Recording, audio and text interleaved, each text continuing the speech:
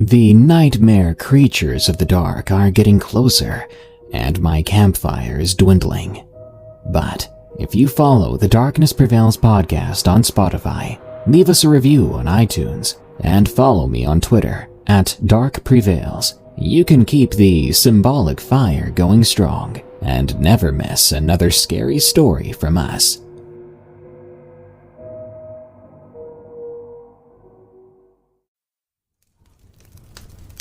One. My first time camping with friends, by the Angry Chicken Lady. You can call me Alice. I'm currently 25 and live in Essex, England. I was 19 when, in April 2012, my male best friend invited me to go camping with him, along with a workmate that he fancied, and some of her friends. I knew the main reason for him inviting me was because I could drive, but he was also my close friend, and I got along well with his friends that I'd met, so I said I was game. Even when I discovered my ex and his new girlfriend would be there, I was still excited, as they were both genuinely nice people, and there were no negative feelings. When the time came, we loaded up in my tiny old Nova and my ex's car, and we set off to the New Forest. Our drive was long. We even had a good laugh after we turned up at the wrong campsite, and we finally rolled into the right place. We stayed Friday, Saturday, and Sunday night to drive home on Monday. Friday and Saturday went by undramatically, and we had great fun exploring the area and having barbecues, etc. We decided not to set up in the open field area with loads of tents and noise, opting instead for a clearing edged by trees on 3 sides, just down this tree-lined stony lane, maybe 800 yards off the main field. There were 2 other camps down there, spaced far apart from each other, probably other people after some peace and quiet like we were.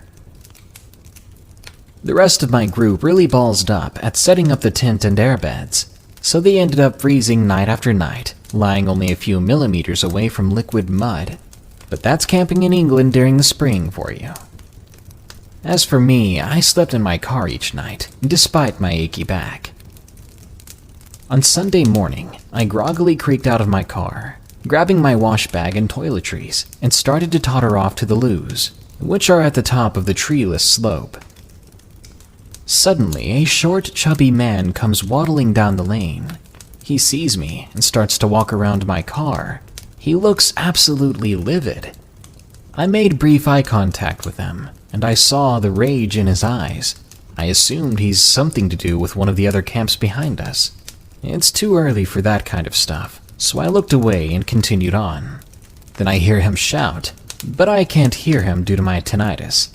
He wasn't super close just yet, so he shouts again, this time getting my attention, and he speeds up toward me. "You can all get out right now before I call the police. You're not welcome here." I stop and blink. What's he on about? He continues shouting, gaining attention from all the camps now. He starts raving on about me driving donuts around the mini roundabout near the reception, for speeding up and down the road that runs down the camping fields, then lists more dangerous driving offenses. Considering it was 7 a.m. and I literally just woke up, I was speechless. I tried to maintain composure and politeness, despite his intimidating approach, and explained that it could not have been me. But he insists that it had to only have been this car, saying that there's no other cars here like it. I turn defiantly and firmly shout to him, "Fine, touch the bonnet." We both touched the hood of the car at the same time, and of course it was gratifyingly cool to the touch. "See," I said, "if I'd been speeding around like you claim, the engine would be hot and the metal bonnet would be heated. It wasn't me." His lip curled as he stared at the bonnet for nearly a minute, his hand still resting there as if trying to find some source of heat. In his eyes, I could see him realizing that I was correct. With a flounce and a mumbled word warning me about if he catches me again, he stormed off back up the lane. No one knew how to react to him, and the whole clearing had an atmosphere for a while. No one even recognized him as part of the staff, and he didn't wear a uniform. That was just the start of a very awful trip. On the final day there, we shook off the incident, and soon the entire campground had a particularly cheery atmosphere as the evening was nice. The smells of barbecues all over and ale hung everywhere. At about 1 a.m., the others retired to their tent, and I laid back in the front passenger seat for another achy rest. This time I left the window half rolled up while I wound down for the night and enjoyed the bliss of nature. It was pretty dark in our clearing. I started to drift off, enjoying the cool breeze rolling through thanks to the window. Suddenly, a long, terrible scream fills the air, and everything seems to turn to ice in an instant. I freeze in my sleeping bag, shocked and waiting for something else to happen. Then I hear a wailing sound, terrible, pitiful, shrieking twice more before stopping. I shiver in my seat, paralyzed. Gradually, I very slowly extend my hand and roll my window up, confirming that all the doors are locked. I sat still for a very long time, twitching when I saw movement rustling amongst the trees on the far side of the clearing. My eyes darted around, waiting to see some lunatic come running out of God knows where. Silence fell over the camp, the atmosphere tense and heavy. Somehow, I managed to fall asleep. It may not have even been that long afterwards. I had no clock for reference, and only realized I fell asleep when I woke up again. I checked my phone when I was awake and saw that it was 4:15 in the morning. I peered forward to see what had awoken me. There was a helicopter flying over the woods, casting a beam of light here and there. A police car was parked not too far from us, and when I cracked my window open, I could hear the sounds of more vehicles in the distance. Something was going on. I decided to stay in my car, not sure what to do. We texted amongst each other. I explained what was going on that I could see, and we all settled on packing up early. Yet leaving took ages. When we finally emerged from the stony lane, we found the site to be crawling with more police, and no one was allowed to leave until they had answered several questions. All they told us was that someone had perished, and they needed any information available. I told them about the screams, and the rest had nothing to add, having slept through it. Eventually, we were allowed to leave. We decided to drive straight home, the atmosphere quiet and somber. This wasn't aided by me accidentally taking the wrong direction on the M25 and lengthening the already miserable journey. We later found out what happened. A large family had gone away for a big birthday weekend and thrown a barbecue at their campout. They were in the same camping area as us. When a little girl got sleepy, her family tucked her up in their tent and went back to their barbecue. Her mother got concerned that the daughter would get cold, so she put the used barbecue in the tent to keep her warm. When they checked in on her a few hours later, she had asphyxiated and sadly passed away. The screams we had heard that night were from her mother just discovering the lifeless body of her little girl. And to this day, it chills my blood when I think about it. Sometimes it comes unbidden to my mind, the terrible sound of raw, painful emotion and unimaginable horror. The New Forest is a wonderful and magical place to visit, and this experience didn't spoil it for me. But whenever I'm reminded of the New Forest, my mind always wanders to that little girl and her family. 2. The Friendly Campers by Zach. It was about a year ago. Me and my friends, a bunch of college students, had an affinity for road trips. It's just another form of escapism for us. As college goes, our bank accounts stopped accommodating trips around the East Coast, so we took up camping instead. My best friend owns this land a few hours east of Scranton, Pennsylvania.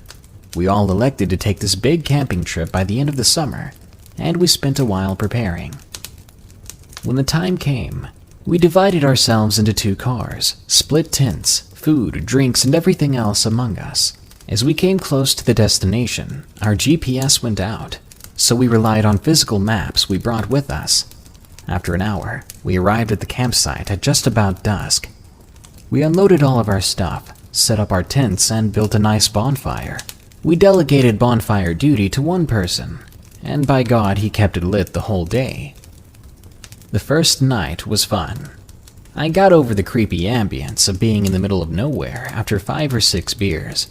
We exchanged stories, pranked each other, and soon went to bed. On the second day, a group of my friends decided they were going to make the 2-hour drive to some hick town in order to get more firewood and snacks. I was in the group that stayed behind. According to them, they ended up getting lost in the morning fog and found themselves at the local store sometime after sunrise. After purchasing their stuff, they encountered a ragged old man in the parking lot, your archetypal hillbilly, as hick as you can get on the eastern seaboard. He asks for a cigarette. They oblige, and then begins to berate them with questions. Stuff like, "What's your name? Where are you from? What are you doing here?" To that latter question, he was very interested. He asks where we're camping, and if he could stop by. They think he's joking and laugh, but he insists. He says he'll hang out with us, and doesn't drop the subject, even as they're entering their car. By then, they're all too high to notice the guy hopping into his beaten-up pickup truck. They don't find out they're being followed until they leave the paved roads and see him following them onto the dirt trails leading back to the campsite. Again, I attribute this to them being high, but they still kept going back to the campsite. They said that they had no room to turn around and nowhere to go. But hey, leading this guy back was not a good idea. The whole time, I'm just sitting at the fire smoking and have no idea it's happening because of the absence of cell service in the area. When I see them rushing back hours late, I say, "Oh, come on, where are the snacks at? Where's breakfast?" They make a jumbled recounting of this guy that followed them miles back. At first, I think they're just pranking, but the fear plastered onto their faces was obvious. They say he parked the car about 40 feet behind theirs and watched them get out. I get the rest of us together, and we all decide to confront this guy. So it turns out he was coming first. We're walking the 20-minute walk to the cars, and as we see this dirty old man in the clearing, we see that he's holding a hunting rifle. We weren't going to try and make a break for it or see what the guy wanted, so we decided to loop back around to the camp and then try to make a wide arc to avoid him. So we get back to the camp in half the time it took us to walk there, and began frantically packing our essentials in a high stupor. As we're about to turn around and go, my friend points out that the bonfire is giving off a lot of smoke on account of all the leaves we used for kindling. So it's assumed that the guy can figure out exactly where we were. We stop our packing process immediately and dip into the trees, running with reckless abandon to cover as much ground as possible. As we're reaching the car, we then hear gunshots in the direction of the camp. We get into our car and floor it out of there. After a 2-hour drive back into town, we reach a police station. We submit our report, even though we were clearly under the influence. They hold us at the station and send a car out to investigate. We're sitting around, freaking out. More over the consequences of going to the cops high, rather than being scared of the maniac. It's late in the afternoon before the car returns and tells us what they found. The tents were shredded up, and had shell casing and bullet holes in them. So, no, he wasn't just hunting out there and we had gotten it all wrong. Aside from the food wrappers, they said barely anything else was left behind. From our own accounting, the guy took our weed, our keg of beer, but also my friend's wallet. We tell the police the latter, and he says they'll continue to search around, but they didn't find any cars around. We ended up going home early. My friend had to cancel his debit card and get a new ID, and we all haven't heard of anything since. Of course, the knowledge is still haunting us that this psychopath knows who he is, and roughly where he lives. I'm sure nothing will come of it. Nothing has, and it's been a year. But I have no idea what this guy's intentions with us were. Why did he follow us all the way out there? Why did he shoot up our stuff? If we had remained, would we be filled with holes as well? We haven't been back to that camping site since, but we do plan on returning this summer. It's June, and we're going back in August, completely sober this time.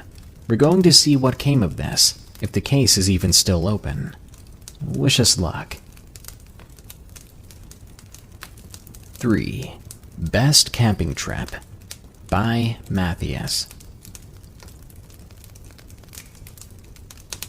The story starts with my cousin Mick calling my sister to ask if she would give him a ride to a campsite in Nagal, New Mexico. He asked her if she wanted to go with him, and she said yes, but she asked if I could go as well. I was excited, as this was going to be my first real camping trip. Mick's sons were coming as well. They were Nick and Barry. My sister has a truck with a big bed, so me, Nick, and Barry sat in the back on the way over. When we arrived, we started putting up the tents. We had gotten there at about 5:32 p.m., and it gets dark here at about 6, so by the time we had things set up and were gathering wood for the fire, it was dark. After a bit of talking, me and Nick decided to sit in the bed of the truck and talk there. Barry joined us a little while after. Meanwhile, Mick and my sister Shay go get more wood for the fire. When they were gone and the three of us were talking, we began to hear branches breaking or being moved in the woods. We thought it was my sister and Mick. Perhaps they had turned, and they were coming in our direction now. But then we noticed the flashlight they had been using. The beam was coming on the opposite side of us, not from the direction of these noises. Being curious teens, the three of us thought we had to go and see what this was. We grabbed our own flashlights and went towards it. We looked around for a while, getting deeper and deeper into the woods by the second. I was so focused and intent on finding something that I didn't realize I had lost sight of Nick and Barry. I was going to yell for them, but just before I could, Nick screamed. His shoulder was bleeding. Due to the darkness, I didn't see it at first, but when it moved, there was a slight blur to it, and I saw it. Some sort of pale animal. I shone my flashlight at it, and either it had no eyes, or its eyes were too dark to see, even with me shining my light on it. Its mouth was a triangular shape. When my light hit it, it cowered away. It opened its odd-looking mouth and screamed. A sound burst from it, something akin to a lion's roar, mixed with the sounds of a woman in pain. I grabbed Nick, pulling him back away from the creature and helping him stand up. He was latching at his shoulder, trying to cover his wound. As I continued to shine the creature in its eyes, it scurried away, its movements like some sort of glitched-out insect. Back at camp, Barry was already there. Mick and Shay were coming out of the woods, wondering what the heck was going on, as they had heard Nick scream. After seeing Nick's wound, we knew we had to get out of there. We packed up fast and got Nick to a hospital. Nick was fine after a lot of stitches. We tried to call the cops about it, but we were told they couldn't do anything, that we might have better luck with the game warden or the Forest Service. All in all, no matter what we did, nothing came of it. I guess all I can really say here is if you find yourself in the woods of Nagal, New Mexico at night, be careful and pray that you brought something to protect yourself with. 4. The Camping Creep and His Friends by Hannah. It was a random weekend in 2016. 2 of my friends and I decided to go camping. We were all 16 to 17 years old at the time. I'm from a small town in Iowa, so there's really not much to do. Camping was our best option to have some fun without parents. We got to the campsite around 3 o'clock in the afternoon, and we were all set up by 3:30 or 4-ish. A little background about this place. There's a pretty decent-sized body of water, and it's surrounded by 60 feet of rock around the entire thing. When you climb the rock, on the other side of the trail there is a wooded area. It's actually quite beautiful, and a lot of young couples would go up to the top of the cliff and do their thing, because they thought it was romantic up there. It was a popular place to go, but this weekend there wasn't as many people as usual. We had made a fire, and we were all sitting around it. To the left of us, there was a camper full of about 5 people. They looked like your typical potheads, but we didn't think anything of it. We had a lot of those kinds of people in this area, and we were used to it. I would glance over occasionally, because I would feel eyes on me from over there. Specifically, there was a man who seemed to be in his mid-30s, and I caught him staring at me a few times, and not in a very friendly way. I felt like he was undressing me with his eyes, and it made me very uncomfortable. Keep in mind, I was a 16-year-old young girl at the time, and this guy was obviously way older than me. It was creepy and unsettling. My 2 friends were a couple.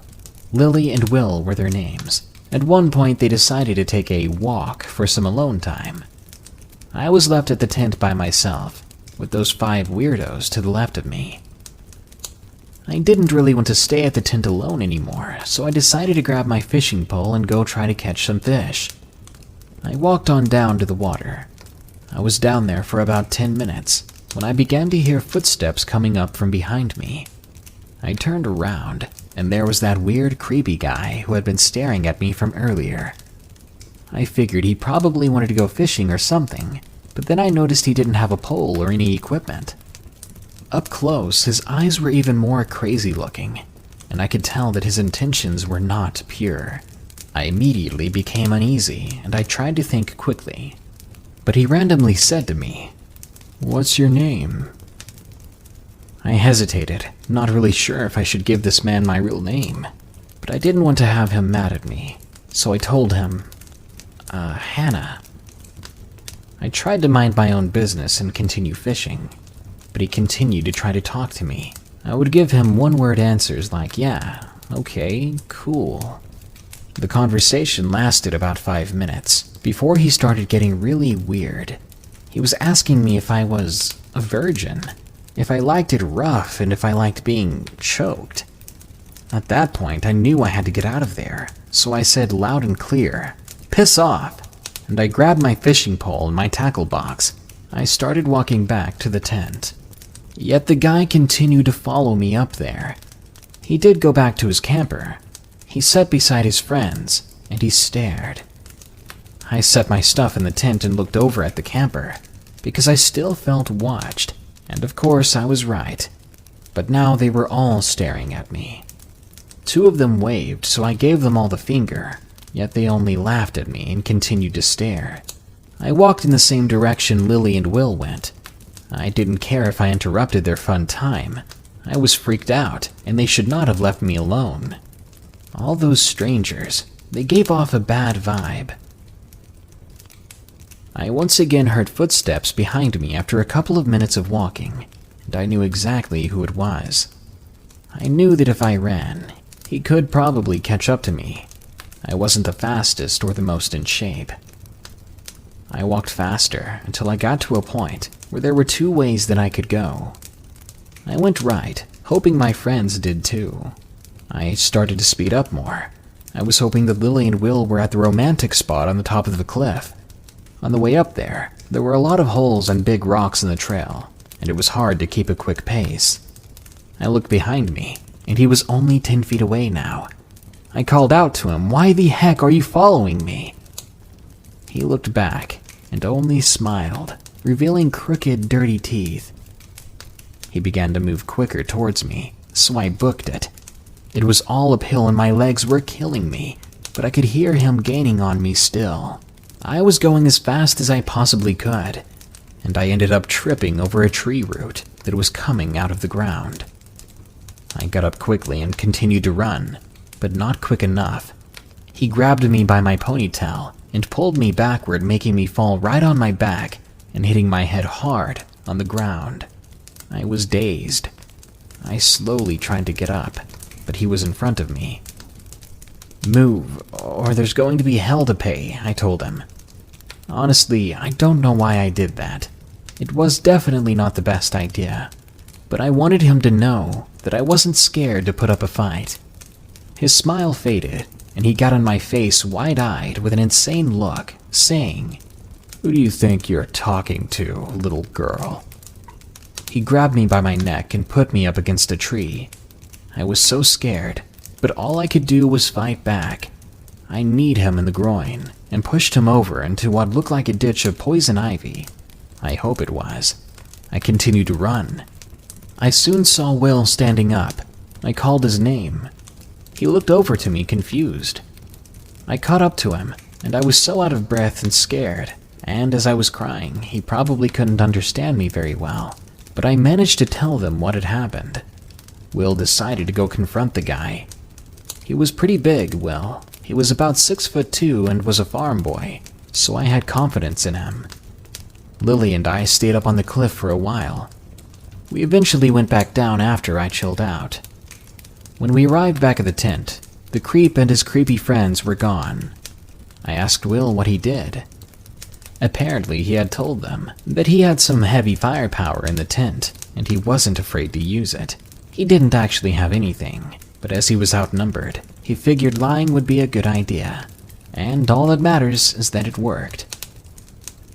Throughout the remainder of the weekend, I couldn't get that experience out of my head, and my throat was bruised. 5. The Camp Stalker by John. One sunny day, my friends and I thought it would be a great idea to go camping. I packed my clothes and iPad, and I was on my way to meet my friends at the campsite. When I got there, I noticed that one of them had brought their dog. I asked him why, and his reply was odd. I could not tell if he was trying to scare me or not, because he himself also looked very frightened as he said it. Because something in the woods. I was sure that he was just telling a joke. I went ahead and got the tent set up with my friend, who I'll refer to as Jax. At around 11 p.m., we were still up, and we were telling stories around the campfire. Suddenly, his dog went absolutely crazy, barking aggressively in every direction. I told Jax to go check it out, and he said it's nothing nervously, and we resumed telling stories and making marshmallows. We went to sleep at about 12:34 p.m. I woke up to the sound of barking and growling. I told the dog to be quiet, but that didn't do anything. Frustrated, I raised out of my sleeping bag and unzipped the tent. I poked my head out and I looked around, trying to figure out what in the world he was barking at. It didn't take long. There was a large silhouette of someone standing next to the trees, and they were extremely tall, their head going past some of the branches on the trees. I freaking lost it and screamed, waking up Jax and telling him to run. We didn't pack up anything. Instead, we rode back to my house as fast as possible. I don't know who or what it was that was watching us sleeping in our tents, but I think this experience has ruined camping for me. 6. Man in the Campsite by Eglay. My older sister had a part-time job as a camp counselor in Lithuania, and she invited me to visit it at least once.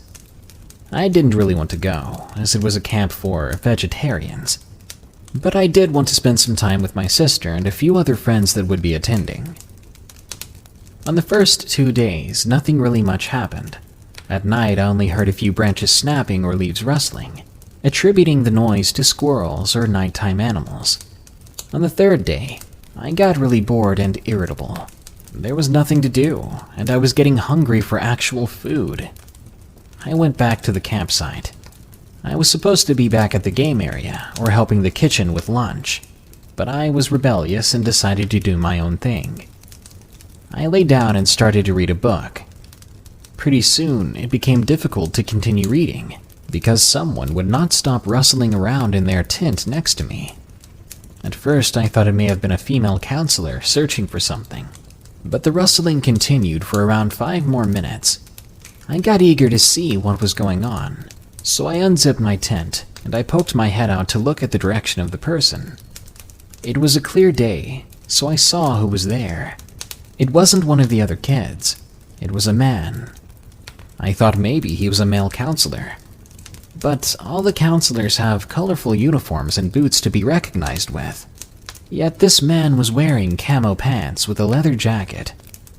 I think that he heard me zipping the tent because he stopped rustling and crawled backwards out of it.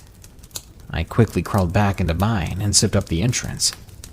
I was breathing pretty heavily, so I covered my mouth with my hand. Then the footsteps started. They were coming right around toward my tent. I think that he didn't know where I was, since we were in a cluster of other tents. I saw his shadow, though, walking right past my tent. And thanks to his silhouette, I saw that he appeared to be carrying an axe.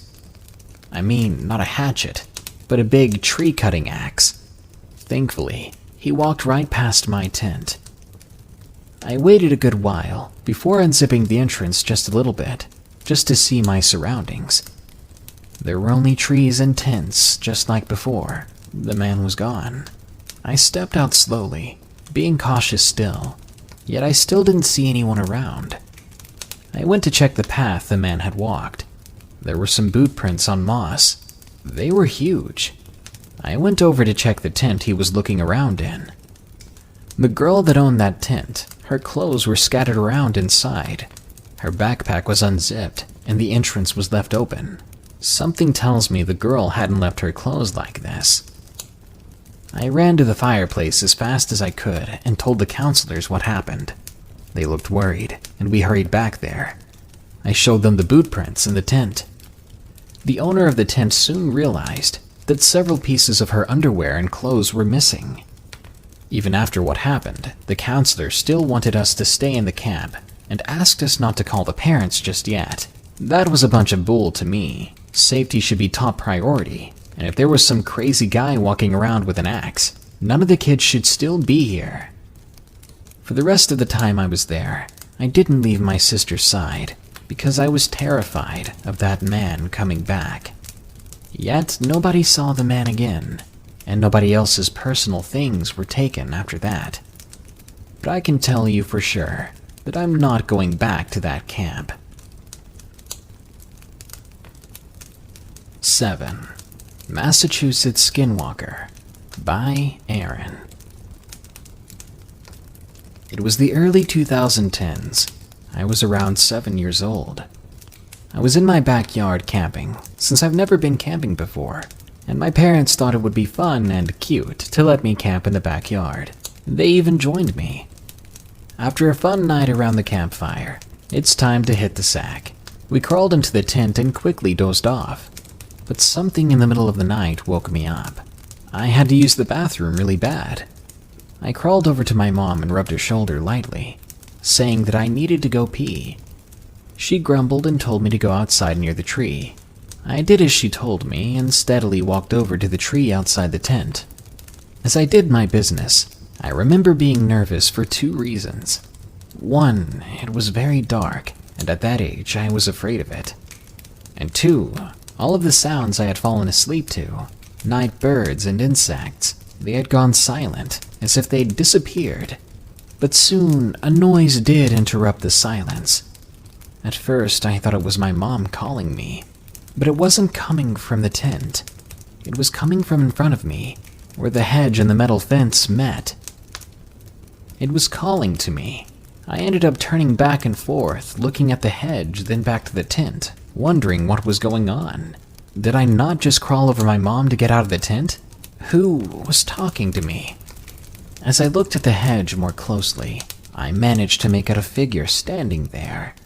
A figure whose skin was wrinkled every inch, as if withered away by hundreds of years of age. And I saw its mouth move, and my mother's voice came out. That's when I screamed. I ran back to the tent, and surprisingly, no one had been awakened by my screaming. I huddled up close to my mother, and I closed my eyes, trying to pretend that I was just sleeping.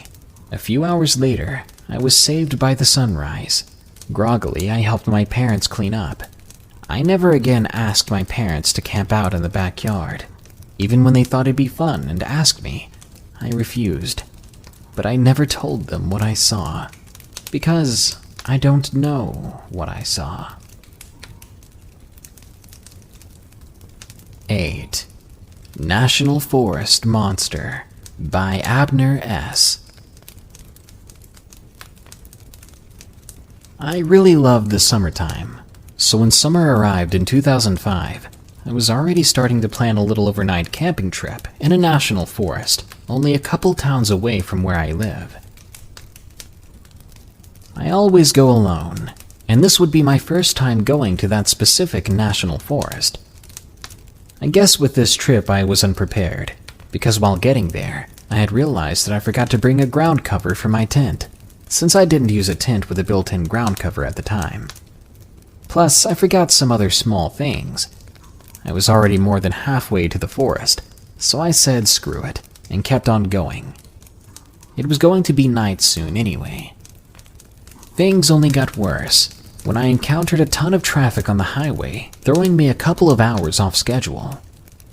On my way there, I kept glancing at the sky and looking at the sunset. It was already getting dark. After around 20 minutes of driving from the exit, I got to the mountains, and there was nothing but trees on either side of the road, so I thought that I was already in the park. I did think to myself for a split moment how it was weird that I never saw any entrance signs, but my main focus was trying to find a good spot, any spot, to camp for the night. After 20 more minutes of driving through pure forest, the road turned to gravel, and I thought to myself, this has to be some sort of camping area, right? Looking back, I should have turned right there, but I was exhausted and tired of driving. I finally settled on parking near a clearing on a dirt path, and I set up my camp there. When I got out of my truck, things seemed pretty normal. The only thing out of place at the time was that there were no other sounds except for the crickets and the sound of me setting up my camp. There was no wind, no frogs, owls, or any other people. Just me and the crickets. It was already getting late by that point, a little past 9, so I had my dinner, sat around the campfire for a little bit, then climbed into the tent to sleep. I found myself awakened. I checked my watch and it was 11:15. I thought I woke up because the bare ground had made my back stiff, but my back felt fine. I came to the conclusion that I just woke myself up randomly, so I closed my eyes and tried to get back to sleep. But then I heard a deep, raspy far in the distance. I sat right up. What in the world was that? I thought to myself. That didn't seem like a howl or a growl of any animals I knew. I went back down in my sleeping bag, desperately thinking to myself a logical explanation as to what that sound was. Maybe it was an owl being killed by a wolf or something, I don't know. After around 2 minutes of trying to fall back to sleep, I was immediately jolted straight awake by the same sound, this time right next to the wall of my tent. In pure shock, I immediately jolted up, bust out the front of my tent and ran straight in the opposite direction of where the thing was. I didn't look back, and I didn't even catch a glimpse of whatever it was. I was running for only a couple of seconds when I slipped down a hill. Keep in mind, I was barefoot and in pajamas. I tumbled for a few seconds, and then, once I stopped, I tried to keep as motionless as possible. Maybe the thing didn't see me fall, I thought. I didn't want to give away where I was lying. I listened. There was nothing. I waited a little longer, but still nothing. I slowly peeked over the hill, trying to see as much of my campsite as I could in the dark, but I could not see any of it. While doing this, I noticed that the crickets were now quiet as well. It was just pure silence. I didn't hear any leaves crunching either. It seemed to be all clear. That I was able to make a beeline for my tent, to grab my pack bag, which had some miscellaneous stuff and my wallet in it, but most importantly, my keys. I knew I'd have to do it quick. So I tried to get to my car as fast as possible, while making the least amount of noise. Every time I stepped on a leaf or twig, I cringed. I successfully got the bag and started opening it, ever so slightly to get my keys. Once I got the keys, I went over to the car, unlocked it, and ignited it. Once I did this, I started to floor it out of there. I knew I shouldn't have done what I was going to do next, but I took one look back at the tent. Crouching down right beside the tent was the thing. Even in the darkness, I could make out its features. Its eyes were completely black, body covered with short white hair, and the overall body structure was barely that of a person. I knew it saw me, because once it did, the creature let out that horrific sound again, that all too familiar.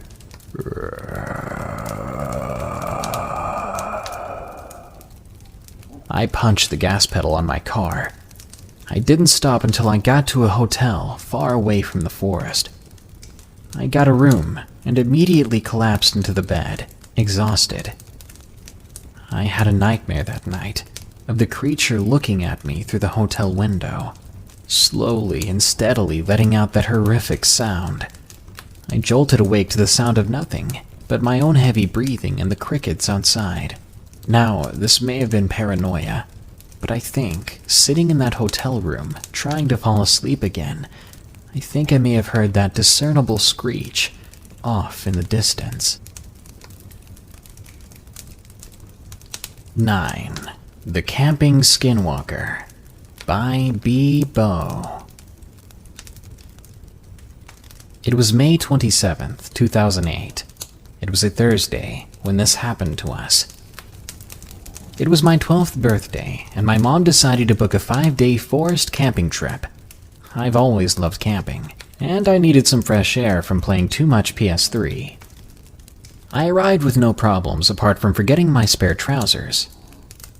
On Monday, we did some archery, and on Tuesday we went rock climbing, and on Wednesday we made little boats and saw if they would float. Every night we'd hang out around the campfire and sing songs, make s'mores, and played Chinese whispers. On Thursday, things changed. I woke up that night to see that Andrew and Callum, 2 people in my tent, were gone. I unzipped the tent to investigate. I listened closely. And then I heard it. It sounded like Callum, and he was screaming for Stan. Terrified, I zipped my tent back up, and I laid down, covering myself with my sleeping bag. Later on that night, Callum and Stan never returned, but I did see an oddly tall shadow walking around my tent extremely slowly. I don't think that was a counselor. The next day, I reported it to the counselors that Andrew and Callum were still missing. There was a search party, and they ended up finding the 2 boys huddled together in the forest under a makeshift shelter. They were shivering and scared, and complaining about coyotes, even though we're not supposed to have those here. It was definitely strange. I just wish I knew what they had seen that night. And 10. Ghost Girl in the Cabin by Mayamu. When I was in school, every year the 6th graders went on a week-long camping trip to the coast. It's called 6th grade camp, and it was really fun. That year, my class went down to Mendocino to stay the week in the woods next to the coast. Everybody got split up into groups of 3 to share a cabin. So my 2 friends, Emma and Lauren, and I got set up in a cabin named Cabin 1. Everything was great. The cabin was small, but it was well kept for the most part.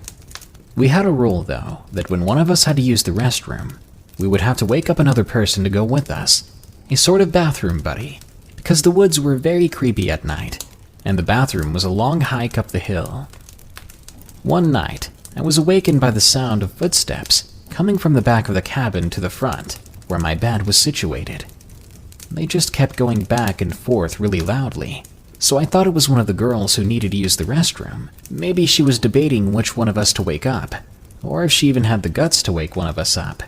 I listened for a bit, confused and waiting for someone to speak up and ask if we wanted to go to the bathroom with her. But there was just silence, just footsteps going back and forth. I decided to look up from my pillow, and what I saw scared me half to death. It was a little girl dressed in a nightgown standing over my bed. She was looking down at me. At first, I thought it was Emma, because she kind of looked like her. Short curly blonde hair and a small round face. But then I remembered, Emma wasn't wearing a nightgown. I was petrified. I pulled my head under my blanket and prayed for it to go away.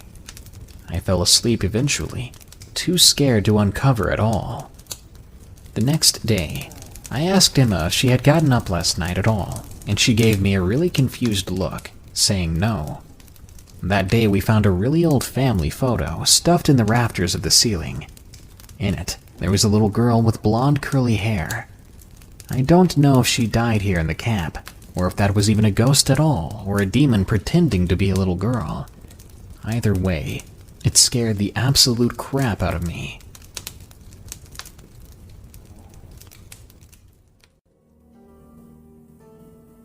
Bigfoot in West Texas. From Choi 2719. Back in 2013, I was in a Boy Scout camping trip in Northwest Texas. I'd barely turned 13, which was the minimum age to register for high adventure programs. I accepted a particular challenge of hiking 7 miles away from the base camp to a secluded camping location surrounded by mountains. I need to address the fact that we were really secluded out there. Our only source of light was the moon and a couple of flashlights. In addition, the program was a historical reenactment of Texas ranchers from the 1800s, which meant the camping spot had a small corral with 2 goats and a few hens. I felt somewhat safe as we were only 7 scouts and 3 staff members. Safety in numbers, right?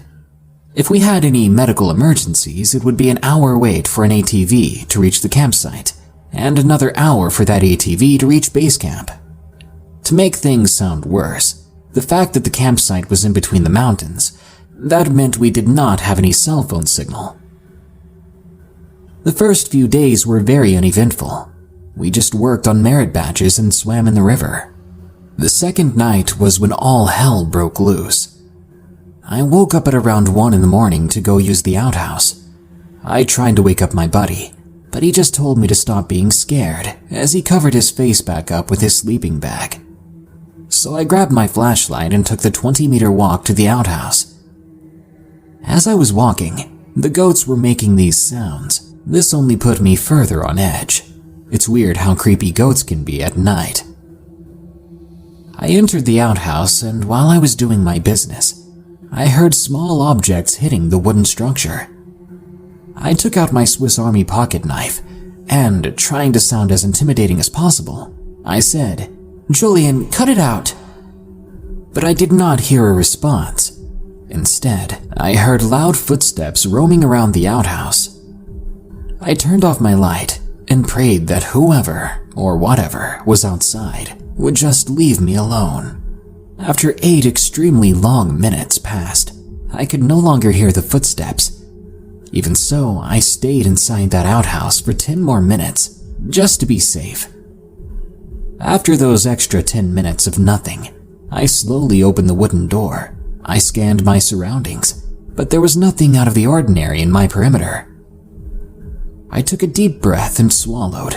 Then I booked it back to my tent, then covered myself in my sleeping bag. I could not sleep all night, and once the sun came up, I asked Julian, "Hey, nice try, but it's going to take more than a couple of rocks to scare me." Julian looked up at me, giving me this weird look, and said, "What do you mean, dude? I didn't leave the tent all night." Confused and worried, I began to wonder who could have been outside that outhouse. There was no way it wasn't someone playing a prank on me or trying to tease me as I used the bathroom. The following 2 days went by very fast, and at last it was the day to pack up camp and hike back to base camp. But the scoutmaster woke everyone up at 3 a.m. For some reason, he kept rushing all of us to pack only what we could carry. An ATV could come get the rest of the stuff later. An older scout asked why we had to leave 6 hours early. The scoutmaster responded, "You don't want to hike when it's 90 out, do you?" We all agreed. We then began our hike back to base camp. The scoutmaster and staff began to hurry us even more, jogging on the trail now. Being the youngest and the smallest, I was lagging behind to the point that I was alone on the trail. I stopped to catch my breath, and that's when I heard a sound that I will never forget. It was a whooping sound, echoing through the mountains.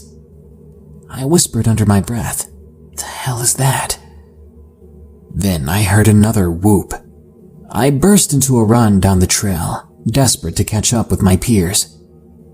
As I ran, I could hear footsteps that sounded like the ones that I heard when I was defenseless in that outhouse. I shone my flashlight to the surrounding woods.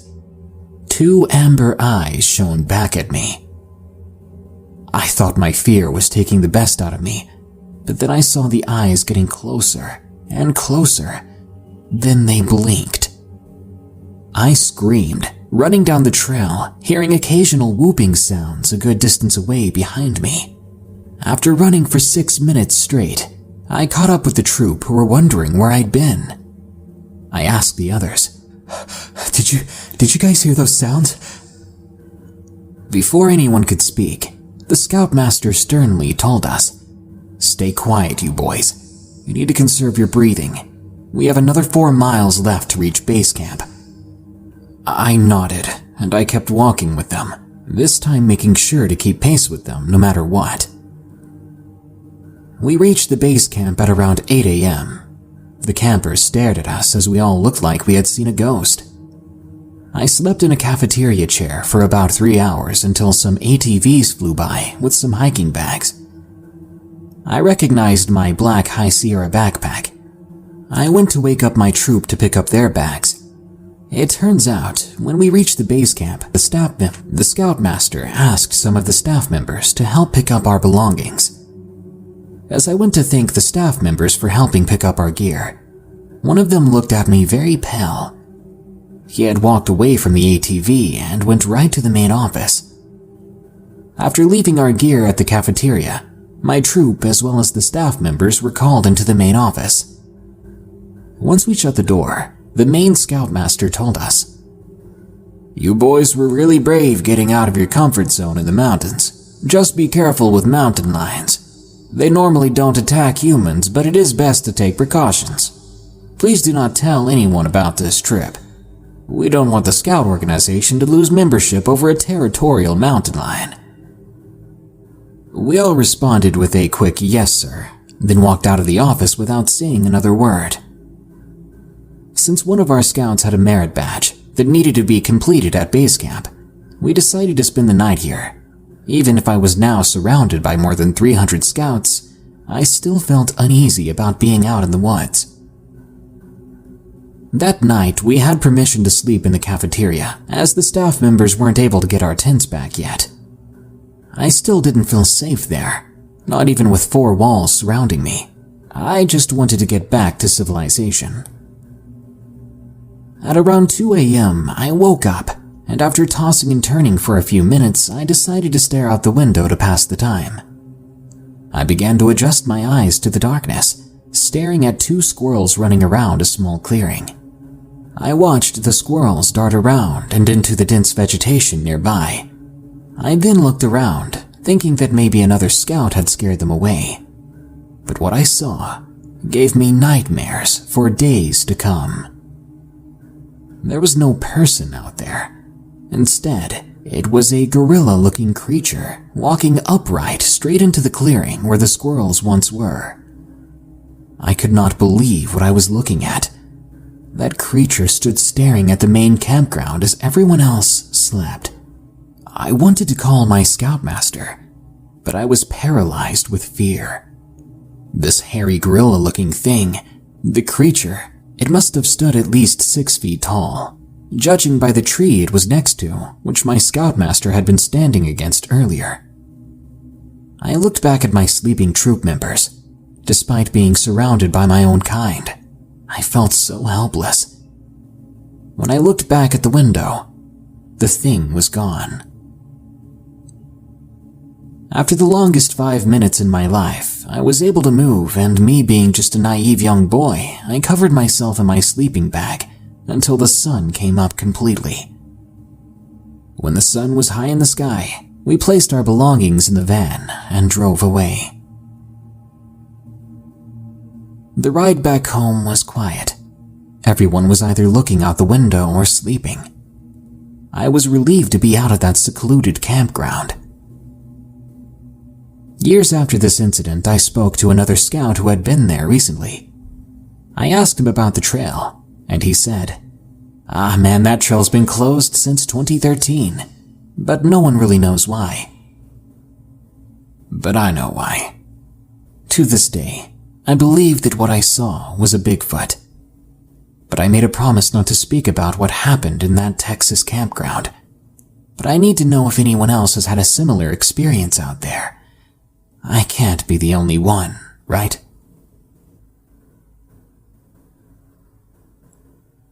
I think it chased us. From Bouncing Brick. Aside from a few odd occurrences here and there, this was my very first paranormal experience. Frankly, 7 years later, I still have no idea what really happened. When I was in 7th or 8th grade, my parents let me have a few friends over to spend the night for my birthday. To set the scene a bit, it was August in Wisconsin. We would spend the night outside in a tent, so as to not disturb my parents with giggling and acting up and whatnot. At about midnight that night, all but me and a girl named Rose had fallen asleep in our little campsite. We decided to walk around a bit.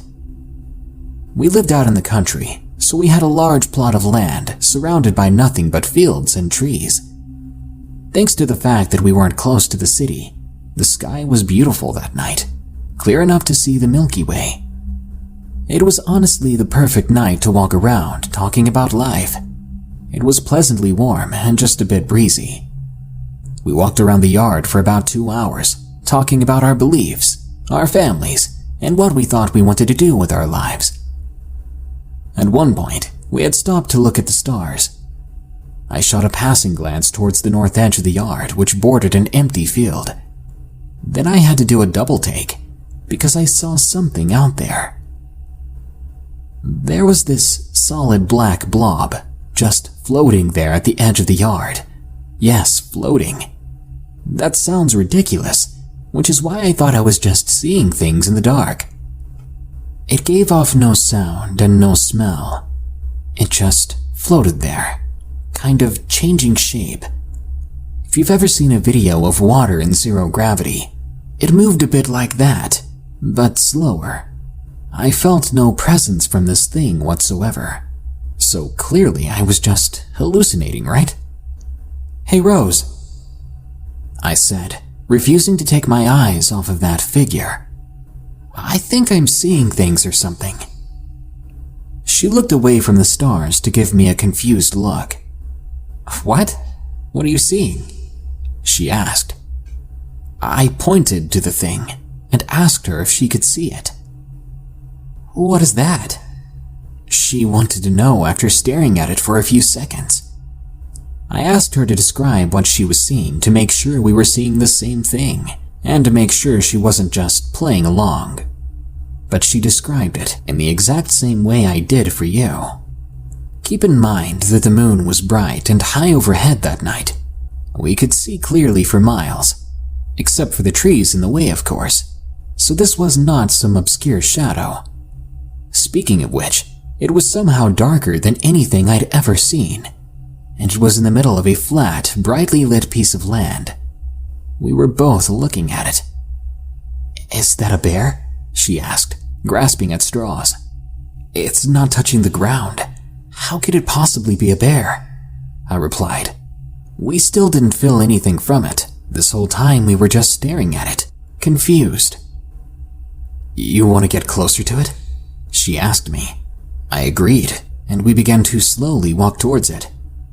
It still didn't move. It didn't change. It didn't do anything at all. We stopped when we were 10 yards away from it. We stared some more, until it began to change shape again. It was nothing drastic. It just narrowed ever so slightly in shape. It got skinnier and taller all at once. It still made no noise or anything. All of a sudden, though, it had a presence to it, and it was not a good one. There was a sudden pressure and weight among us. It was the most intense feeling of panic I've ever experienced in my life. It felt like getting hit by a freight train. I've never felt panic like this. Hell, I rolled my car going 70 on the highway once, and the feeling I got when the tires picked up off the road does not even compare to the feeling this thing gave me. I froze. I just couldn't move. I couldn't even speak, for that matter. Oh God, I thought. It's coming towards us. Despite the fact that it never appeared to get closer, this was what was running through my mind. All it was really doing, though, was maintaining that taller shape, as if on cue. Rose mimicked my thoughts aloud. "It's running at us!" She screamed and grabbed my arm, snapping me out of the trance and pulling me back toward the campsite. The feelings of panic vanished quickly after we began running, so we actually ended up coming back later with the flashlight. As you could probably guess, though, it was long gone, and there wasn't a trace of anything left. We managed to fall asleep okay that night. Thankfully, I haven't seen anything like that since on that land, and 7 years later, I'm rather well versed in different cryptids and creatures around here, but nothing I've ever come across or heard of matched the description of this shape. Summer Camp Creature, from CJ. When my grandpa was 14 to 15 years old, he went to a summer camp with a couple of friends of his. The camp was in the middle of a forest next to a little river, which connects to a lake. This was where my grandpa's gang was hanging out. My grandpa told me that they heard something strange on the first day coming from the woods. They were walking around the campsite when something agile, fast, and huge began to move in the woods. On that first night, they heard something banging on the door to their cabin, but as they went to the door to check who it was, they heard something huge stomping around, then running back to the forest. When they opened the door, whoever it was gone. When the next day rolled around, there was this day of doom, as my grandpa called it. They had a little campfire in the woods with some other campers. When the other campers were leaving, saying their goodbyes, to return to their cabins, the moment they were gone, something like a massive branch or even a tree snapped in half behind the remaining campers.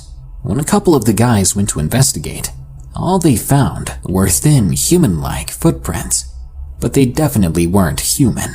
These footsteps led to a cave-like structure. They couldn't make out much as it was dark already. They began to enter the cave, but were immediately hit with the most foul stench coming from it. Beyond that, there were corpses of animals. Many of them were stacked together, but all of them had had their chests ripped open. But that wasn't the worst thing they found in that cave. They soon stumbled upon something that was gnawing at one of the bodies. Something that was thin, with spikes on its back. The group of them began to run from the cave. They did not have the right arms to protect themselves, so they ran out and ran back to the campsite, hoping that the strange-looking creature never noticed his human intruders. But when the scream came from that cave, they realized that they had just made it mad. They ran into the cabin and stayed up all night, watching the windows and hoping that that thing did not come for them. My grandpa was happy to get out of that cave alive, and still does not know what kind of monster they saw. My camping experience from Aaron 23411. I live in Alaska, and this story took place when I was about 10. During the summer, I always went camping. On this occasion, I went camping with my best friend Anna and her family. During this summer, her father wanted to go to the middle of nowhere at camp. I wasn't as up for it as the usual camping trips, but I didn't want to stay home, so I went with them. As we were entering the campsite, I was kind of spooked by a sign that read, "Beware of bears." Being little, I thought that I was sure to get attacked if I was left alone. Also, we left early in the morning that day and did not make it to the campsite until 2 p.m. I was really tired and sore from being in the car so long, and eventually I got out of the car to help unpack. The camp we went to was surrounded by woods, of course, and had a little pit for a fire, It was actually a great spot for our tent. Later on, we finally got settled, and Anna wanted to go fishing. There was a lake and a stream nearby, so that's perfect. We grabbed our fishing poles and tried to leave on our own, but we were stopped by her family, who told us not to go alone, so they made us go with her brothers. We had to make our own path, and her older brother had a machete to cut a path. It took us a while to get to the stream, but we made it. While we were fishing, a sudden chill went down my spine. I said that I was ready to go back, but then Dan, the oldest brother, got frustrated because we had just got here really, and if I wanted to go back, I'd have to go back on my own. Anna said not to worry, that we could go back together. So together we left down the path that we had just taken, but in fact, this was a different path. We had gotten them confused. We didn't realize this until we made it to a dead end. We were surrounded by raspberry bushes and began to freak out. Out of nowhere, we heard someone walking through the woods around us. They were coming towards us slowly. I said it could be a bear. We freaked out even more because we couldn't see a thing through the thick underbrush. When I saw smoke coming from a fire not too far away, I grabbed Anna by the arm and we began to run towards it. Thorns and low-hanging branches did their damage to us, leaving us with cuts and bruises. But we didn't care, as we did not want to get caught by whoever was following us. The one time I looked back, I saw a tall man rushing through the woods after us, a man with an angry look on his face, along with a long and massive beard. He looked like he had been living in the forest his whole life. I screamed and ran faster until we burst into the campsite. The man did not follow us that far, but we were safe now that we were back. I do not know what he wanted to do with us that day, or who he was. I mean, for all I know, he could have been trying to help, but I wasn't going to take the chance to do that. I've never gone camping in that area again. I'm a bit too scarred from that experience. Camp Creeper, from Anonymous. I was 11 years old. I was going camping with my girl guiding troupe for the weekend. I had missed my drama club and a singing audition, so I hoped it would be worth the trip. Because I was one of the youngest there, I was fuming when I was told we were in a tent meant for 4, but I was sharing it with 7 other people. After I set up my sleeping bag, my best friend and I decided to go to the disco our troupe had. No one else, just our troupe. It was just me and my best friend along with 2 other people, as well as the DJ at the time. Now, me and my friends did not pay much attention to him until my best friend pulled me aside and whispered, "I think that DJ's looking at us weird. I think he's checking us out." At the time, I believed every single conspiracy theory on the internet, so I was of course believing and suspicious. I remember I was dancing with my friend when I made eye contact with him. Like any preteen girl, I was kind of embarrassed, but when he locked eyes with me, I knew then that what she said was right. He must have been watching us for a while. When we got back to our tent, we joked around about him with the other girls, but he still creeped me out. The next day, or should I say night, there was another disco, but this one was huge in comparison. There were about 25 other guide districts there, and it was now only 3 of us, including my best friend, in our little group. We ran in and started dancing. It was the same DJ again though, so I felt uncomfortable right away. He was still looking at me and my friends despite so many people being here. At one point I left to go to the bathroom, and I just didn't go back. The next day, we did this fitness thing, 5 sessions in a row to be exact. And for some reason that creepy DJ was also there. While we were being kids who were wanting to lose weight, the DJ was packing up his stuff because it was the last day of camp. He was standing there for 5 sessions straight, just watching us, staring at us with a smile. Remember, I was 11 at the time. The other girls weren't much older either. After that camp was over, I wished that I had gone to that audition instead.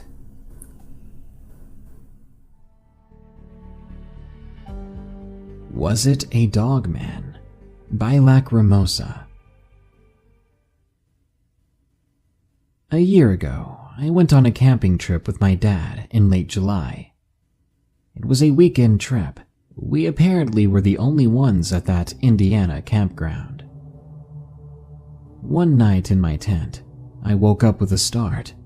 I checked the time on my phone, which read 3:30 a.m. I should have been asleep still, but my bladder was screaming. I was hesitant at first to get out of the tent, but I would not be able to go to sleep without this business getting done. I climbed out of the tent and stumbled around in the dark. The sounds of the forest around me at any other time would have comforted me, but on that particular night, those sounds were unnerving. About 50 yards away and up a hill, there was a porta-potty, and being a girl, I can't just pee in the woods, and if I have the option, I'd rather avoid it.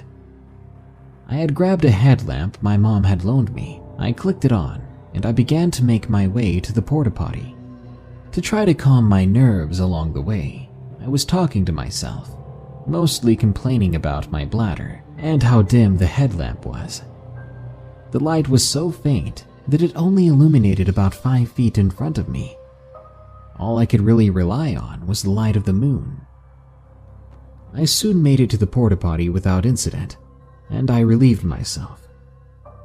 Once I was done, I began to make my way back to the tent. But once I was halfway there, it struck me. On the way there, the forest was loud and eerie, but now the forest was quiet and even more eerie than before.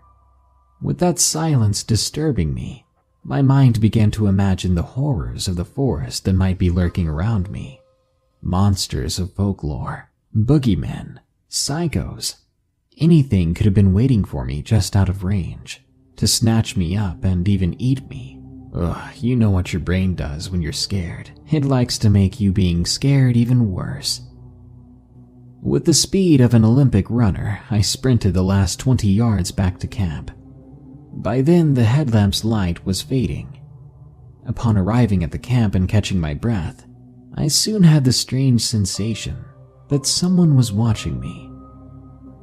I turned toward the tree line that bordered the lake. I was not expecting so soon to be looking into another pair of eyes, large yellow golden eyes. Unfortunately for me, my tent is extremely close to the tree line. So, whatever was watching me, it was less than 15 feet away. Frozen in fear, the only thing I could think to do was stare back at them. And that's when my headlamp's light went out. But the eyes of that creature, they glowed even brighter now, just from the dim moonlight. I like to think I'm a rational person, so I figured it was a coyote or a large stray dog, but every second that passed by, I was doubting that assumption. I took a few steps back and lost my balance, falling onto my butt. But the eyes got closer, and the moonlight shone brighter on the creature's body. It soon revealed a silhouette that in no way whatsoever matched the size of a coyote or dog. It was far larger, and it appeared to be standing on 2 legs, as if mimicking a person.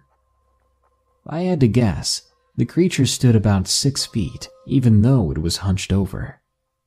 It had the head of a dog, kind of like a husky or wolf dog. Now, I know most people, when they talk about encountering dogmen, they mention a strong feeling of malevolence coming from the creature. But with my experience, besides the feeling of terror I had, the eyes of the creature didn't seem to hold any sort of malice or intent to harm me. They looked curious, or maybe even confused. After engaging it in a staring contest, the creature lowered itself to all 4 legs, then slowly turned and walked into the forest, and, creepily enough, it made no sound as it did so. Was this a dogman? I know it wasn't a bear, but I'm at a loss as to what it really is. It left no tracks behind either, as if it was extremely light, or like it wasn't there at all. The thing is, the soil on those banks is muddy, so something should have been left behind. Something more than just me, being terrified. The Little Black Dog by Witch Witch. When I was around 10 years old, I had a horrific encounter that I have not been able to shake off. My family and I were on a flight over to Arizona. The flight over from Australia was long and tiring. When we finally landed, we collected our luggage and took a shuttle over to the campsite that we would be staying at. We arrived and set up our tents, but I demanded that I have a tent with my older sister. So she and I set up our tents and got ready for the night. After setting everything up and after a very long flight, everyone was quickly exhausted. Even so, we stayed up long enough to make some s'mores in front of the campfire with a local ranger who stopped by. Now, this ranger had a black dog named Ziggy. As we were chatting, I could hardly keep my eyes open, so my mom thought it would be best if we all got some sleep. Before we went off the bed, I asked the ranger if he wouldn't mind if I had his dog sleep with us in our tent. He didn't mind, but he did ask me to return him the next morning. Everyone had fallen asleep, and I was awake with Ziggy lying at my feet. All of a sudden, Ziggy rose to attention, and he slowly began to creep toward the door. When I saw this, I could feel my heart pounding faster. I hadn't shut the tent properly last night, and it was unzipped at the bottom. Ziggy puts his head through to the outside, and I rush over to my sister and shake her awake. I point to the tent. My sister holds her finger to her mouth, making sure that I don't say a word. She slowly advances toward Ziggy when he jumps back whimpering quietly. My sister jumps forward and zips the tent shut, then grabs her phone and turns on the flashlight. That's when the scratching started. It was coming from just outside the tent. It started up the back and was just barely quiet. Then it seemed to advance, getting louder and faster as it came closer to the zipper. Ziggy growled and backed into the corner. My sister and I shuffled back as well, just watching. I whispered to my sister, "Shouldn't we call our mom?" And she shook her head. But then, the most horrifying thing happened. "Shouldn't we call our mom?" Someone repeated exactly what I said, and the voice came right outside the tent entrance. They had imitated me the moment that I had said something, but the voice was distorted, as if its vocal cords had been fried. I had never been so scared before. I did not know what to do. It was like we were cornered in that tent. We had nowhere to go, well, except toward the thing that had just mimicked me. We waited for several minutes that slowly dragged by. My sister then crawled over to the entrance and slowly unzipped the tent door. Then she looked outside. I came up next to her and poked an eye out through the small hole. We saw what we thought looked exactly like Ziggy, but after a moment, we saw that it just wasn't right. His back was sort of caved in, and the hind legs were longer, and the body was wet and soaked. Then the thing that looked like Ziggy leered at us, straight in the eye. I shut my eyes fast and encouraged my sister to do so as well, and then I said to her that maybe we should scream to try to scare it off. So the two of us together screamed as loud as we could, and so highly pitched that Ziggy began to bark. I opened one eye and saw that the thing was running away now. My mom came rushing out and saw both of us screaming and crying. We told her everything and could not get back to sleep after that. The next morning we saw the ranger and told him about our story. He told us that it sounded like a skinwalker. My mom, a bit irritated that he was trying to scare us, demanded that we leave early. So we did. We ended up staying at a cheap motel and then we flew back home shortly after. 9 years later, I've never been the same.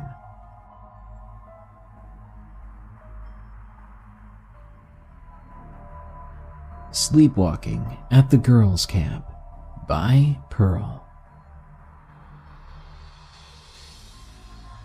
This took place when I was 12. While my mom was still with my stepdad, he forced me and my siblings to attend a Christian church, which to this day I still despise. At that church, they had a group called Young Women. I'll call it YW for short.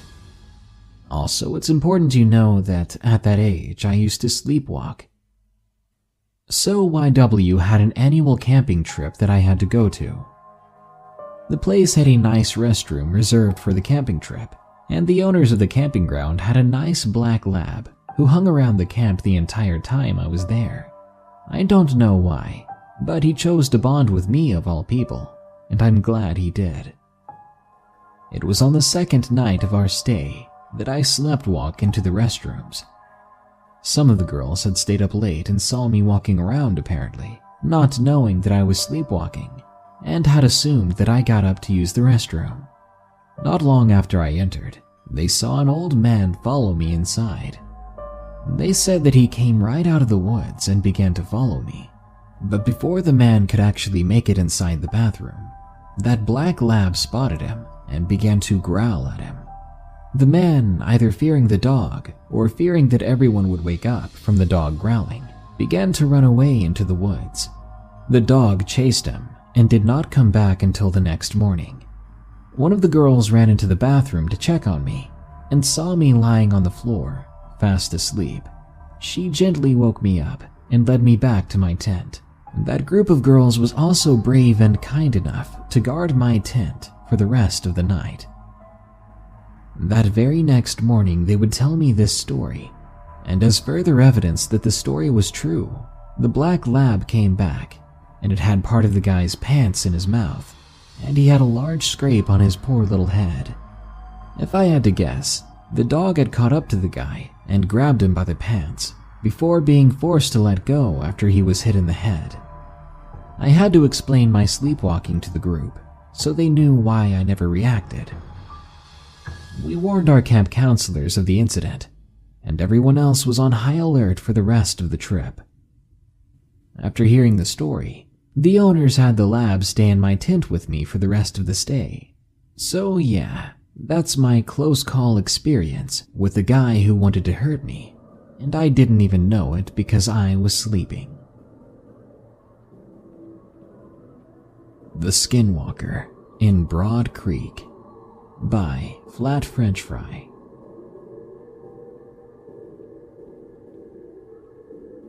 This is a story about what I saw on my last camping trip with my friends from the Boy Scouts.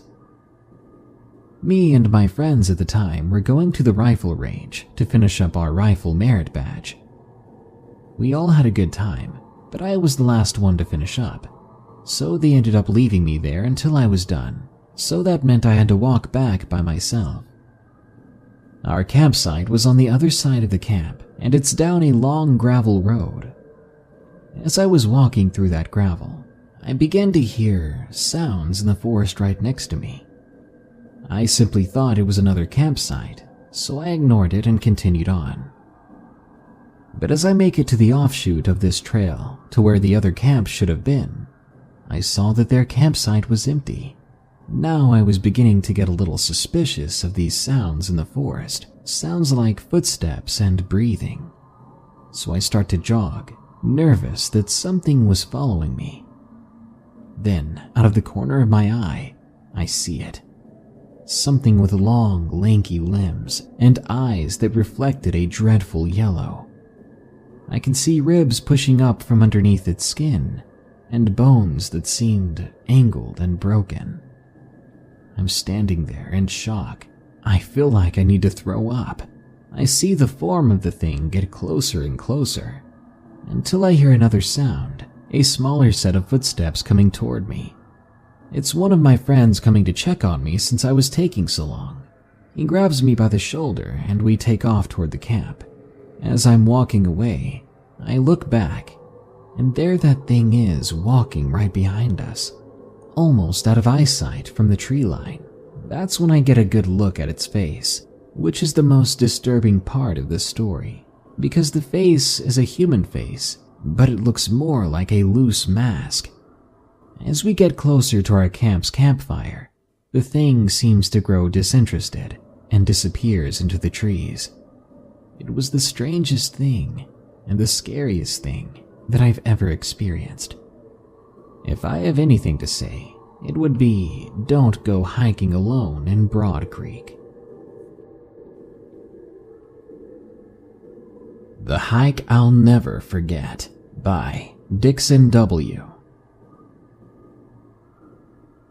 It was a hot and humid August day. My friend had come down here 2 days before on a Greyhound bus from Ohio. I live in Oklahoma, and it can get pretty miserable here. But that morning when we woke up, I told my friend that we were going to go hiking in the woods. I had been hyping it up for the past 2 days. We were both excited. I knew that he wanted to go hiking as much as I did. So after breakfast, this friend, Coda, and I drove about 3 miles from my town. The forest we went to was nothing but trees and fields, not even any trails or camping areas. This place was basically civilization-free. As we began our hike, I noticed how quiet it was. I took a moment to appreciate it, until I realized that even the birds were gone. I should have taken that as a warning, but I didn't even think much more about it, besides remembering that there was a wildfire a week back, and maybe that had something to do with it. Anyway, for this trip I did not even bring a map, since I'd been out here about 1,000,000 times by now. It was going to be a 2-day hike, because I didn't know how much Coda would be able to take. For the first couple of hours, Coda kept asking me if I felt like I was being watched, which in the middle of the forest is a really creepy question to ask. And to be honest, I did feel like that. But I did not want to spook him, so I lied and said no. By the time we got to the first campsite, we were trying to get things ready when things got weirder. As the sun set over the horizon, the air around us got colder, and the sensation of being watched grew worse. It was so cold that I could see my breath. Anyway, we got settled in and soon went to bed. In the middle of the night, I woke up and saw that Coda had been up for about 10 minutes already. When I saw him just sitting up like that, it kind of startled me. I went to ask him what was wrong, but instead of letting me talk, he put a finger over my mouth and shushed me. It made me a little bit irritated, so I pushed his arm away. Then he said in a really low, quivering voice that there was something outside the tent. I laughed a bit, because all I heard at the moment were coyotes in the distance. I called him a coward and tried to go back to bed. But when I did, I felt the sensation of me being watched again. This time, it was nearly overwhelming. I sat up quickly, and my friend looked at me straight in the eyes and said, "Do you believe me now?" When the sun finally came up, it was really quiet again. I made us some breakfast, and then we got prepared to go hiking again. But after that night, I no longer felt safe out there. As my mind was racing, Coda suddenly came up to me and pushed me.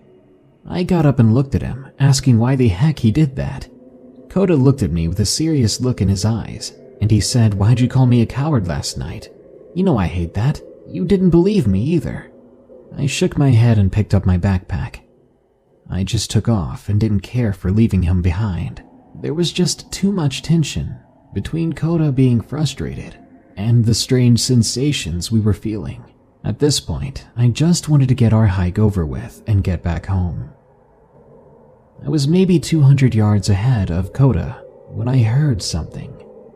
It was a really raspy voice, and it sounded like it was all around me, calling my name. I stopped in my tracks, listening to it, trying to pinpoint exactly where it was coming from. But it seemed to have no specific origin. It was coming from everywhere at once. Then it began to sound like Coda, and instead of freaking out at this obviously supernatural thing that was happening, I started to feel bad for leaving Coda behind. He hadn't gone out here as much as I had, so he could have gotten hurt if I left him there. I ran back to camp. When I got there, he was sitting down on the forest floor, just picking at twigs. He looked up, and he said that he was sorry for pushing me. I helped him up, and apologized for calling him a coward. Then I asked him, "Was it you that was calling my name a second ago?" He looked at me with a raised eyebrow and asked me the same. We had both heard each other calling our names, but neither of us had actually done that. We were both creeped out.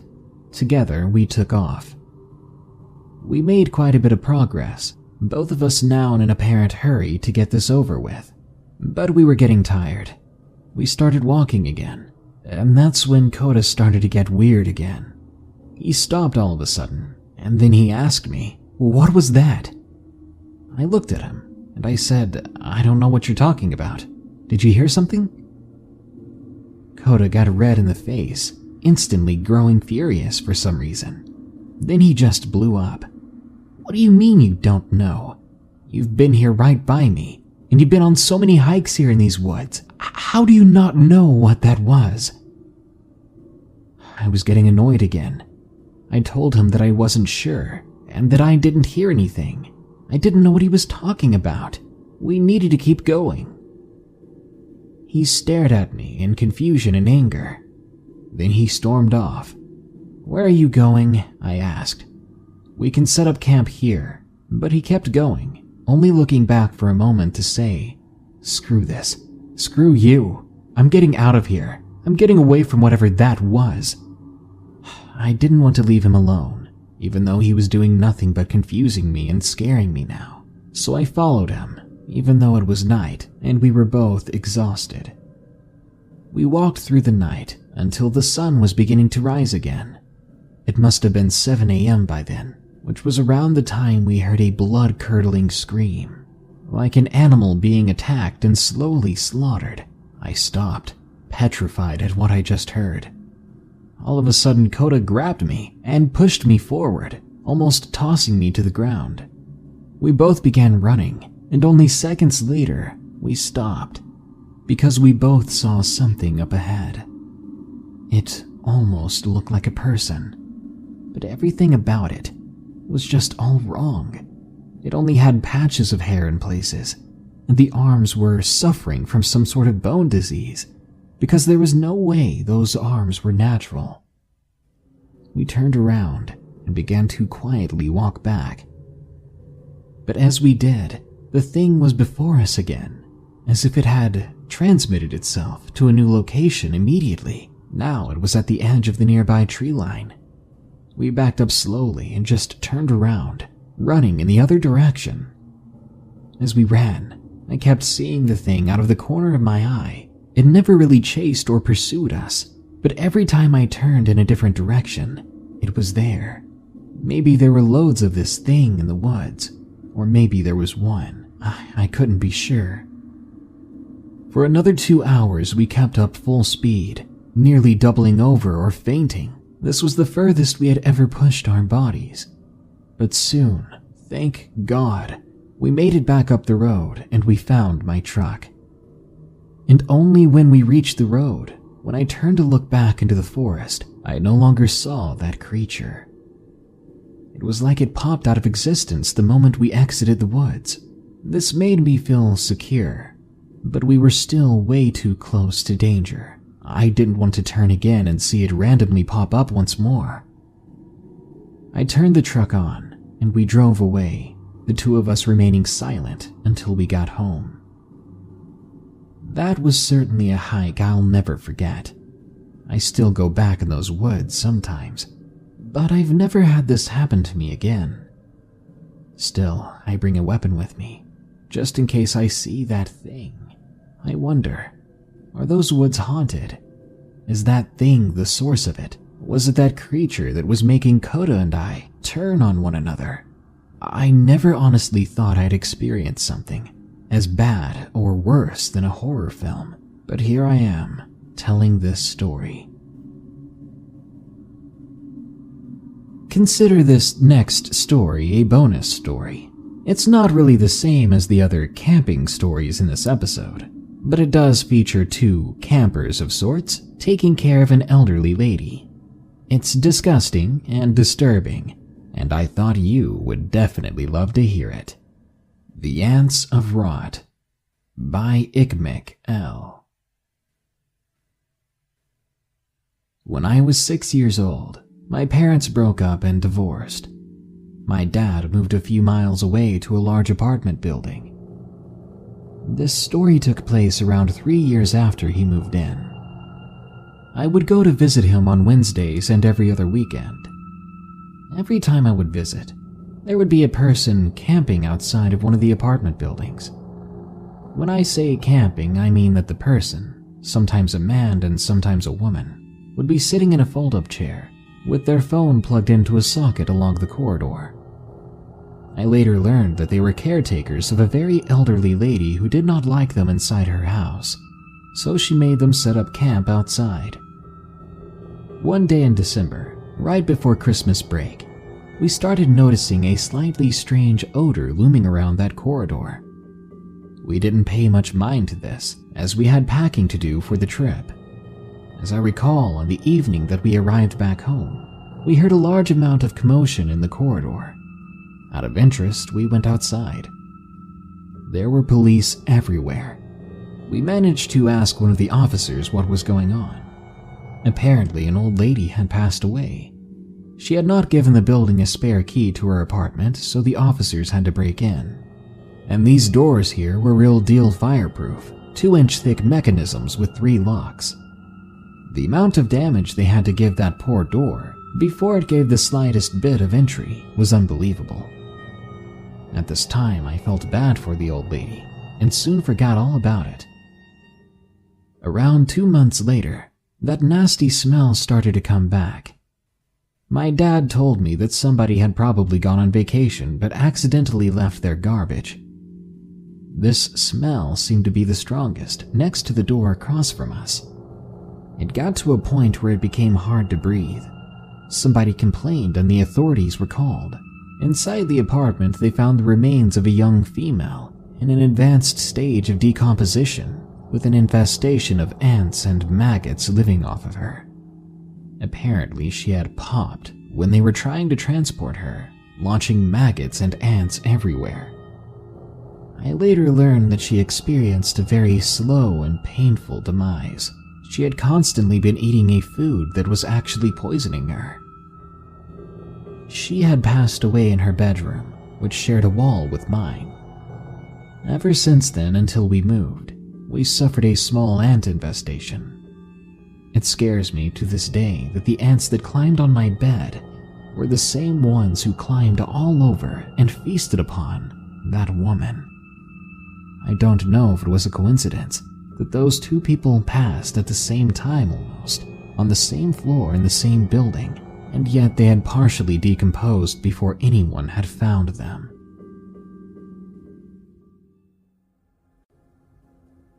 The Ghosts of Glastonbury Mountain, from Mythology Loves Horror. Growing up in Vermont meant bonfires, Ben & Jerry's ice cream, and the most beautiful autumn leaves and the best maple syrup. It also meant the weirdness that is the region known as the Bennington Triangle, which I didn't learn about until the summer I turned 20. To this day, I wish I'd never found out about that cursed place. Diane, my best friend since childhood, had always been an avid ghost hunter. She loved dragging me along to anywhere that was supposedly haunted, even if we weren't allowed to be there. The Green Mountain Cemetery, Sabin's Pasture, and the Community College of Vermont were just a few of our many stops. I never believed in the supernatural. For most of my life, I thought that her midnight graveyard visits and trips to supposedly haunted buildings were a waste of time, more of a pastime hobby than an actual passion. My mind was forcibly changed in the course of a single night in 1983. Our junior year of college had started, and Diane proposed a weekend camping trip to one of the forests in the southern part of the state. She even promised that there wouldn't be any ghost hunting on this trip, which was a nice change of pace. I just wanted to relax for a few days, out in nature, before the harsh Vermont winter drove us to stay inside.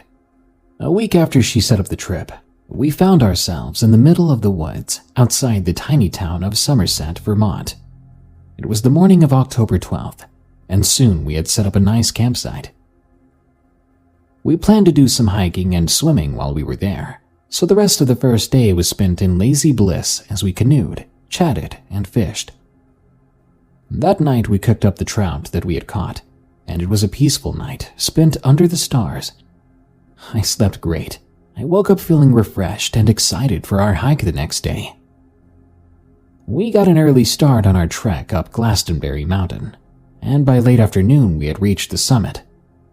We rested at the top for a while. We roasted some burgers over a small campfire for dinner. We made sure to thoroughly extinguish the fire, and as the sun began to bleed out, we made our way back down the mountain on the side that would bring us closer to our camp. I wasn't looking forward to hiking in the dark, but I knew I would be fine as long as I wasn't alone. Diane and I had also made sure to wear bright colors, myself in neon yellow and her in flame red, to make it easier to see each other. We'd been extra smart and had expected to be heading back to camp in the dark, so we even had headlamps ready to go when the last of the light began to fade. We made it about a third of the way down when we stopped, because we heard crying.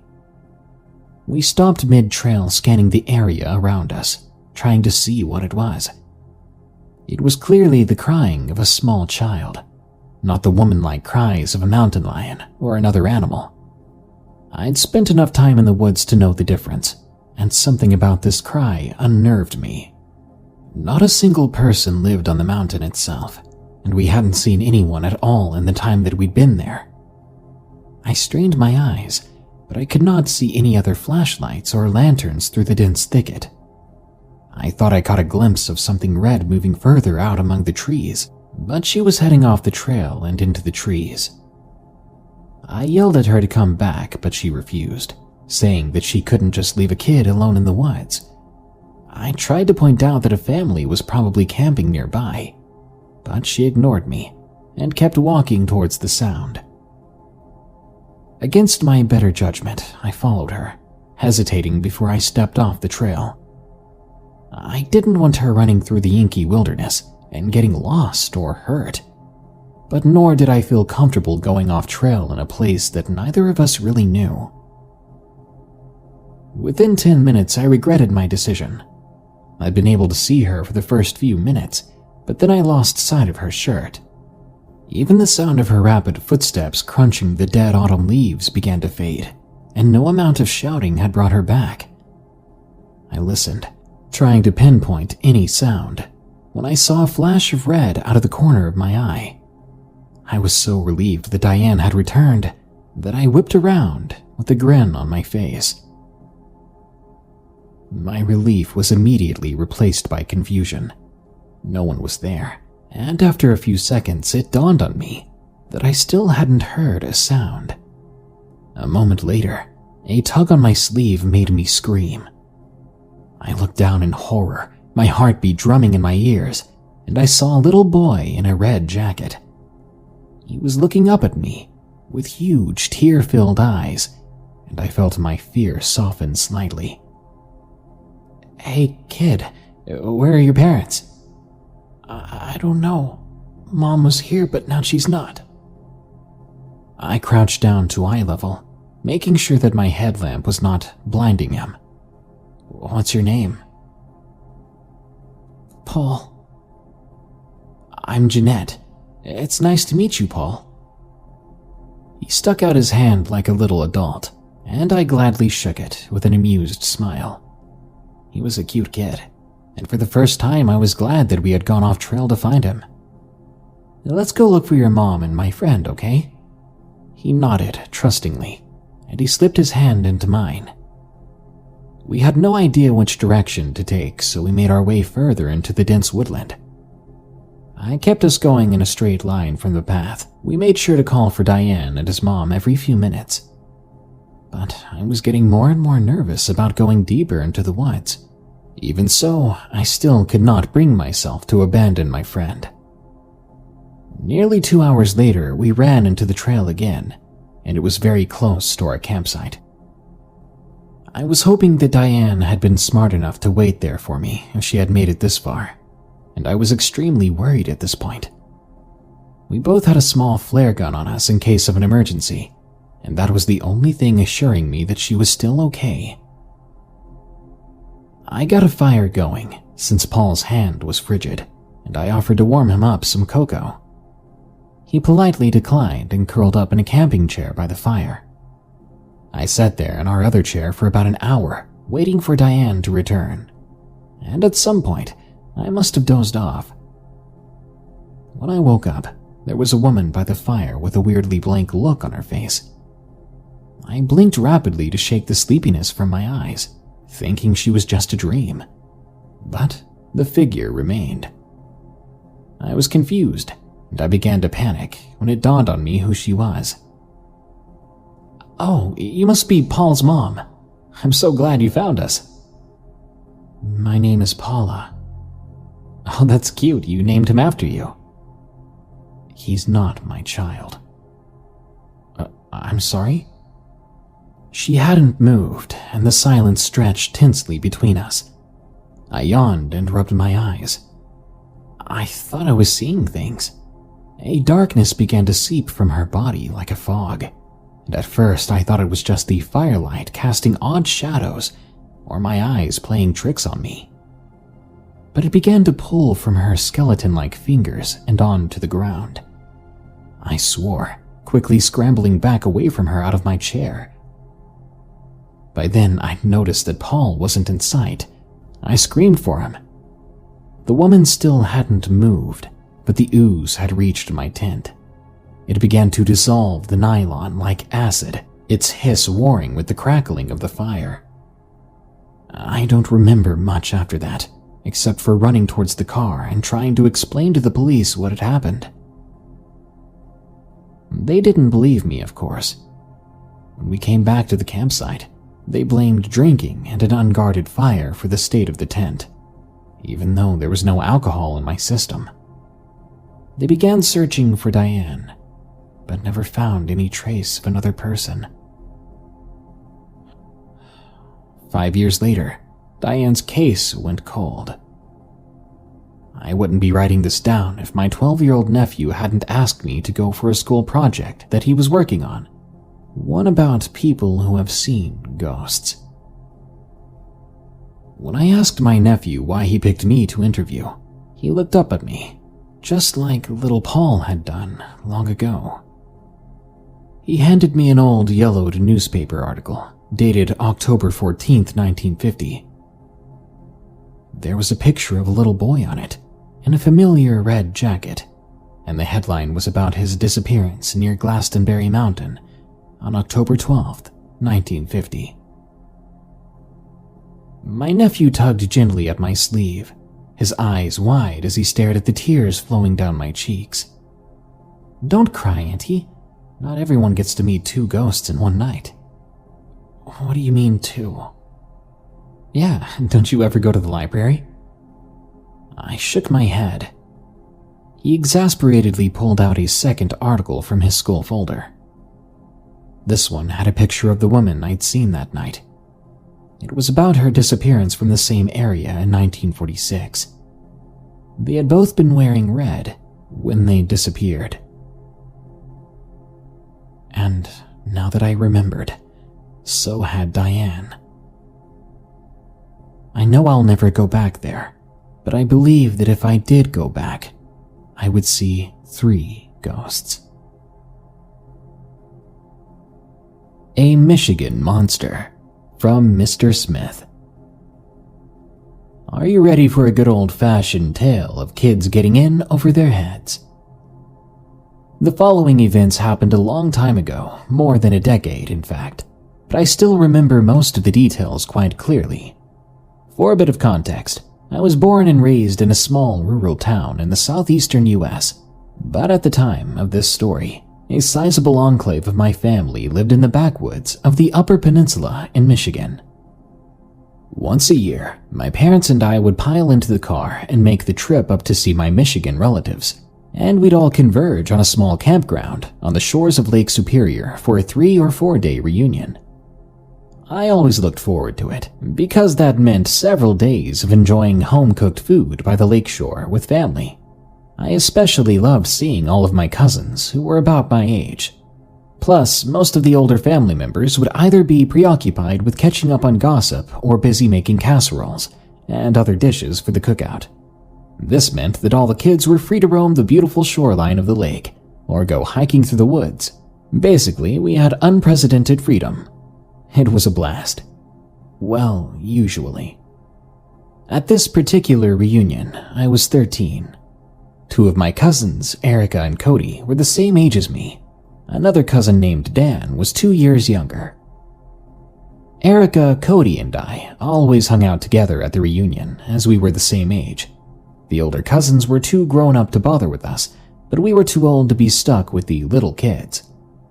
Dan was the in-between. Too old for the kindergartners, but too young for us, big and mature middle schoolers. He was funny and nice though, so often enough we let him hang out with us. On the first day of that reunion, we did all the usual running around and swimming, but we decided that this year we would do something more daring since we were practically grown-ups now, at least to us. To that end, we asked our cousin Bradley if there were any scary places nearby for us to explore. Bradley was kind of a jerk sometimes, but he was the youngest of the older cousins, so he was the most approachable. Besides, he was in ROTC at his high school and carried a pocket knife all the time. To us, he was pretty much as good as a space marine. Bradley acted annoyed at first, but eventually he caved and told us about a creepy, abandoned farm that bordered the campground on one side. The fields were still used for growing wheat and corn, even though the house and equipment shed were run down and dilapidated. He even told us a spooky tale of how the farmer who lived there had gone insane and started to take local children. Supposedly, he ate them. Of course, this story was completely made up just to scare us, but at the time, it seemed quite real to us. So, with visions of an insane, fang-toothed farmer in our heads, we all decided this would be a great place to explore to show that we were fearless adults. We spent the rest of the evening biding our time, and once our parents were asleep, we snuck out of our cabins and met at one of the picnic areas. Erica was there first, and I arrived just a few minutes before Cody. But Dan didn't show up for a while. Just when we thought he had chickened out on us, he finally came through, trotting down the path from the cabin. After a bit of teasing, we decided that we should go ahead and get moving if we wanted to get back in time to catch a little bit of sleep. We had all brought flashlights, and Erica had brought her new camera. She was going through a photographer phase at the time. The campground wasn't really that big, so we were able to make it to its edge on foot in just over half an hour. We jumped over the ramshackle split-rail fence bordering the campground, and we could see the old farmhouse in the distance. There was just one little problem. It was on the far side of a head-high cornfield. But we did not want this to deter us from our little investigation of the property. We began to make our way through the tall cornfield. The corn wasn't quite ready to be harvested, so it was at least green and lush, but not dry and creepy. In the midst of the foliage, the air was refreshingly damp and cool as we walked. We whispered to one another about what we would do if we encountered the crazy farmer, and we teased one another with pokes and prods, seeing who was on edge the most, who was jumpy. We finally made it to the edge of the cornfield, and the terrain opened up into an overgrown grassy yard surrounding the single-story farmhouse and a run-down equipment shed. Rusted and neglected farm equipment lay scattered around the yard, surrounded by high grass and weeds. Hay balers, box scrapes, cedars, you name it. The place definitely had the creepy vibe we were looking for, maybe even a little bit too much of it. We stood in silence for a moment. Then Dan and Cody both suggested we should turn back and return to the cabins, as we had seen what we came for. Erica was braver though, and she said she wanted to get some pictures of the old shed in the farmhouse. Besides, she said, with a big full moon like that in the sky, I might actually be able to see some of these pictures. If I'm honest, I was feeling a bit creeped out myself, but I did not want to look like a coward, and as we had come all this way, I figured we might as well have a look around. We headed to the equipment shed first, immediately spooking a barn owl with our lights, and all but dying of fright when it screeched at us. We poked around in the shed for a few minutes, the beams of our flashlights casting terrible shadows as they shone across the rusted tines and blades of forgotten machinery. And then we began to move towards the dilapidated house. However, as we walked, we kept hearing a rustling sound, as though somebody was moving out in the cornfield. Every time we stopped to listen, the sound stopped too, almost like it was following us. Erica was not about to be discouraged, though, so we finally made it to the house. The porch was rotted and practically falling in, and attached to the door was a slip of bright orange paper encased in heavy plastic lamination. It read, "Notice of Eviction," and was dated nearly a year ago. The door was sturdy and locked. We didn't want to actually break in through one of the windows, so we circled back around the building and looked for another way inside. By now, the pacing in the cornfield had stopped, so we all began to relax a little, believing it to be a raccoon or something similar. As we rounded the corner to the back of the house, we noticed that the storm cellar doors were wide open, and we figured that would be our ticket inside. However, when we reached the gaping entrance to the cellar, we were greeted with a less than welcoming sight. The concrete floor of the cellar was covered in animal bones and shredded skins. Deer, cattle, raccoons, dogs, birds, all skeletal or mostly skeletal. Likewise, the thick wooden doors of the cellar were covered in scratches and claw marks, like something sharp had been scraping against them regularly. The grass around the entrance to the cellar was worn down, and the dirt was packed from regular traffic.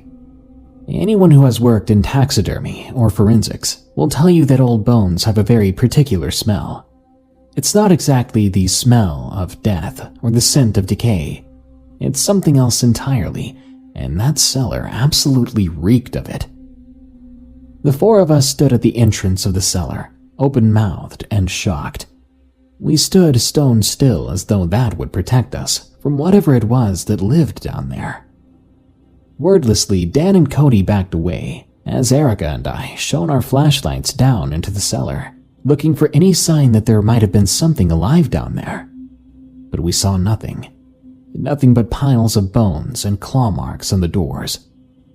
That was more than enough to finally persuade Erica that she didn't need to get those pictures that bad. We all quickly made the decision to go back the way we came. We were debating if we should call the police, but then something stopped us in the middle of our whispered argument. A soft thud emanated from a rusted hay baler from halfway across the yard. It was followed up by the sound of something sharp scratching against metal. All of us looked at one another, exchanging a wordless, "Did you hear that too?" look.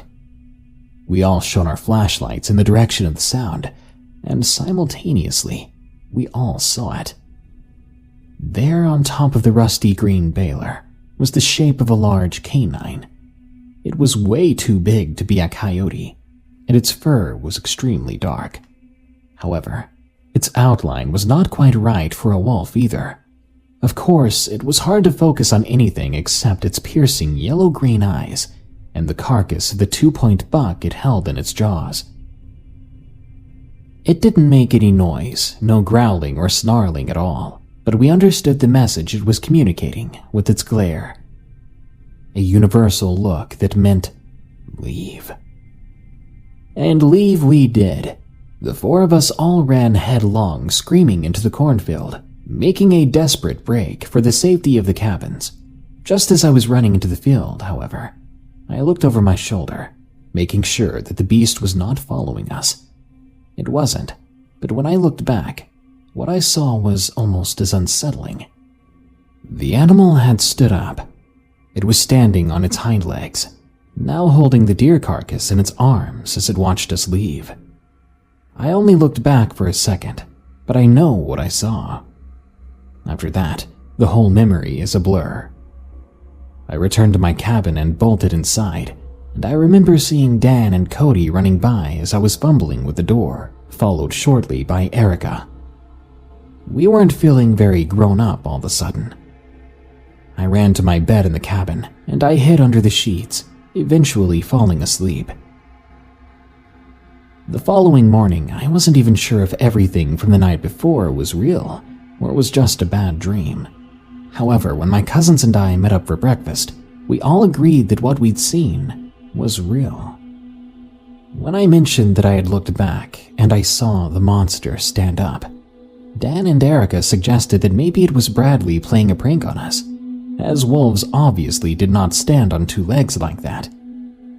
The thing is, Cody then told us that when he had returned to the cabin, Bradley was sound asleep on the couch, and there was no way he could have beaten us home without us ever having seen him running ahead of us. And where the heck had he gotten such an elaborate costume? Besides, even though Bradley was a pretty big guy, 15 years old and over 6 feet tall, he definitely wasn't big enough to account for the height of the thing I'd seen the night before. I don't know if any of you have ever worked with farm equipment, but a full-size round baler is a big piece of machinery, and this thing was more than half the height of the baler. It must have been 7 feet tall at the very least. As these stories often say, I'm not sure what the thing was that I saw, but to this day whenever I talk to my cousin Erica, the subject of that night almost always comes up. She says her biggest regret is not stopping to take a picture of that basement full of bones, or the creature as it stood silhouetted against the brilliant light of the summer moon. But I always tell her that she did the right thing by just running away. The four of us have never told the rest of our family about our experiences there, and the farmhouse and outbuildings have since been torn down. Most of my family from that area has either died or moved away now, so we don't have the yearly reunions anymore. But I'll never forget what I saw that night, and if I ever go back, I'll be sure to be armed. After all, who knows if that thing is still out there? If you ever go out walking in the woods and farmland of the Upper Peninsula, take heed. There's something out there with claws, teeth, and a hell of a lot of fur. It walks on 2 legs, and when you meet it, it might be hungry, and it might just take you to its cellar. Warning: this story contains graphic depictions of hurt animals. I went camping when I was younger. From All Calm, 1999. This started when I used to live in a small town in Arkansas. It had a population of around 5,000. It was your average conservative town. In the summers it was hot and humid. In the winter it was dark and cold. I grew up on Southern entertainment, driving 4-wheelers, hunting every deer season, maybe even laying a bit of trapping here and there. This story occurred my last year of high school. I would have been 17 at the time. I had plenty of friends, a great girlfriend, and an old shabby 1972 F-100 Ford pickup. Of course, I've still got the pickup to this day. It was November, rifle season, and I'd been preparing for it for a while. My friend Drew and I had been planning this trip, and we had everything ready. It was Friday, the end of the week, and the start of the weekend. Our plan was to hike up through the national forest onto the mountain, and then set up camp, and just have a great time. I woke at 3 in the morning, leaving a note for my parents and putting my things in the bed of my truck. I hopped in and drove to my friend's house. When I arrived, he was already waiting on the porch. He placed his bag in the bed of the truck, then put the gun in the truck. After that, we took off to the mountain. We entered onto the turn that went through to the entrance of the hiking site. The change from road to dirt was just as familiar as ever. We stopped and got out, carrying our bags and heading up the mountain trail. It was around 7. Thanks to the sun shining over the trees, we were able to see where we were going easily. The birds were chirping, and I could see plenty of squirrels, running through the trees and chattering at one another. About 3 hours of hiking later, we came up to the campsite that we followed with our map. As we arrived, we began to quickly set up tarps, and we were quick to find firewood and start a good fire. I told my friend that I would get us some lunch, and I headed off with my rifle to go get something to eat. I walked for at least half a mile south when I found myself breaking the tree line. I decided I'd sit and watch for a bit. I sat underneath a large oak and looked for any movement. The sun was rising slowly. I was sitting there when all the birds stopped for a moment. The silence became deafening. There was a sharp ringing in my ear. It was so eerie. I began to slowly scan my surroundings, making sure to stay as still as possible. I noticed then that there was a deer standing at the other side of the field. It was hard to make out. I slowly raised my rifle and looked down the hill. I only saw its head and neck from where I was. I knew that if I risked a shot then, that I wouldn't have another chance to bag another deer with a better shot. Regardless, it was a doe anyway. That's when I noticed something else. The deer's head was higher off the ground than most deer should be capable of, and it moved unnaturally.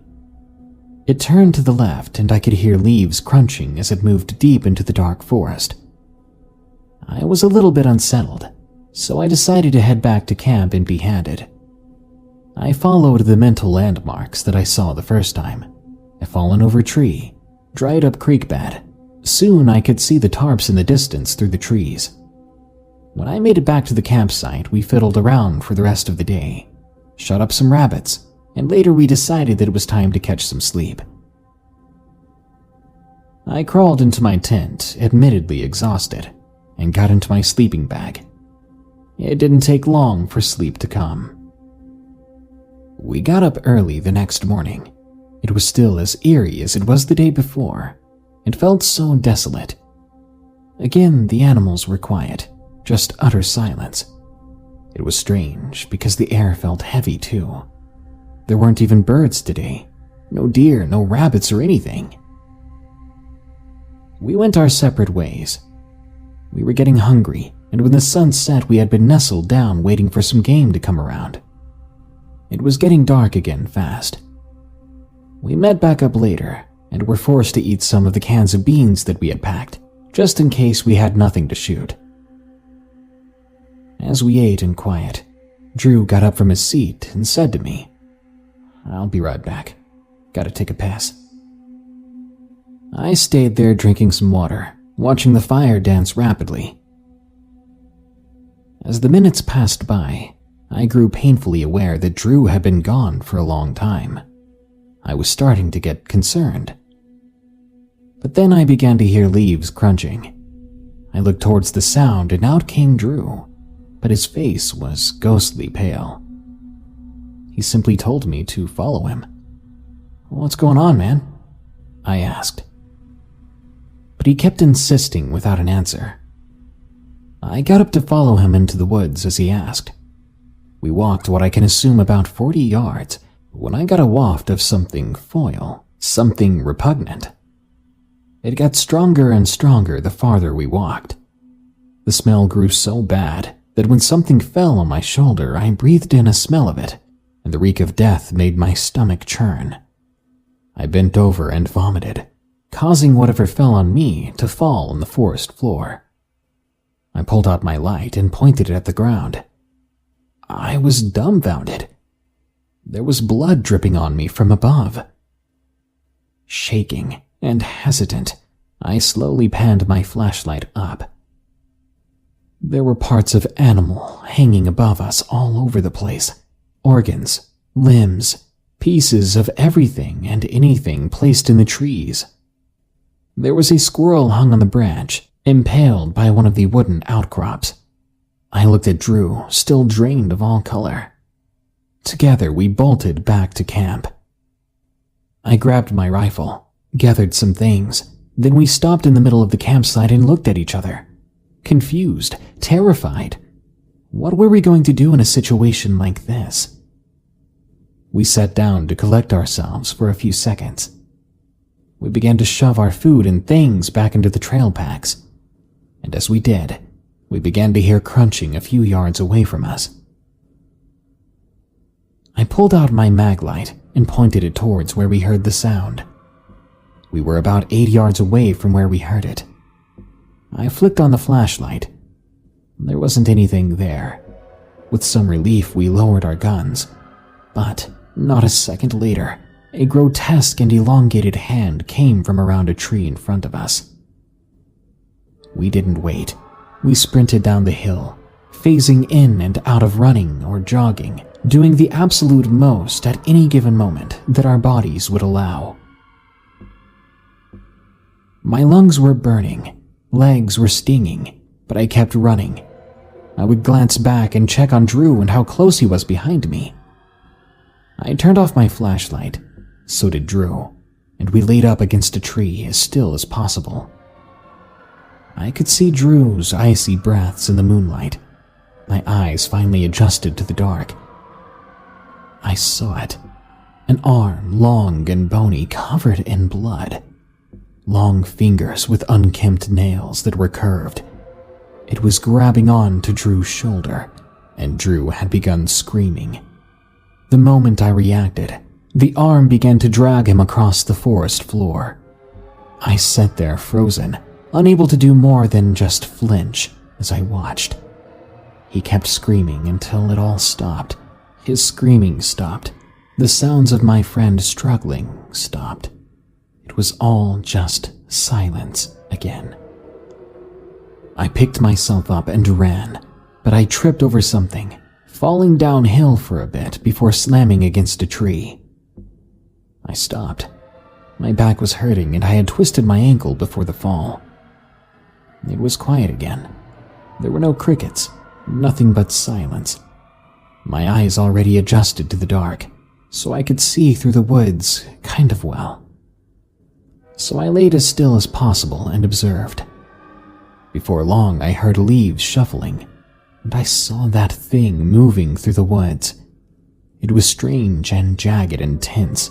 It moved in a way that was so unnatural, like every millimeter of movement was indescribable in pain to the creature.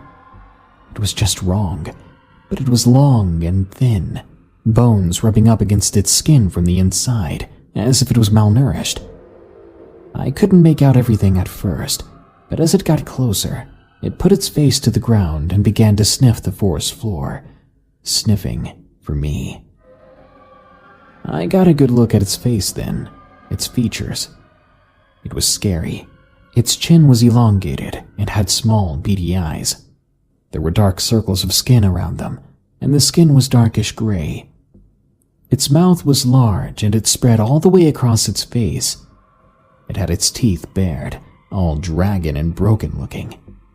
Its eyes were bright yellow, and they looked like they glowed. Its mouth and nose, or what was a nose, I think, was covered in a red fluid. It trailed down and covered its torso. I was 10 yards away from it then.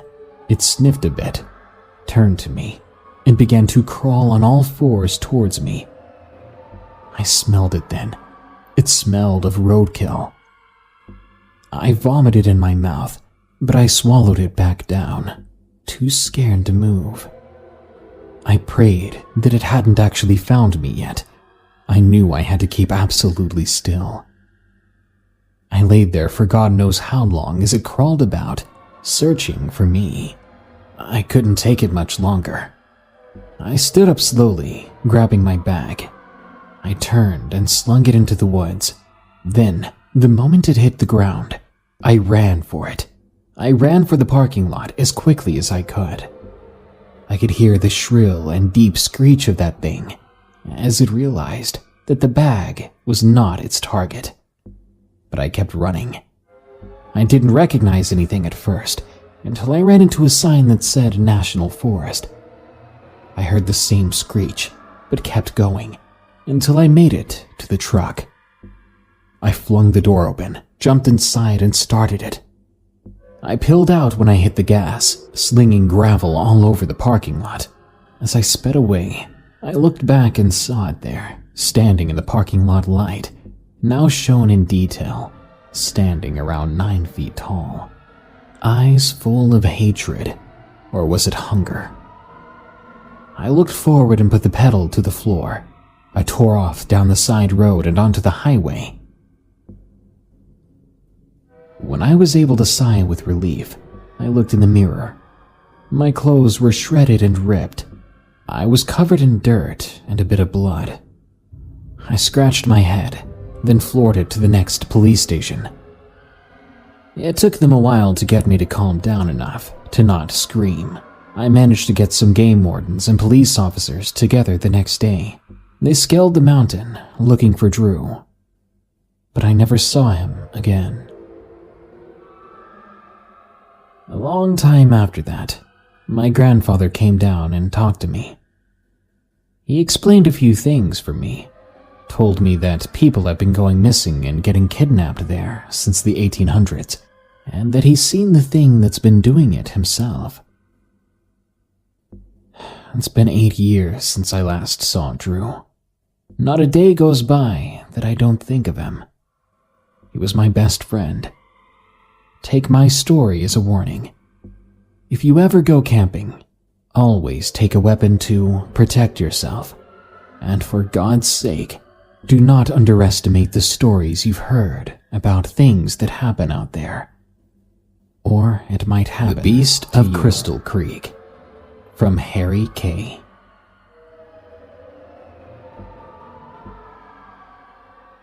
This happened August 2nd of 2019. I've no idea what we encountered, and I'm sharing with you not only to warn you, but also to get some information about what we might have seen. Feel free to judge for yourself. It was the morning of August 2nd. For 2 days now, my significant other and I, who I'll refer to as S.O., had been camping far inland from Mueller State Park, a fair bit from Green Mountain Falls, right on the edge of Crystal Creek, located in central Colorado. It was a remote location which needed a good hike to get to.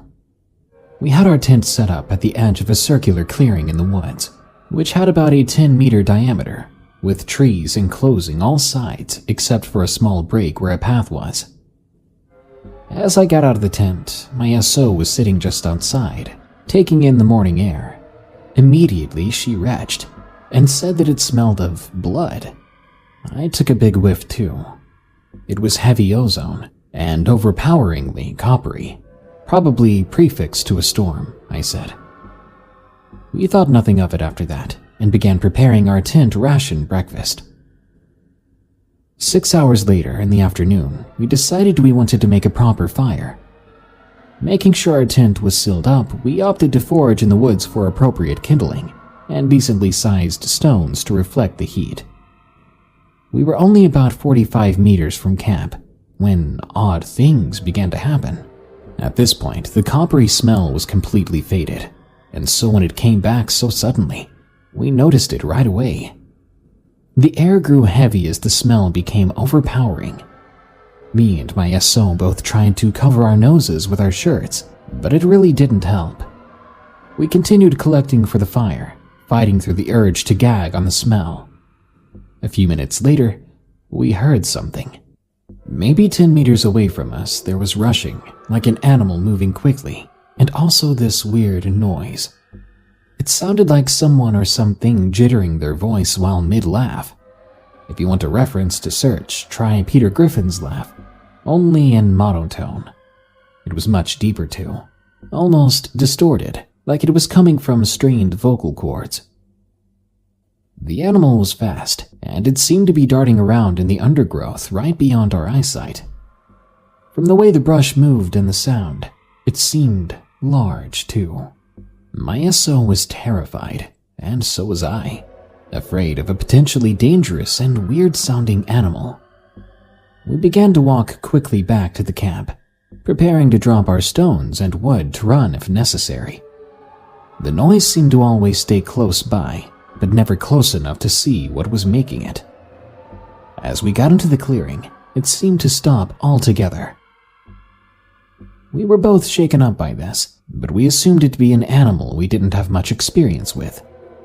We didn't lose much of our material on the rush back, so we began assembling a small fire pit. The rest of the afternoon was uneventful, and when night came, we headed inside before it got too dark. A while after we fell asleep, maybe around 2 in the morning, my SO got up, and I woke up as well. I heard her crawling outside. Then she started yelling at me. "Babe, come here. What are you doing?" This chilled me to the bone, as I was obviously right behind her in the tent. I turned my phone's flashlight on and called her name. She turned around, and when she saw me, her face went white. "What? How are you inside? You just called me from outside the tent." She grew even more pale and started shaking. I knew she was terrified. I quickly rose and pulled her inside the tent. "What are you talking about? I've been inside the whole time. No one's out there." She looked petrified. Then she said, "Harry, you're out there." I was beyond horrified. She was completely convinced that someone who sounded exactly like me was calling to her from the woods. Despite being afraid, I knew I had to appear confident, so I didn't heighten my partner's now extreme anxiety. I grabbed a flashlight and small hunting knife from my backpack. I really am not skilled with weapons, but I thought it might be intimidating enough to ward off whatever was out there, especially if it's just some people trying to scare us for fun. I calmed her down, telling her everything would be okay and that I would go to check. I left the tent, flashlight and knife in hand. I still regret not just staying in there and sleeping the night away. When I exited into the clearing, I did a quick scan with my flashlight. I didn't see anything at first, but then, looking down, I noticed something odd. All the stones around the fire pit were moved, thrown about the camp clearing in seemingly random order. When I noticed this, I bent down to pick up one of the stones. It was extremely hot to the touch, despite the fire being out for a few hours. As I kneeled examining the stone, the copper smell suddenly filled my nostrils again, far stronger than any time previous. Then, I heard a voice coming from right in front of me, just in the darkness, opposite the direction of the tent. In my exact voice and tone and inflection, it spoke the words I said to my SO seconds before. "Don't worry, honey. Everything is fine." A sudden cold came over me, the type of cold that washes over you when you knew you really messed up. Without thinking, I raised my flashlight up. There stood the most horrific thing I'd ever encountered. It was huge. I'm about 5'10", and this thing had at least 2 feet on me. It was an extremely decayed, tortured-looking elk, but its body was long as if it had been stretched. Parts of its skin were falling off or missing, and it had a distinctive cervine skull formation. Its body was draped in a loose brown dirty tarp, and it was horribly skinny, with skin and flesh missing around the ribs completely. I didn't dare examine it more. I began to inch backwards, breathless, nearly paralyzed, and then the beast suddenly emitted a blood-curdling, high-pitched scream and just runs off out of the clearing. I heard leaves and branches break for a good few minutes before it finally left earshot. Only then did I return to the tent, trembling, trying to calm myself. My SO was on the verge of breaking down, and so naturally I didn't tell her the truth. I told her that I just saw a deer, and that we surprised each other, causing the thing to scream. I reiterated that there was nothing outside to be afraid of, and we both went to sleep, or tried to anyway. I'm pretty sure both of us spent the entire night pretending to rest, all the while terrified of every stray noise we'd heard outside the tent. As soon as daylight struck, we packed up and left, and as we did, I got a good look at the pattern the stones were in. They created a narrow arch that perfectly resembled a crescent moon, bending around where our tent was at its axis. Sufficed to say, I never have been more terrified than that night in the woods.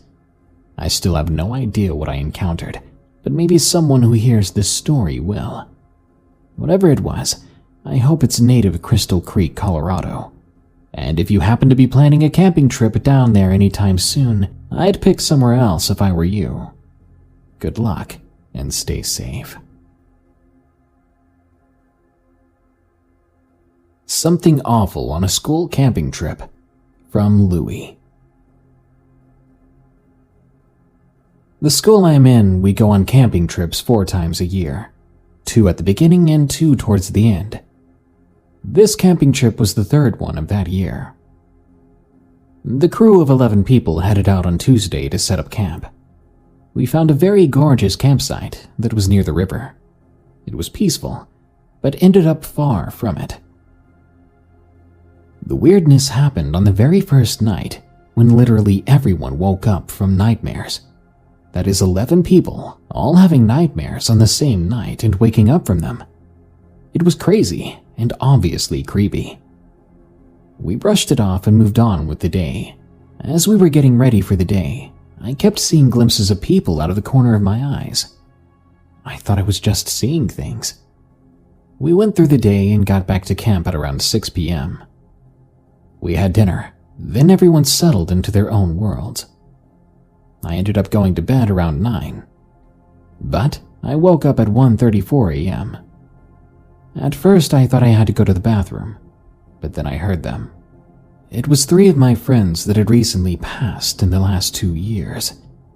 Their deaths were very hard on me, and hearing their voices out of nowhere scared and tormented me. I curled up into a ball and cried while they kept saying, "Louie, come here. Come with us, Louie." This went on for what felt like hours, until I finally worked up the courage to wake my best friend up. He was sleeping in the same tent as me. He knows me very well and can help calm me down no matter what. I woke him, crying my heart out to him. He got up, talked to me, kept me company until I calmed down.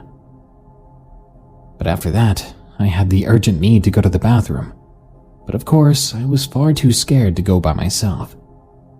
My friend got up with me, and we went over to the outhouse. After I did my business, I walked out to see my friend staring up at the sky. I asked what he was looking at, and he pointed up at the moon. I looked up, and as soon as I did, I felt this wave of nausea hit. I threw up my dinner immediately, but that snapped my friend out of his trance of the moon. After I was done, we jogged back to the tent, and we remained there until I fell asleep. I have no clue what was in those woods, but it was dark, and I think it was evil. My friend has told me that ever since that trip, he has had trouble sleeping. He sees and hears things at night. We have no idea what's happening, but whatever was out there that night, it probably came home with us.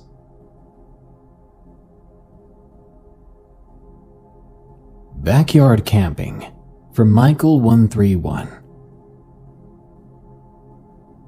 I don't remember how old I was. I believe I was 7 years old. We had just moved in next door to my neighbor, whom we've known for about 15 years and was basically family. It was the 4th of July. I just got back from Wyoming. We had asked our neighbor if we could gather a bunch of our friends and camp in her backyard. She said yes, so we set up some tents and watched the fireworks before heading to our tents for the night. Sometime during the night, my sister had gotten up to go to the bathroom. She soon came back, seemingly uneventful. Later that evening, we heard huffing noises outside the tent. Mind you, bears around our parts in a rural village in Ohio. We don't have a dense enough forest to house bears. Usually it's just coyotes and deer and smaller predators. But it was a full moon, so we could see pretty well. Just outside the tents, it was a well-lit field. Keep this in mind, the footsteps and huffing noises kept circling the tents, and everyone heard it. As it approached my tent, I made out the unmistakable figure of a bear, seemingly searching for food or other scavengeable products. All of us were unarmed, as the massive creature began to paw and bite at the tent, easily creating ribbons out of the tent nylon. I'm not sure if it knew I was inside the tent, but it definitely wanted inside. Suddenly, one of my friends screamed, and the thing bounded away before it could get all the way in. This was terrifying. Imagine growing up in an area where bears don't exist, only to wake up in the middle of the night in a tent as one begins to chew through the wall. I'm so glad it was able to be scared away. Apparently, it wasn't that hungry. If you're wondering where the bear came from, it was apparently an escaped bear from a local zoo, and it just happened to come our way. The Little Girl, from Bergherder. I was visiting some of my girlfriend's friends in her hometown of Rock Creek, British Columbia, Canada. It's one of those kinds of towns that has a gas station, a restaurant and a bar, and a couple of local shops. Very little there. Her family owns an acreage there consisting of a long driveway, a kinda run-down house, a shop, and a small animal enclosure with barns. It was summer and gets very warm that time of year in the area, so we decided to set up a tent on the deck of the shop and sleep outside. The shop is 2 stories, so the deck is fairly high up. We spent the day with her friend. It was getting late, so we decided to go set up our makeshift camp. Her friend said she may come by at some point and hang out later, so off we went back to the property. When we got there, it was a bit windy, but it was a clear summer night. We set up a propane fire pit and just hung out for a bit. It got dark and we were tired from traveling that day, so we went to bed, figuring her friend decided not to come. This is when things got weird. Not more than 10 minutes after being in bed, we heard a girl laughing in the distance. It was close enough it sounded like it was from the driveway area. We assumed her friend came up after all, so we crawled out of our tents and set up the chairs again. We waited, and no one came around.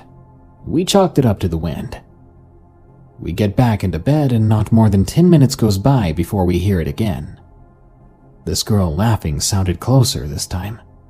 But now we were creeped out, so we didn't want to investigate. I know most people want the juicy tale of some grotesque sight, but screw that, I was not going out there. After the second time, we didn't hear it again, and we eventually fell asleep, still blaming the wind. The following day, we mentioned the story to her dad. He told us a tale about some years back before he bought the farm in the 70s. There was a family that lived there, a man, his wife, and daughter. The daughter was apparently killed in a farming accident. She was backed over by a tractor. I've been to the property since, but I'll never go back at night. After hearing that story, I'm glad I stayed in the tent.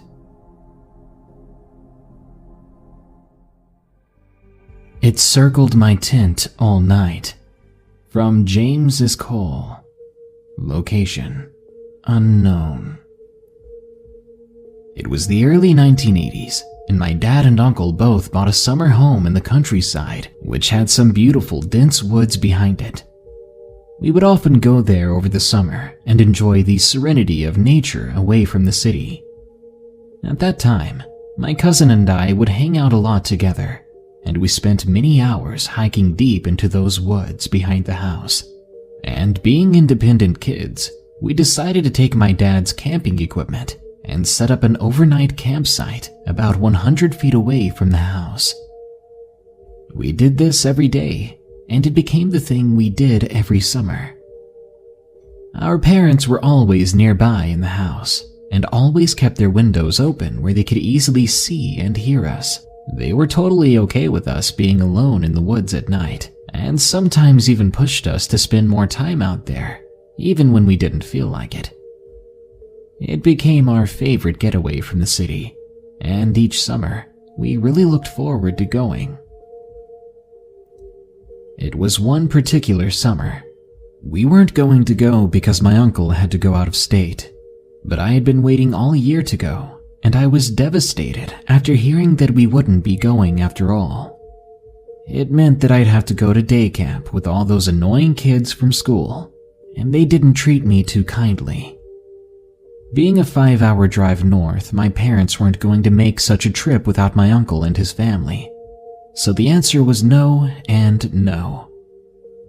I never was a nagging child and often tried to help out when I could. But that summer, oh, you bet I acted up. I made the summer pretty difficult whenever I could and always mentioned to them how they could make it better for me. I didn't want to wait another whole year, and I tried my best to convince them with whatever tactic I thought would work. To my surprise, my constant nagging seemed to have worked on them, because one day, they finally gave in.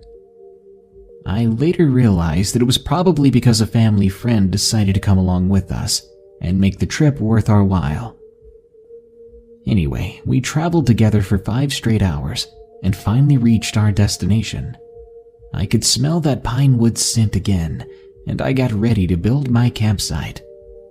It took a little longer than usual because I was alone, but I got it all set up nice and dandy. I'd gone camping enough times before with my cousin, and I felt more than confident to be alone in the dark. Although I did decide to set up my tent a bit closer to the house, just in case. The sun began to set, and I glanced at my watch. It was 8:35 p.m. There was this unusual quietness that made me a bit anxious.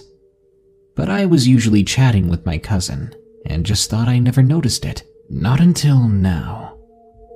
Part of our camping experience was reading science fiction novels until we got tired and fell asleep, and for that night, I brought an exciting new book I'd wanted to read for some time.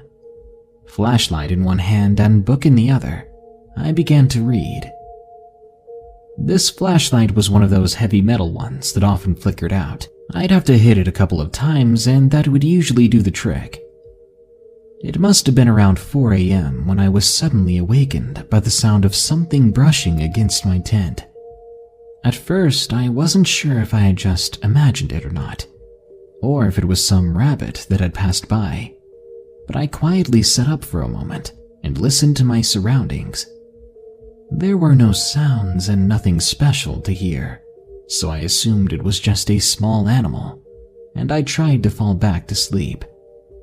A few minutes passed by, and I was about to doze off, when something about 40 feet away from me made this freakishly angry feline growl that turned into what sounded like a woman with an old, hoarse voice.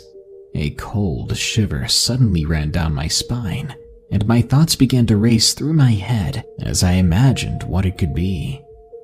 It sounded human, but it also sounded like an animal. I thought of yelling for my mom and dad, but I was way too scared to even make a sound. I reached for my flashlight, and I turned it on, but instantly I realized the mistake I had made as the growl suddenly became quiet.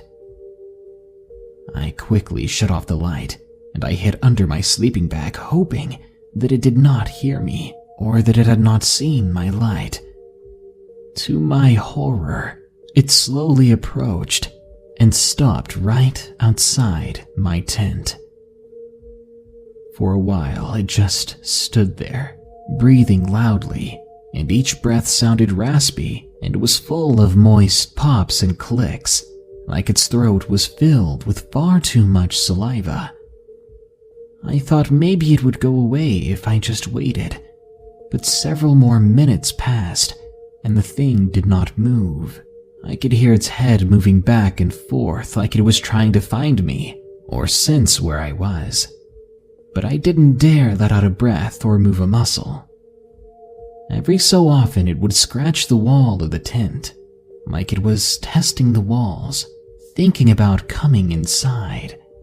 But I prayed and prayed that it didn't. I waited, every single minute feeling like an entire hour. It kept circling me, walking and rubbing itself against the tent all night, trying to find a way to get into me, but it luckily never did. It wasn't until dawn broke, when the sun started to come up, that I finally heard it scurry away, and I no longer heard it. When my parents found me, they said that I was white like snow and they couldn't move. I was in such a state of shock that they rushed me to the hospital right away, and I stayed there for a couple of days. I only recovered a few months later, but I still get chills every time I share this story with people. I never went camping for many years after that, but I eventually did start camping again with a few buddies of mine over the years. I never did go back in the woods alone. My dad eventually sold the house to some couple who lives there to this very day, and I never experienced anything like it since. What it could have been, I can't tell you. Maybe it was just some crazy old woman, or maybe it really was a monster.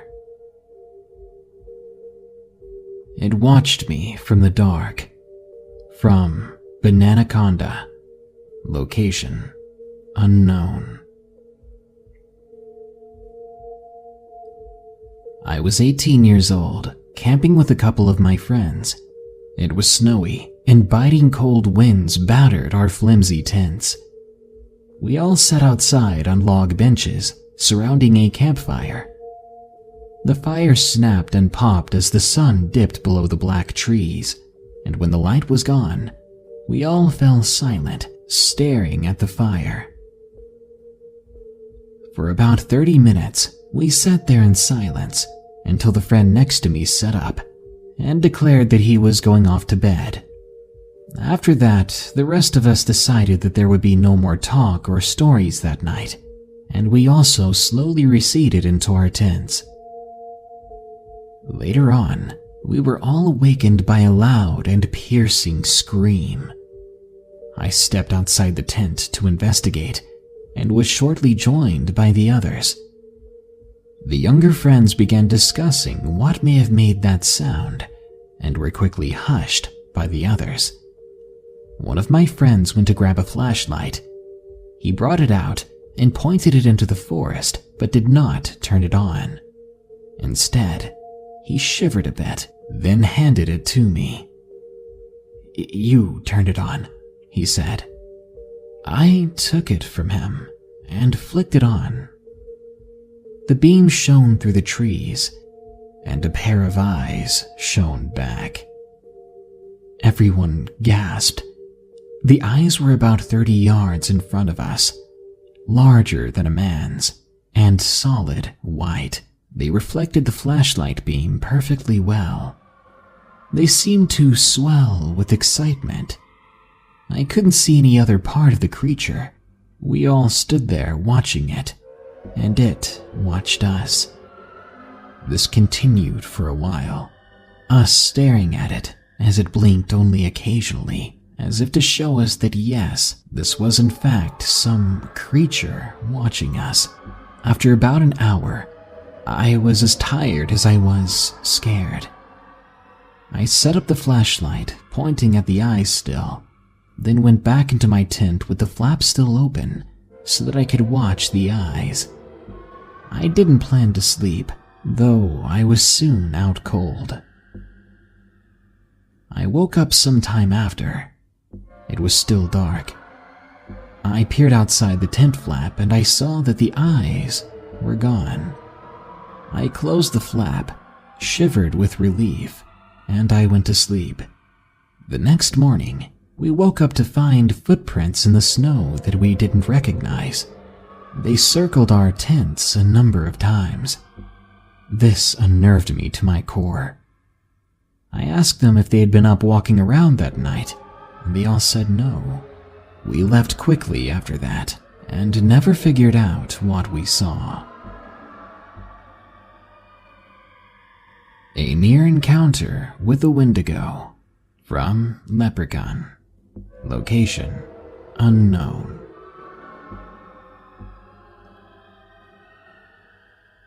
This took place on a camping trip on September 7th of 2018. I wasn't originally planning on going camping. I just wanted to kick back for the day. But two of my close friends, Jack and Chase, came over with camping gear because they said that day looked quite nice to be out.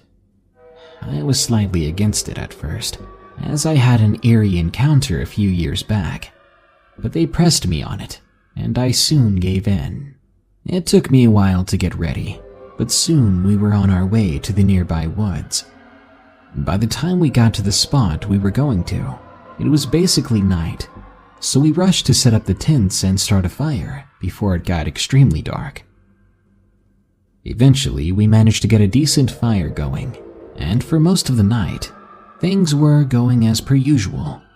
It was quiet and chill. That is, until the sun was completely gone from the horizon. When it was pitch black, the rain came down hard, and we were forced to retreat into our tents. Chase and I shared a smaller tent, while Jack got his own larger one. The three of us were discussing how we could pass the time. We weren't tired yet, and by 3 a.m. we were still up. And that's around the time things went even further south. We heard Jack from the other tent suddenly hush us. When it went quiet, we heard footsteps around us, and we all went silent after that. Chase looked as worried as I did, and me being skeptical about these things, I was thinking of all the possible things it could be. Some trespasser on our campsite, a hiker that stumbled upon our camp, some kid playing a prank.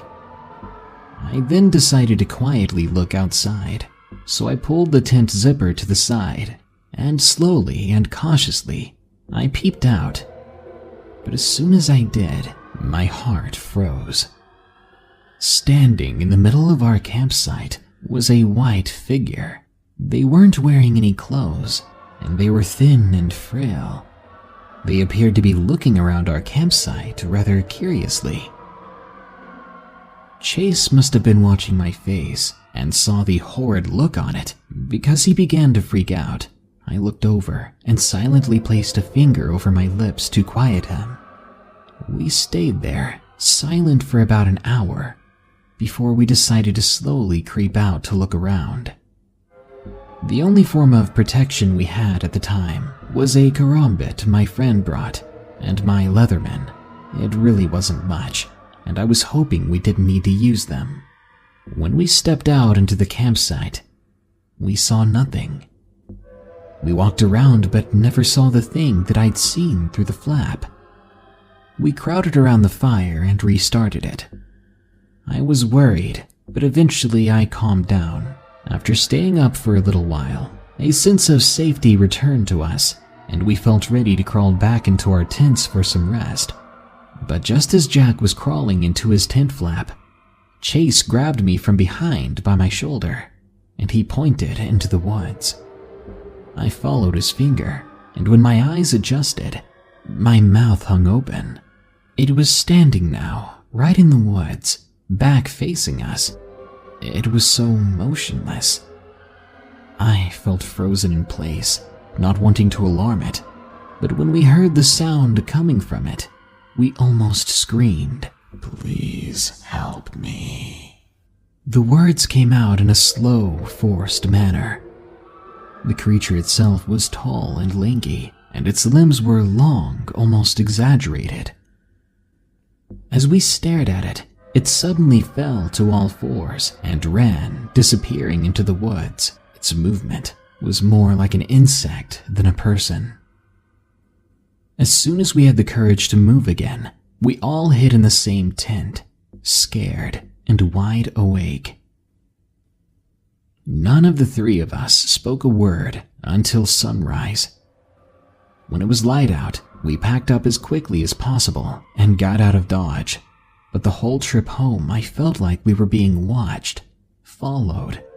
The expression on the other guys' faces, I'll never forget it. I've never seen them so afraid. It's no wonder they refused to speak of it after we made it back home. I don't think any of us will forget this experience. It's sinister. From William C. Location: an area called East Fork in an unspecified state. In my life, I've had two experiences that solidify my belief in creatures that are beyond our understanding. I'll share one of these experiences with you. It was my first encounter. I was 17. I was going on a horseback riding trip with my father and his friends. We were riding the trails of a hilly area called East Fork. Thick woods and tall cliffs made for beautiful scenery during the ride, broken only by the occasional camp area or stable for riders to rest their horses for the night. We spent all day riding, starting around 10 that morning, on until around 7 that evening. We met other riders and even had lunch with one group whose path we crossed on several occasions throughout the trails. During the ride, my dad and I got into an argument about me being on my phone while we rode. Afterwards, he would complain about it to his friends frequently during the rest of the ride. After we finally stopped to make camp, I confronted him about keeping on about it all day. After heated words were thrown by each of us, I finally yelled at him about being stubborn, and I stomped off through the woods. I wandered around for about 30 minutes, cooling off, when I ran across another campsite. This happened to be the group we had shared lunch with that afternoon. The group had been a family of 6, 1 woman, 2 men, and 1 teenage girl and 2 younger kids, a boy and a girl. One of the men, named Tom, greeted me cheerfully when he saw me and asked where the rest of my troop was. I told him I was just taking a walk to get some time away from my dad. He chuckled, then asked if I wanted to join them for dinner, saying he would walk me back to my father's camp afterwards. Smelling the food, my stomach rumbled, sealing our agreement. I sat down around the fire they had, and I was introduced to his family, whom I had only met briefly earlier that day. The other man was Tom's brother Keith, the woman Tom's wife Kathleen, and their 3 kids Jordan, Molly, and Brian, the latter 2 being twins. After the names were all said and remembered, I chatted with Jordan and Tom while Kathleen set out plates on the card table that they were using for dinner preparations. Keith called over saying dinner was ready, and we all ate, laughed, and talked for a while. As we were finishing up, Keith excused himself to use the restroom behind the camper that they had set up next to their campsite. Jordan and I continued to chat, while Tom strummed on an old guitar that he had pulled out once we had finished eating. Kathleen had gone to tuck the twins into bed inside the camper. Around then, Tom offered to walk me back to my camp. It was getting late, so I agreed, and we both stood. Suddenly, Jordan froze in between us. We looked at her as she turned pale, and a look of silent terror crossed her face as she stared behind us towards the end of the camper. Tom and I both turned and looked to see a tall, lean, and nightmarish creature. It was at least 9 feet tall, not including the antlers on its head. Its body was extremely muscular and lanky at the same time. Its head was barely similar to a deer's skull, with only bits of skin still hanging in places. Its arms were clawed, one of which was holding on to a fresh bit of meat. Tom audibly cursed, and Jordan screamed. I was frozen with fear, staring at something that did not make sense to me, something that just shouldn't exist. Hearing the commotion, Kathleen came out of the camper, a Remington in her hands. One look at the thing in front of her family, her eyes grew wide and her mouth slunk open. She fired, though I am not sure she was even trying to, though she hit it. The creature screamed and then ran off into the woods, pounding the soil underneath it, all the while releasing this hellish shriek. It was the worst sound I'd ever heard. After it ran off, Tom ordered everyone into the camper and started calling out for his brother, but Keith did not answer. He grabbed a flashlight and handed me one, asking me, no, begging me to help him look, but to stay close to the camper. We didn't have to look very far. We found what remained of Keith about 10 feet into the woods behind the camper, his pants still undone from relieving himself. There were bites taken out of his face and stomach, and his arm was gone, which I later realized was what the creature had been holding in its claw. Kathleen had called the park rangers while we had gone out to look, and maybe 20 minutes later they showed up with 2 police officers. We were all thoroughly questioned, and the remains were looked at. After the cops finished talking to me, they called my dad and informed him of where I was and why they had been calling. While they spoke to him on the phone, I heard him say that I had been witness to a bear attack. I was stunned. That wasn't a bear. I never even spoke of a bear in my statement. Did they even look at the remains? In no way whatsoever did this attack resemble a bear. After a while, my dad came and picked me up, asking me if I was okay. I nodded, then bid goodbye to the traumatized family who had been so kind to me earlier, yet now looked lost and confused, a feeling that I understood completely. Strange creature in the woods. From Fed Upon. Location: Texas and Oklahoma.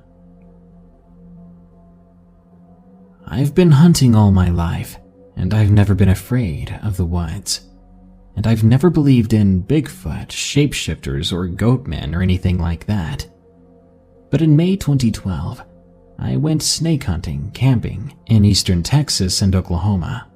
I had been warned that bears were causing trouble at campsites and that I should stay at only marked campsites. But I'm not one to do as I'm told, for better or for worse. So I took my German Shepherd and .6. After a hard day of hunting for dens, I was tired and wanted to go to sleep. It was 4:45 a.m. when my dog started barking, waking me up and wanting to be out of the tent. No matter how many times I told him to be quiet, he wouldn't let it go. Finally, I grew tired of his barking and let him out. He took off to the edge of the clearing and stopped. I then knew by the way he was acting that he was after something. I grabbed my .6 and went toward the dog. I hadn't gotten more than 25 yards when the dog crawled out of the woods. He was limping bad, and only a few seconds later, I saw something coming after it. A large black creature standing on hind feet. I yelled for whoever it was that I was armed and that they'd better show themselves. Receiving no answer, I fired with a warning, but the thing didn't budge. I backed up and I looked toward my dog. He needed to get to a vet fast. He was hurt pretty bad. I picked him up and I ran toward my truck. I managed to make it inside and I went back to town. I called the local sheriff as well, but he told me to call the game warden right away. I said that I was going to the vet and I was told that he would meet me there. The vet said that they would need to keep the dog for about a week, and when the game warden arrived, he began asking about the creature that I saw. We ended up taking his truck back to the campsite, which was now all torn to shreds, and the ice chest had been turned over and emptied. The poles from the tent had been tossed in a nearby tree. I showed him the spot in the woods where I saw it.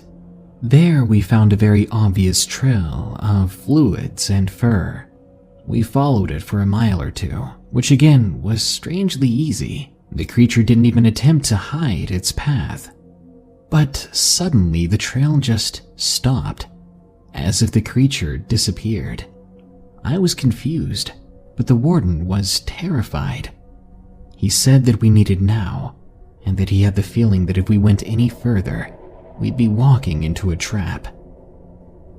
I decided to listen to his rather ominous advice. We went back to his truck and drove back to town. I don't really know what the thing was that I saw. I've been back to that area twice, and now my dog is too afraid to go out of the tent. Those words spoken by the warden haunt me to this day, because what sort of animal is out there setting up traps for people? One that scared even the game warden when both of us were armed.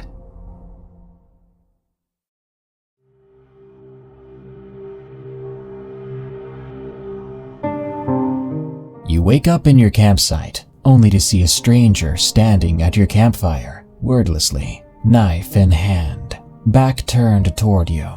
What would you do in that situation?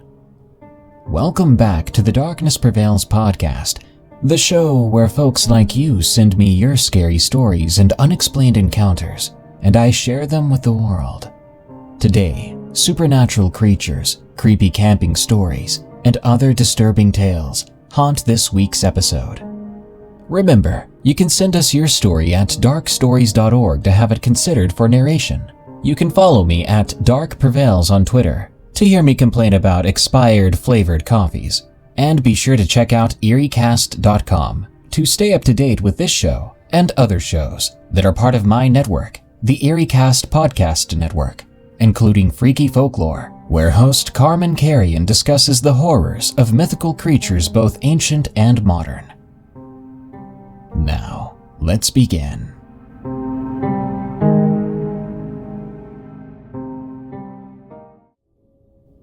The Creature That Roams Blanton National Park, from Wesley C. This happened in the largest national park in Kentucky, Blanton National Forest and Nature Preserve. Blanton is both the biggest forest in Kentucky and possibly the most beautiful. I finished showing the park ranger my park admission slip and drove through the gate. I looked out into the parking lot and noticed there was hardly anyone there. I figured this might be normal because it was 7 in the morning after all, and on a business day. When I got out, I released the ratchet ties holding down my red beat-around ATV. After setting it down, I loaded everything on top and locked my truck. It only took about 5 minutes to drive to my spot, and another 45 minutes to set up my tent, butane stove, and unpack my food. I took my handgun out of my portable safe that I brought along and decided to take a hike through the massive forest. I'd made it about a mile from my campsite before I realized it was already getting dark, so I needed to head back. About a minute later, I heard a stick break. My first thought was that it was a park ranger. I turned around, ready to show him my admission slip. To my surprise, there was no one there. I looked around and saw no animals or people, and the closest campsite was about 200 yards away. Okay then, I muttered to myself, thinking maybe a squirrel or a possum dropped a hickory nut or something. After not seeing anything, I just continued walking back to the site. A louder cracking sound made me freeze in my tracks. To be honest, I wasn't surprised when I didn't see anything once more. But I was unsettled. What the heck? I said aloud into the trees, assuming that this was some sort of prank. When I heard no reply, I began to jog back to my campsite. I just need some sleep, I told myself as I approached my tent. But not before some food. While I was moving the cooler out to the campfire, I heard another slight sound about 15 yards away. I thought nothing of it at first, as it was almost inaudible. But this was different. I began feeling something observing me, and there was a horrible rotting stench that filled the air. I tried to cover my nose, but to no avail. I looked around but still saw nothing, and the smell still would not go away. I began to draw my pistol, thanking God that I had it with me. I also started to feel nauseous. I tried taking deep breaths, but the fresh air that I was expecting was replaced by this awful rotting smell. I was beginning to get a headache and I threw up due to the nausea. "What the heck is that?" I yelled. The nausea started to get worse. It felt like my stomach was writhing like some sort of worm. I thought I was going to throw up again. It was then that I looked up towards a crunching noise in the tree line. The sound began moving to my left and I froze in my tracks. Standing there, about 2 feet to my left, was a creature that I had never seen before. I'll try to describe its features as best I can. The creature's body was a lumpy roll of flesh that was covered with bulging blisters and scars. Its legs were positioned backwards with its knees pointing up, and they were so skinny, they looked like they would snap with excessive force. But its face was possibly the most horrifying. It had glossy, pure black eyes. The creature's nose was 2 holes where a human nose should have been, and it had teeth that were 2 inches long. They were bloody and almost needle-like. I began feeling sick again. That thing smelled awful.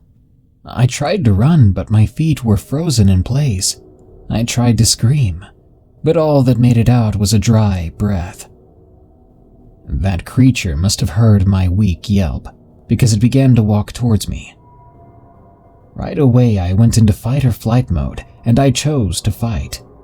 I drew my little .22 and fired 3 shots into its head. The creature turned in pain and let out a deafening scream, but it sounded inhuman, sort of like 5 animals screaming at once. Then I ran. I knew that I only had a limited time before that thing came for me. I pumped my legs as fast as they would go and ran to my tent, grabbing my phone. I ran to my ATV that was parked nearby. I pushed the little 150cc engine as fast as it could go and drove to my truck. I started my engine and drove the heck out of there. I've gone on multiple camping trips since then, and haven't seen that thing or any other creature like that again, and I hope to never see it again. I advise you all, if you ever go camping in Blanton National Forest, beware of the creature that roams there. Also, let me know if you ever see anything like it. Camp safely. Werewolf in Oklahoma, from Anthony R. This happened a year ago when I was 14, in a part of the woods of Oklahoma. I was on a trip with my parents, my 2 sisters, my 2 aunts, my uncle, and 4 cousins. We rented a cabin so we could stay for a week. When we got there, we unpacked all our things and got everything inside. After that, I went out to check out the woods surrounding the cabin. There was nothing but trees for miles, as far as the eye could see. Well, I did spot a lone deer grazing, which was nice. Everything seemed normal. We went out to go pick up some food at the nearest restaurant later. When we got back, we found these huge paw prints, unlike anything I'd ever seen in my life. Back home, we had 3 dogs, 2 small ones and a big one. I've measured my big dog's paw prints before, and they're about as big as my hand. But this was much bigger. I asked my father what kind of wild dogs left these paw prints. He said maybe they belonged to a coyote, or worst case scenario, a wolf. It didn't stay on our minds long, as after that we watched a movie while eating some dinner. After that, it was getting dark and we went to bed. I was sleeping in the living room, and the rest of my family slept in their own rooms. I stayed up for a while on my phone, playing games. All of a sudden, I heard noises coming from outside. It sounded like a large dog panting. I don't know what got a hold of me, but I figured I would go see what it was from the window. What I saw gave me goosebumps. There were 2 glowing orange eyes. From my experience, it looked like a wolf's glowing eyes, from what I've seen in movies and documentaries.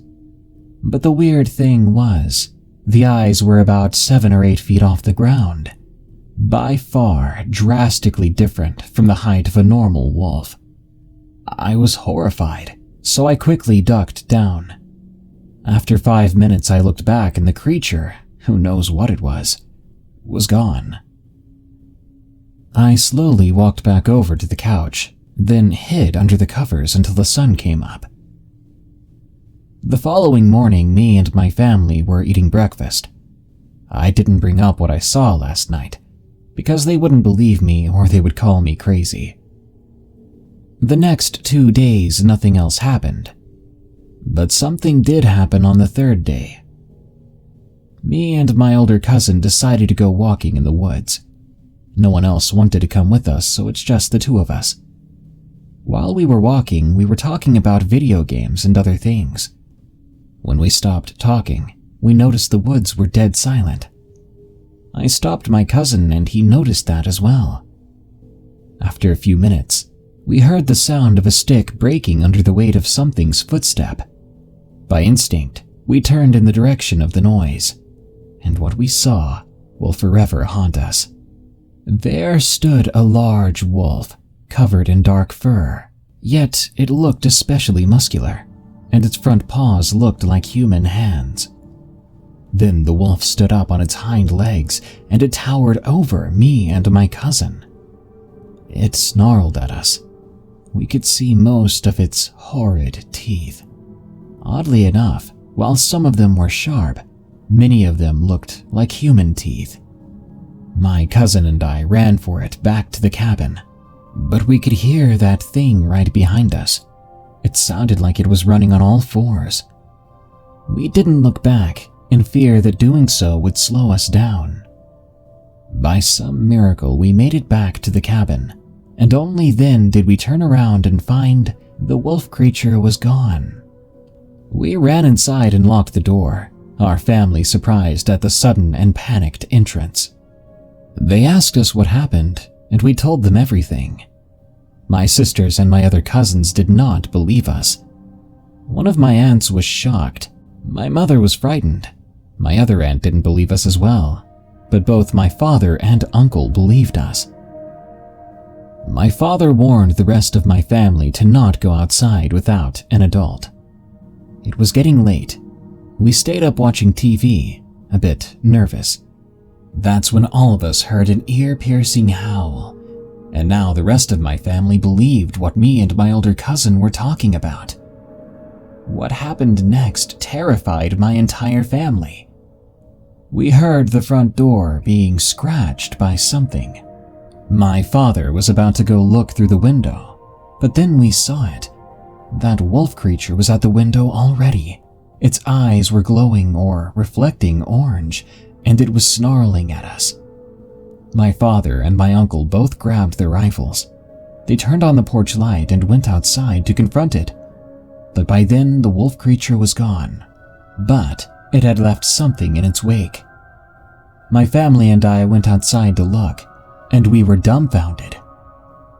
A multitude of dead animals were scattered all over the place, as well as bloody claw marks on the door. We went back inside and locked all the doors and windows. My father kept guard, in case it came back. The rest of us tried to sleep, still terrified. A few hours later, I was still awake. I felt my eyes drawn toward the window, and there I saw it, just peering in at me, staring. Soon after, it turned around and disappeared into the dark woods. Why was it observing us? I went back to bed, still scared, and I didn't get much sleep that night.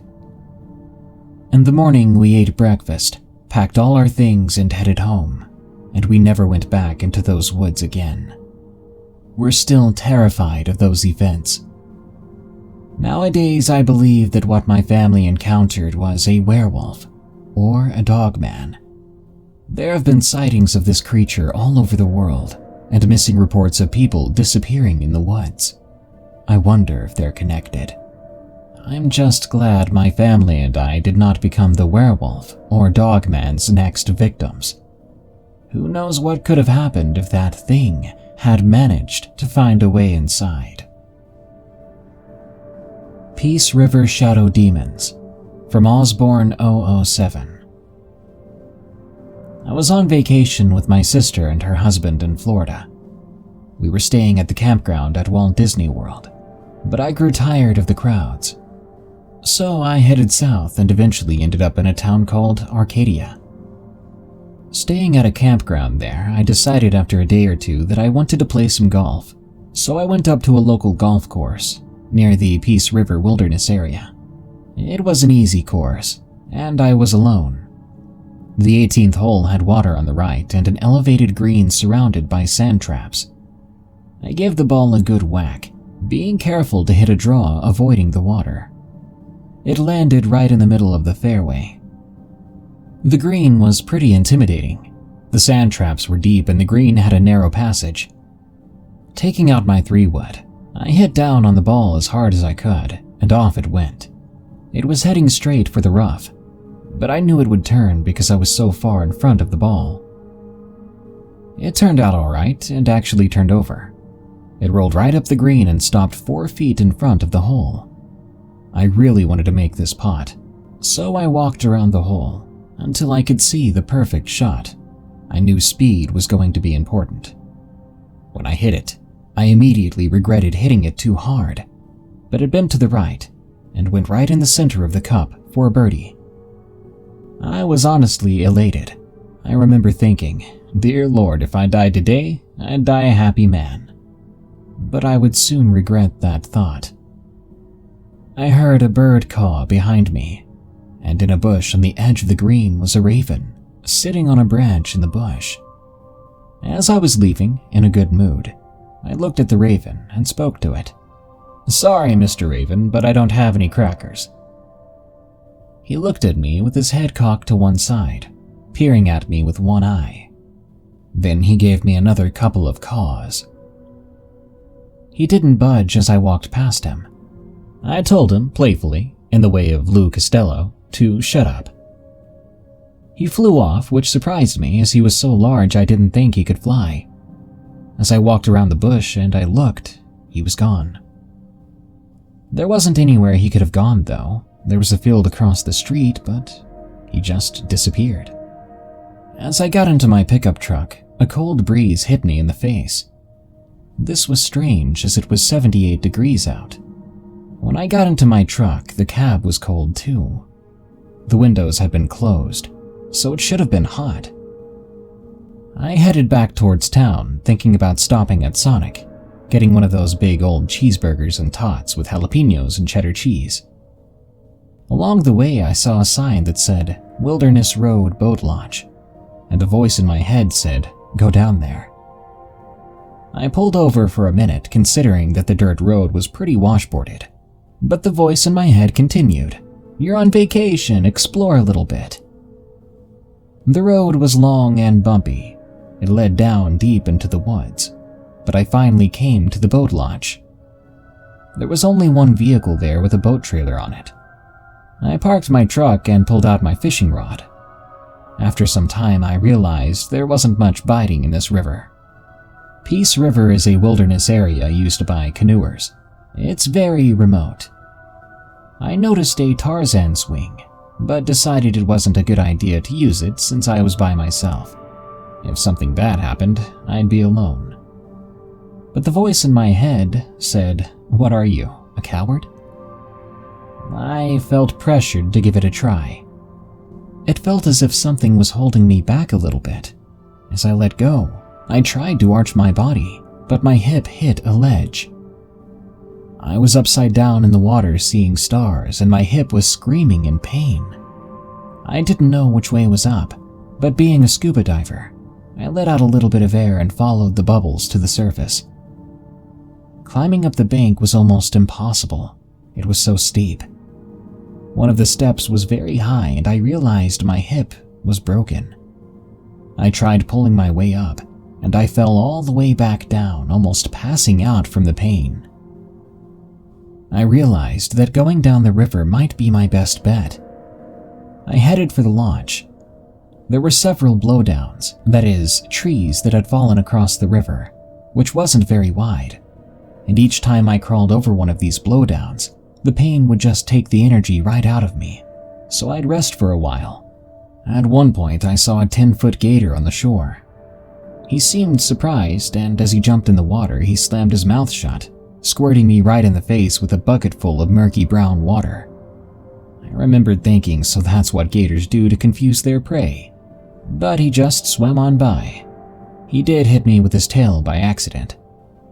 I rested for a while, considering my situation, and started to call for help. I then noticed that there were shadows moving along in the woods. I focused on them. They were darker than a moonless night, darker than outer space, darker than a room with no windows. I continued to crawl with my body floating in the water, my left hip totally immobilized. Looking back, I noticed the shadows were in fact following me. When I came to the next blowdown, I called out in a calm voice, "I can see you." And I swear one of those shadows stuck its head out from the crotch of a tree and then poured down the side of the tree like dirty motor oil. It pulled up on the ground and it began to head towards me like an army of black ants. They then rose up to form a shape that reminded me of the little guy on the men's room door sign. Like I said, this thing was jet black. It looked like somebody had taken a cookie cutter of a gingerbread man and cut a hole in our dimension. On the other side of that hole was absolutely nothing. It began to flash back and forth very quickly with traces behind it. The other two, there were 3 shadows altogether, were not quite as dark as the lead entity. They kind of stood back. I thought to myself, is this supposed to scare me? He immediately stopped and began to do a Bela Lugosi thing with his arm, walking back and forth. I actually laughed out loud. He stopped and walked right up to me. I turned away, and a little voice in my head said, "You know what to say." And I thought, I do? The little voice said to me, to say in the name of Jesus Christ, be gone. Hold your head up high and yell it. I did as the voice said, and all 3 of those shadows disappeared right away. I continued my painful journey towards the launch and finally reached it. Yelling towards the sky, I said, "Dear Lord, please send some help. Anybody." A boat then pulled up. I called out for help. A man approached from the boat. Oddly enough, he had a revolver in his hand, and he asked me a question first. "This ain't some DEA trick, is it?" "No, I busted my hip. I need some help, please," I replied. They got me the help I needed, and I didn't say anything about the poached gator in the back of their boat. I was just thankful to be out of that situation.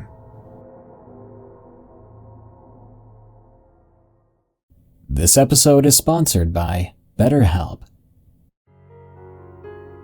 Is there something in the way of you being happy? We all deserve a fair chance at happiness. I know at times for me, I struggle to find motivation and energy just to enjoy the things I love. It doesn't have to be that way. Luckily, BetterHelp is here to lend a healing hand. BetterHelp is an online platform that makes getting help safe, quick, and easy. You can get connected to professional counseling in under 24 hours in a secure, private online environment. You're free to send a message to your counselor anytime you need, with timely and thoughtful responses sent back to you. You can even schedule weekly video or phone sessions. Leave awkward waiting rooms behind. BetterHelp is even more affordable than offline counseling. Financial aid is also available. BetterHelp is available worldwide with professional counselors specializing in depression, grief, anxiety, sleeping, trauma, LGBT matters, and much more. So, you don't have to do this alone, and help is closer than it's ever been. Professional, convenient, affordable, confidential, BetterHelp is ready to help you. I want you to start living a happier life today. As a listener, you'll get 10% off your first month by visiting betterhelp.com/DPP. Join over 1 million people who have taken charge of their mental health. Again, that's betterhelp.com/DPP. Thanks, BetterHelp, for sponsoring this episode. This episode is sponsored by HelloFresh. What a beautiful night. Cool air, quiet forest, full moon. What could go? Of course, a werewolf would show up to eat me on my day off. What a hefty meal it will be. You can talk? Then surely you'd understand that you'd be far better off eating some HelloFresh instead of me. What is HelloFresh? HelloFresh is a food kit delivery service. They select the freshest ingredients and send them right to your door, or cave, so you can enjoy a delicious home-cooked meal in 30 minutes or less. No trips to the grocery store required, or forest. Entering a store like this might upset some people. Exactly, and you can customize your orders every week. Choose between low-calorie, carb-smart, vegetarian, and pescatarian recipes, each of which is packed with fresh produce sourced directly from farmers. Now I feel bad about eating that local tomato farmer. Is HelloFresh really tastier than a nighttime jogger? Absolutely, I've tried HelloFresh myself and loved it. My wife and I love not having to go shopping and being able to cook a meal together, and the recipe came out scrumptious. I'm a big fan of the flautas. Flautas? Now you're talking. Really? I mean, you can get started with HelloFresh right now.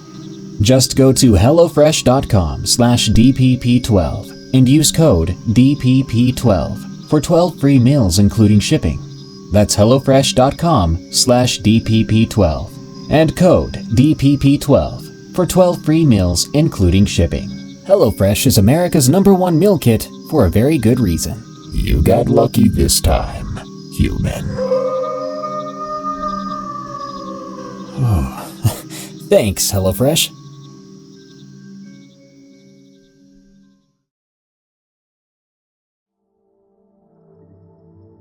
A Walk Back Home from Pay West. I've always heard of stories of people being stalked and followed on their way home, and I always found those stories a bit unsettling. A stranger following you, watching you, and eventually finding out where you live. You can never be at peace in such situations, not knowing what intentions might be the motives of their behavior. However, I was always drawn back by the fact that no matter who they are, what their condition is, being crazy, a thief, or even a murderer, they're still human, and I could defend myself. I was extra confident. I'm a tall guy who does kickboxing, so I know how to handle myself pretty well in those situations. At least I thought I did. That was until 7 months ago on a Friday. I was out with some friends to celebrate our reunion with one of our friends who had temporarily come back from another city, where he still studies university to this day. We laughed, ate food, and reflected on many good memories we had together. Needless to say, we had so much fun that we lost track of time and stayed out late into the night. I usually don't stay out too late. I knew my family would be concerned, especially when they couldn't contact me, as my phone had died not long after we met up. So I said my goodbyes and went on my way home. I remember taking a look at the clock on the wall before I left. It read 1:26 a.m. It was super late, and it would take me at least an hour and a half to walk home from the main road. So I decided to take a short route that went through a relatively small forest in the middle of my region, which would shorten my walk by half an hour, or even 45 minutes if I kept pace. This forest was used as an area for biking, jogging, picnics, and occasionally dirt biking. I'd walked through that forest many times before, so I knew my way through it. I gotta say, the walk was very relaxing. No shouting, no cars, no noise. It was like a vacation for my ears and mind. When I got to the entrance of the forest, I saw a guy jogging out of the trees.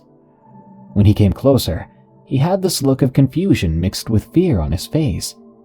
He just jogged right past me, without even acknowledging my presence. It immediately struck me as bizarre. What's his deal? Why is he jogging so late? I wondered. However, those were unnecessary thoughts, so I just brushed them off. I didn't let that mess up my calmed state of mind and kept on walking. As I went on, I felt a drastic change in the environment. It was unnaturally quiet. However, I could hear the sounds of crickets and owls here and there. This forest was not big enough and too close to residents for animals like deer or any other large wildlife to live in. As I walked further, it began to become more and more chilly. I found that weird since we were still in summer, and I couldn't feel any gust of wind on my skin. I didn't give it much mind and went on. About 5 minutes into the forest, my peace was disturbed by a loud, distant sound which sounded like someone was hitting one of the trees with a metal bar. This time, I was truly on alert. What would someone be doing out here so late? I wondered. Then I remembered the guy I saw earlier. Could it be that he heard the same noise and got scared? I thought. I started walking faster to avoid getting the attention of whoever was out there. I walked until the sound became nothing more than distant knocks. Nothing else happened for a while. As I was beginning to forget what had happened, a slight movement, about 50 to 60 meters to my right, caught my eye. I quickly ducked behind a tree and peeked to see what it was that was making those movements. There in the distance, I saw what appeared to be a silhouette walking slowly through the trees. The figure was unnaturally calm and stable. The last thing I needed was any unwanted attention, so I waited for them to pass. As it was walking, it was making a wheezing sound, as if it was struggling to breathe. I was focused on it, watching its every move. Then, at some point, it walked into the moonlight that was coming in through the trees, and it stopped, dead in its tracks. Now I could see what it looked like. It was fat with bulges on different parts of its body. The skin seemed like it had gone through a good blanching. It was extremely pale. I didn't know what I was seeing. Humans can be super weird sometimes, right? After a while, it began walking again, and moved out of the moonlight. It took a couple of steps and walked into another moonlit area and stopped again. I whispered to myself, "What now? Why did you stop again?" Just as I whispered those words, whatever it was, snapped its head to my direction as if I had shouted the words. I didn't continue watching for long, since I immediately ducked my head to avoid being detected. But I saw enough to know that this wasn't normal. It didn't have a face, just a dark hole in its head. After a little bit, I slowly peeked back up, and to my horror, that thing wasn't there anymore. Now all my senses were on alert. My consciousness and primal instincts were screaming for me to get the heck out of there, and I tell you, they didn't need to tell me twice. I stood up, ready to run like my life depended on it. Before I could do so, I was met by a blinding darkness all around. I had been so focused on whatever that thing had been, I hadn't noticed my surroundings change. There was no moonlight anymore. Luckily, I knew the direction, but I was afraid to just run on blindly. What if I ran into that thing while running? Or what if I run into a tree or something and hurt myself? My mind was racing, my lungs gasping for air. I couldn't make sense of the situation and what I saw. After a while of thinking, I gathered my courage and began to walk slowly. On my way, I noticed that there were no more sounds. It was like I was walking in a dark and empty void. I could hear nothing except my own footsteps on the forest floor. I stopped for a moment, searching for any source of sound, anything that would tell me I'm still in the real world. I swear it was so quiet. If someone had thrown a needle, I could have heard it hit the ground. Am I going insane? I thought to myself. I was beginning to question whether or not I would even see my family again. I talked myself back to reality, and I pushed those thoughts away, as negative thoughts were the last thing I needed in that situation. I started to walk again. I walked for what felt like an eternity, trying my best to keep my mind stable, when the silence was finally broken. I stopped and listened. There, the faint sound of cars driving by. I can hear the road, I joyously said to myself. Before I could enjoy that milestone, somewhere behind me the sound of footsteps and wheezing began to emerge. I didn't think twice. I immediately began running in the direction of the road, when the footsteps behind me stopped. But I didn't dare do the same, I just kept going. As I was getting closer and closer to the exit, I slowed down for a bit to catch my breath, and to not die of a heart attack. It was but a moment later when another sound emerged. This time it was on my left. Once again the wheezing sound filled the air. A very uneasy feeling came over me. I felt shivers going down my spine. Then, when I thought things couldn't get any worse, a terrible scream came from that direction. The only way I can describe the scream is if you pull the nails out of a man's fingers and they scream out in agony. But take that scream and make it 10 times louder than what a normal human could produce. It hurt my ears. That was it for me. I started running again, barely missing the trees along my way. My body was pumped with so much adrenaline, I felt as if I could run until morning without stopping. As I kept avoiding the trees, I was finally able to see the first bit of light from the road. But I had no time to rejoice, because I was afraid that if I stopped for even a second, it would be the last decision that I would make and regret. I managed to run out of the trees, never stopping until I was certain I was on the other side of the road. I nearly got hit by a car, but I didn't care. Once on the other side, my body decided to remember how much energy it had just used, and I felt a sense of dizziness overcome me. I sat down on the ground to rest for a bit, catching my breath. I was scanning the forest for anything unusual, but everything seemed normal. No darkness and no one in sight. Seems like I am going insane after all, I thought to myself, laughing a bit. But in my heart I was still concerned that what I saw was real. I didn't want to believe it. I made it home, and as expected, my family were up and waiting for me, concerned. When they saw me, my dad was extremely angry, and my mom started questioning where I was.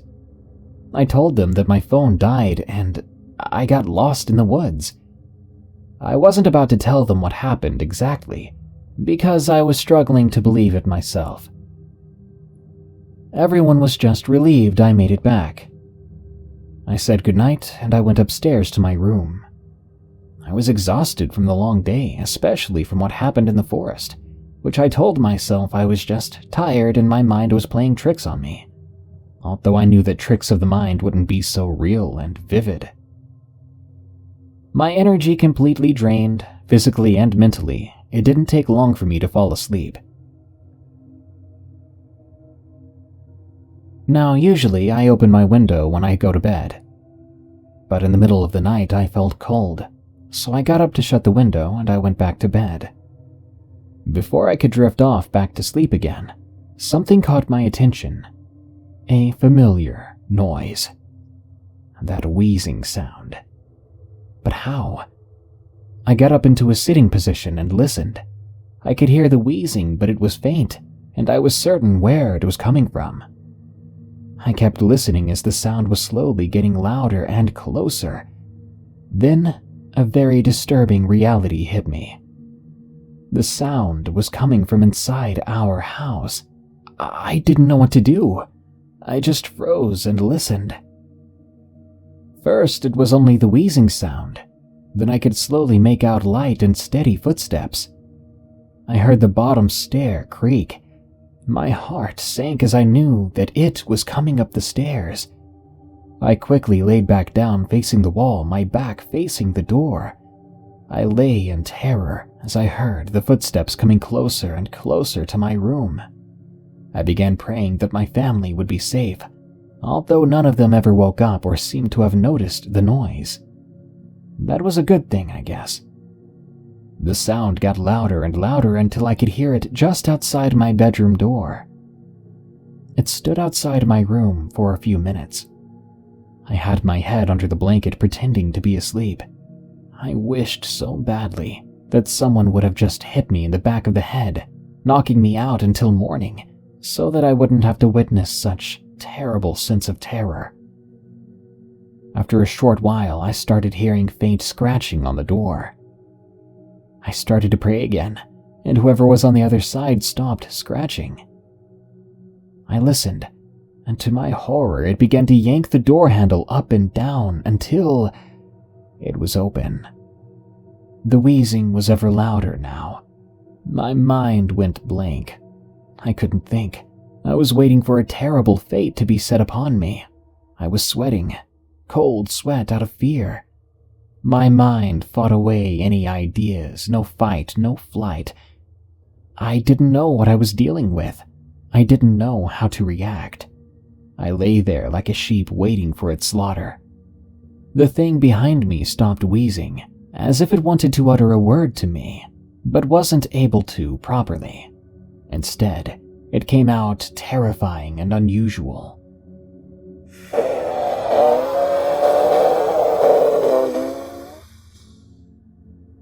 That was the most scared I've been in my entire life. After that sound, the wheezing came back, and suddenly, I felt the side of my bed get heavy, as if someone had sat on it. My heart was beating out of my chest then. I felt dizzy out of sheer terror. I just knew it was looking directly at me, but I just kept pretending to be asleep. It made the sound once again, but failed to utter anything that made sense.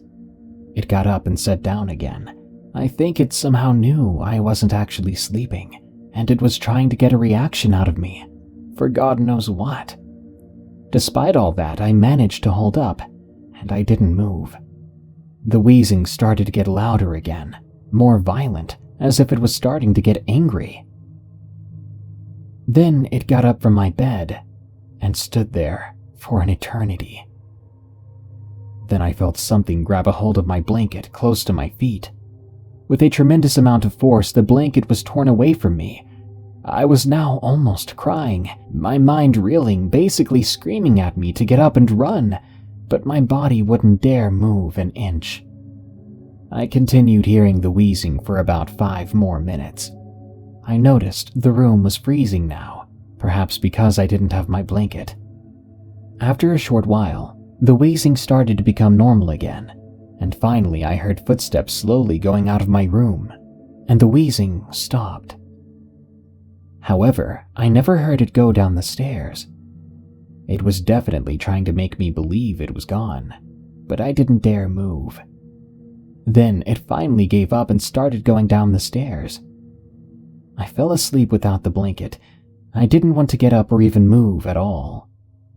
The following morning, I woke up to my mom and dad talking downstairs. They were looking all over the house. Apparently, the front door was wide open, and they were looking to see if anything had been stolen. They asked me if I had heard anything last night. I said no, but in my mind I knew better. I knew that what I heard and saw in the forest was in my room and even sat on the side of my bed, just watching me. I simply didn't know how to explain it to them. It's been a couple of months now, and I've not had any unusual encounters with it. However, every now and then, late at night, I hear the same scream that I heard in the forest from a distance. I'm not sure, but I think it's making sure that I never forget that it's there, or that it might come back one day. Doors don't seem to stop it. That experience gave a new meaning to the idea of home sweet home, because I wasn't sure if I was safe there anymore.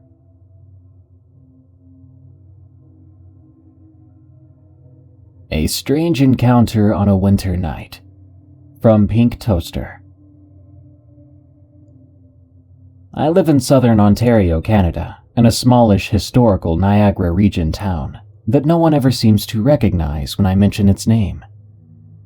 It was a calm, cold winter night in January 2018 when it happened. At the time, I lived in an apartment building across a parking lot from the building my mother and sister lived in, so I was able to just walk right over and visit often. One night I went on a grocery run. One tiring trip downhill to the store and back up with a cartload of groceries later, I was casually walking down the street towards home, when suddenly, something darted out in front of me. It ran out from behind someone's car in their driveway, around a hedge, and seemingly disappeared. I was shocked, to say the least. I stopped in my tracks when I saw it. A moment later, I rushed over to the other side of the hedge, only to find no trace of the thing. It's hard to describe this creature without being able to draw it for you, but what I saw feels like it defies logic. It was silhouetted in the darkness, but I could make out a body kind of like a kiwi bird, a parrot-like beak, skinny lizard legs with knees bent slightly and facing outwards, and, weirdest of all, what seemed to be rabbit ears laid back against its head and short neck. It moved so fast, too, as within little more than a single second it had run out, turned, and gone behind the hedge. It didn't even make any sound, not even the crunching of snow beneath its feet, which barely even made a dent in the snow. A bit freaked out, I stopped at my mom's place to tell her, my sister, and my mom's visiting boyfriend about what I'd seen. They were all as unable to come up with an adequate explanation as I was, aside from suggesting that maybe I'd seen an odd bird. Here's where it gets even stranger, though. As I left the building and was seen off and wished well by the others, we saw some guys quickly exit my building, behaving in a borderline panicked manner. They must have been some of the Mexican college students that lived there, because as we stopped and listened, we heard them loudly speaking to each other in Spanish. Another young man ran over to them. In English, one of them spoke. "Did you find it?" Another shouted, "Where'd it go?" It made us wonder, were these two things connected? Were they looking for whatever I'd seen, and it was perhaps some escaped illegal pet of theirs? I'm sure there's some logical explanation for what I saw, but if there is, I sure as heck can't think of one. I wasn't super tired at the time, nor am I prone to hallucinations. The mystery of what that creature was has baffled me, on and off, ever since. It didn't scare me, but it certainly did startle me, and it has left me confused, not helped by the way those students from my building were acting, and what they were saying not long after. I know so much about animals, even knowing of many obscure ones few others think of, and yet I can't for the life of me place what this could have been. Can anyone tell me what animal looks and moves like that, the way I described? I welcome any theories at this point. Shadow on Highway 33. From Alice May 18. My town has no shortages of ghost stories and urban legends, but for privacy reasons, I'll stick to things that are more relevant to my experience. If I even mentioned any of the three of our most famous hauntings or urban legends, a quick Google search would pinpoint my general area. So, not too far from my hometown in Southern California, there's a highway that trails from just north of Los Angeles to just south of San Francisco called Highway 33. This highway is known for its winding roads through the mountains, as well as many urban legends and supposedly haunted places. Perhaps the scariest thing about it is the fact that people have been known to occasionally die on the road, due to either reckless driving or other reasons. It was the night before Halloween a few years back when 3 friends and I decided that we wanted to go up to an old and relatively secluded graveyard up in the mountains, because that's just what early to mid-20-somethings do when they're bored. One of our friends in the car had been there quite a few times in the past. The place was smaller and older, with graves dating back to the early 1800s. The best part was, since it was next to a neighborhood, so long as people respected the area, it was open 24/7. No trespassing required. Upon hearing about this from one of our friends, we decided it was the perfect time to visit it. So the four of us hopped into the car after dinner and headed out. My best friend was the one driving, with me in the passenger seat and two of our friends in the back. By this point, it was beginning to get late, maybe around 9:30 or 10. We talked and drove up the winding road. We were soon outside the small town in the mountains. There were no streetlights amongst the wooded area we were in, and due to being not terribly far from the ocean, the fog had rolled inland even further than usual, so we weren't able to see the stars nor the moon that night. I don't remember much of the conversation the four of us were having, but I had turned around at a certain point to face the front, and I felt like time had slowed down for me the moment I saw this dark figure ahead of us.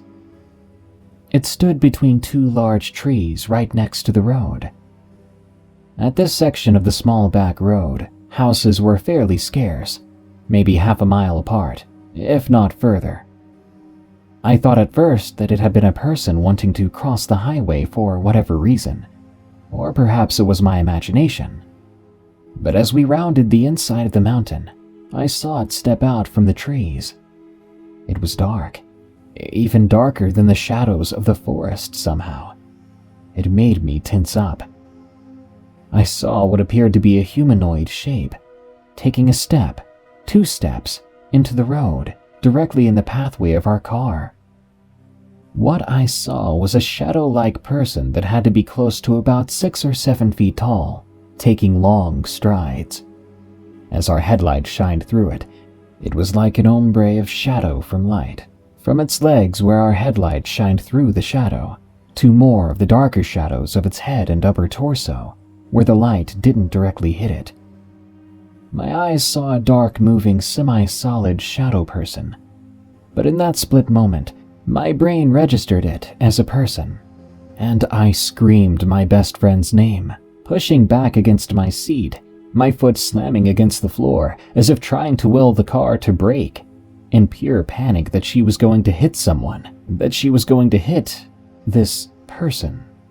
But as the shadow man hit the front of the car, he completely vanished. My best friend yelled, demanding to know what my problem was. I had startled her so much, especially on such a sharp turn. For a moment, the other friends in the back were quiet, no longer chittering around. And as my mind finally realized what I'd seen, I asked her in a panicked voice if she had seen something on the road. And she responded, "No, I didn't. What are you talking about?" Her voice was a bit more calm, but still shaken and irritated. So I told her what I saw. A shadow person that stepped out onto the road, one that I mistook for an actual person. "I didn't see anything," I remember her response, her voice even calmer than before. After that, the conversation slowly returned to the car again. I almost wish I could say that I saw it again that night, but once we finally arrived at the graveyard, we saw a few flashlights lighting through the trees inside the gated-off area, and my best friend said that she had a weird feeling about going that night. So we quickly turned around and left, driving back home. I'm religious, and I do believe in the supernatural to some extent, but I always look for the most rational or scientific way to explain something before I even consider the paranormal. But honestly, I have no explanation for it. I've never had any mental problems or anything like visual hallucinations before that night, and I've never had any underlying mental health issues that would cause me to somehow see something like that. Heck, I have never even done drugs before, and only on very rare occasions have I had something like a sip of alcohol. It had been over a year since I had alcohol at that point in time. I know it seems unimpressively made up and all you have is my word on it, but I promise you that what happened, what I saw, was 100% real.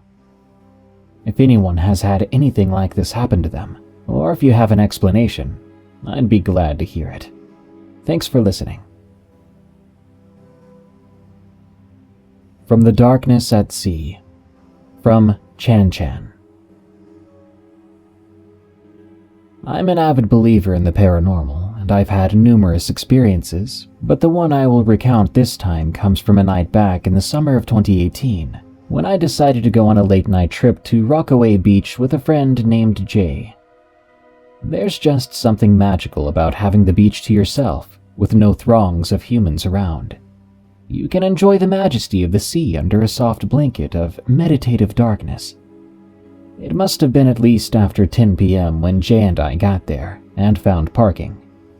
There were very few people around on the boardwalk as we walked to a part where we could get onto the actual beach. It's sectioned off at many parts. We found a ramp-like walkway leading down to the water, and as we took our shoes off, our feet were greeted by the cool caress of the sand. We made sure we were secluded but not too far from the path leading back, before laying out a blanket I'd brought with me. We sat near the water's edge, where we could listen to the song of the sea as the waves rolled in and out, crashing on the shore, and I got to talking about life. We sat there for quite some time just talking and staring off to the horizon and sea. Though the two were nearly indistinguishable, they seemed to meld together into the maw of an abyss. At night, the sea had a deep darkness to it, like ink, whereas the sky had a slight hue of navy or dark purple. Either way, this night was dark. There was no moon, and it was cloudy. There also weren't any other lights around as the boardwalk was dimly lit, and we were far enough away where the light didn't reach us. As we sat talking, our voices carried off into that void by the cool sea breeze, barely a whisper above the roar of the restless waves. I saw something peculiar on the horizon. It was an extremely bright orb of light. So bright, it looked as if it could have been a star in the ocean. I found it odd as it was so luminous and just appeared out of nowhere. I mentioned this to Jay, and he took note of it, but we continued to talk as I watched it. I was now focused on the only light out in the water. Slowly, this light crept towards the shore, moving slowly with the water. I don't recall seeing it bob or meander with the waves too much, but it moved steadily. I had my eyes on it the entire time, and when it got nearly halfway to the shore, it just vanished. For a while, the sea was just that endless blackness again, and I found it odd that something that bright just seemed to disappear abruptly beneath the waves, without showing any signs of sinking or dimming, as if it had been extinguished. When that happened, it made me wonder if I'd really seen anything at all. And if I had, what was it? Jay and I continued to sit at the shore, conversing, but my eyes never left the horizon. Not too long after, I saw the same light reappear, but it was much closer now, and instead of moving perpendicular to the shore, it seemed to have an agency of its own, and moved diagonally, almost parallel to the shore, not showing any signs of being affected by the tide at all. It seemed to be moving faster than before, too. It was very close to us now, maybe 20 to 30 feet out, before it dipped under the water again and vanished without a trace. It was then an unmistakable and insurmountable feeling of dread washed over the two of us. We weren't sure why we felt that way, but we couldn't shake the feeling at all. Thinking about it now makes me shudder. A feeling like that is not something you feel often, but when you do, it's like your senses are screaming at you to flee. Your pulse and respiration quicken, and you enter that instinctual and primordial place of fight or flight. However, despite that feeling, we stayed put to see what would play out, as we were both also curious. The next thing we knew, something silently rose out of the water, off to our right. It seemingly didn't cause any additional ripples, aside from the naturally occurring ones from the tide. It stood maybe 10 to 15 feet tall. Jay and I had stopped talking at this point, as we both felt very uncomfortable. We seemed to both be holding our breaths to remain quiet. I couldn't make out very distinguished features as I was afraid to even really look at the thing directly, but Jay and I both got this sense it was aware of us, and it knew we were aware of it as well. Jay didn't have his glasses on at the time, but from what he could discern, it was bipedal, tall, and looming. From what I could see, its whole body was this ghastly, sickly-looking yellow, and seemed to have a faint glow emanating from it, similar to the way light looks in fog. The closest thing I can liken its visage to was that of an old-fashioned deep-sea diver, but more spectral and not of this world. "Do you want to stay?" Jay asked me quietly after a few moments. "No, let's go. I don't want to be like those people in horror movies," I said as I knew we were both freaked out. Every cell in our bodies were nudging us away. I hurriedly picked up my blanket and we grabbed our shoes, swiftly walking back, not running as that might have been perceived as a challenge or invitation for chase to that thing. It was a little distance down from us, and I'm glad we decided to sit somewhere that wasn't too far from the trail leading back up to the boardwalk. There was a young woman hanging out by a lifeguard chair near the ramp, and Jay asked me if I wanted to ask her if she could see it too. I nodded. "Excuse me," I started as I tried to keep my voice even. "We're sorry to bother you, but can you see anything down there?" I pointed in the direction we came from. I don't remember seeing anything when I looked back and felt concerned about this. No. I don't see anything over there. Why?" The girl replied as she looked to see if she could see anything worth seeing. Well, we thought we saw something weird just now, but it doesn't seem like it's there anymore. Well, have a good night." I looked back again to where we saw that thing only to see a deserted beach. Be careful and stay safe," Jay said to the girl as we walked past her and up the ramp.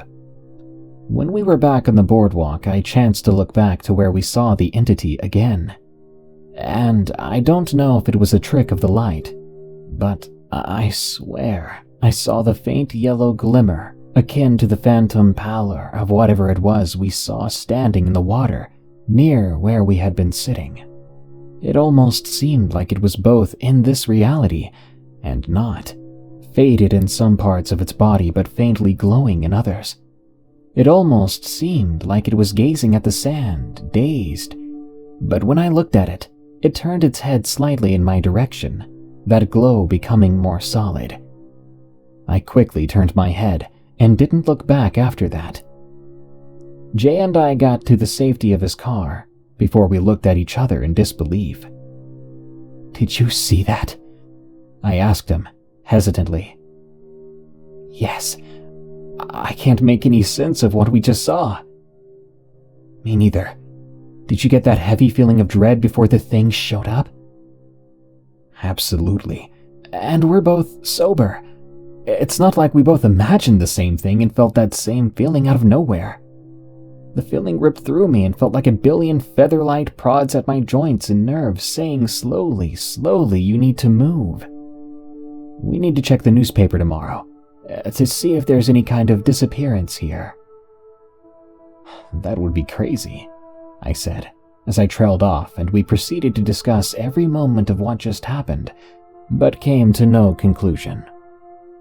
He drove away to take me back to my house, and I couldn't shake the feeling that that thing was still thinking of us, or even searching for us. I felt really scared even when I got to my house and back inside.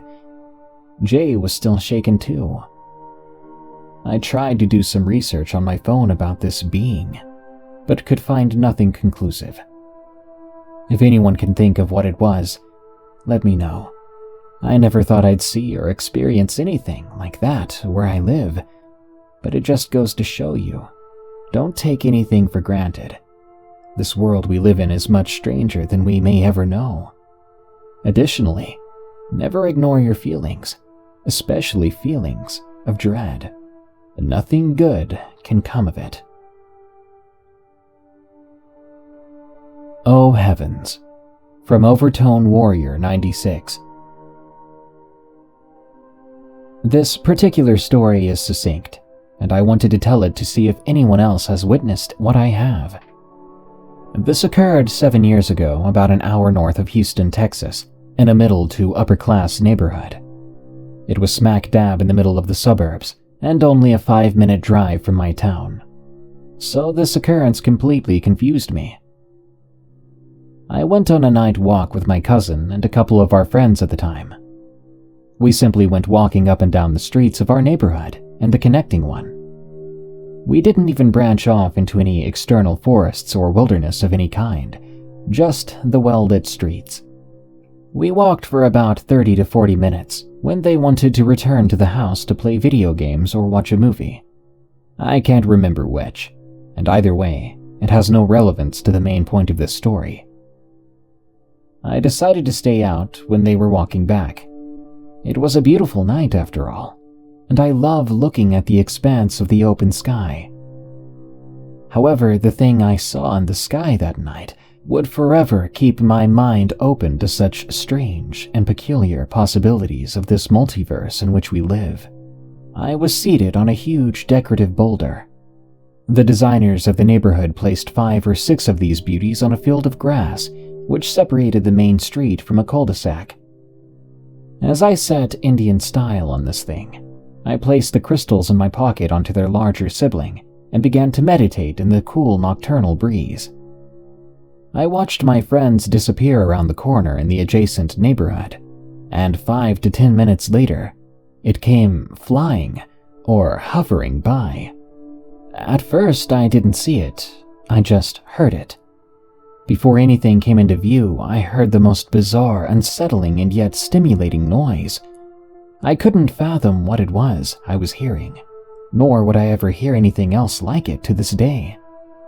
It sounded like a low and bassy hum, mixed with a piercing tone in the middle of the bass. It produced this noise like a binaural beat in the sense that it reverberated or pulsated, sort of like subtle dubstep wobbles. A different way to describe the piercing noise is a whistle mixed with the buzzing and zapping of an electrical current. Then, as the noise got progressively louder and more disturbing, it came hovering over the tops of the pine trees. It was a small, unknown vehicle, flying so low it almost brushed the tops of the pine trees. I still have never seen anything like it. It looked futuristic, and at that moment, without even putting words to it in my mind, I figured what I was looking at was some sort of alien craft. It didn't look like a drone, nor a flying saucer, but like something else.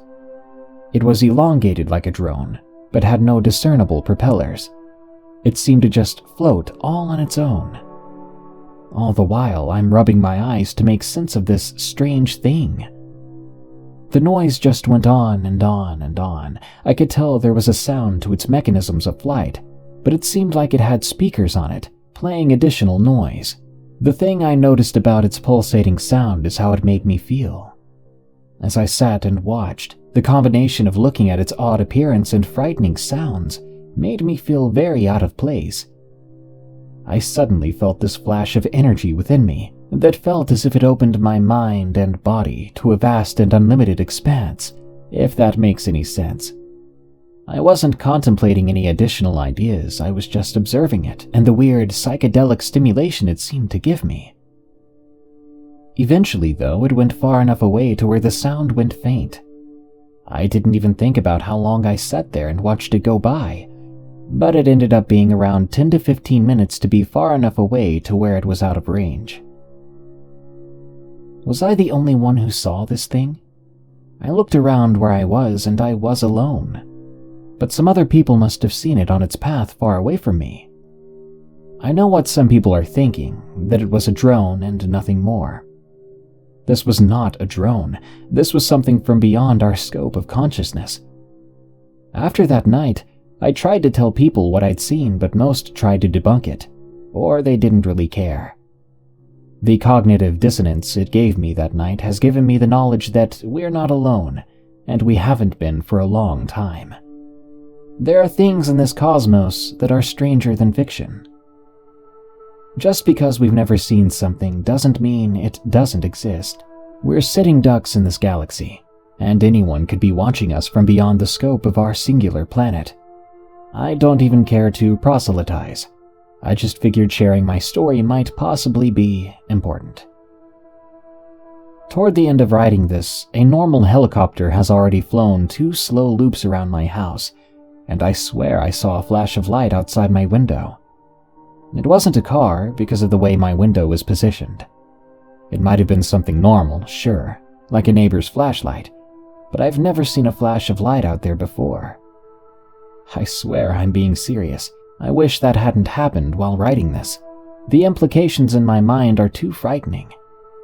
Think of me however you want, but trust me when I say that I'm not seeking adoration and to leave people awestruck. I just wish I had more security and safety in my life. Is there any certainty in the cosmos?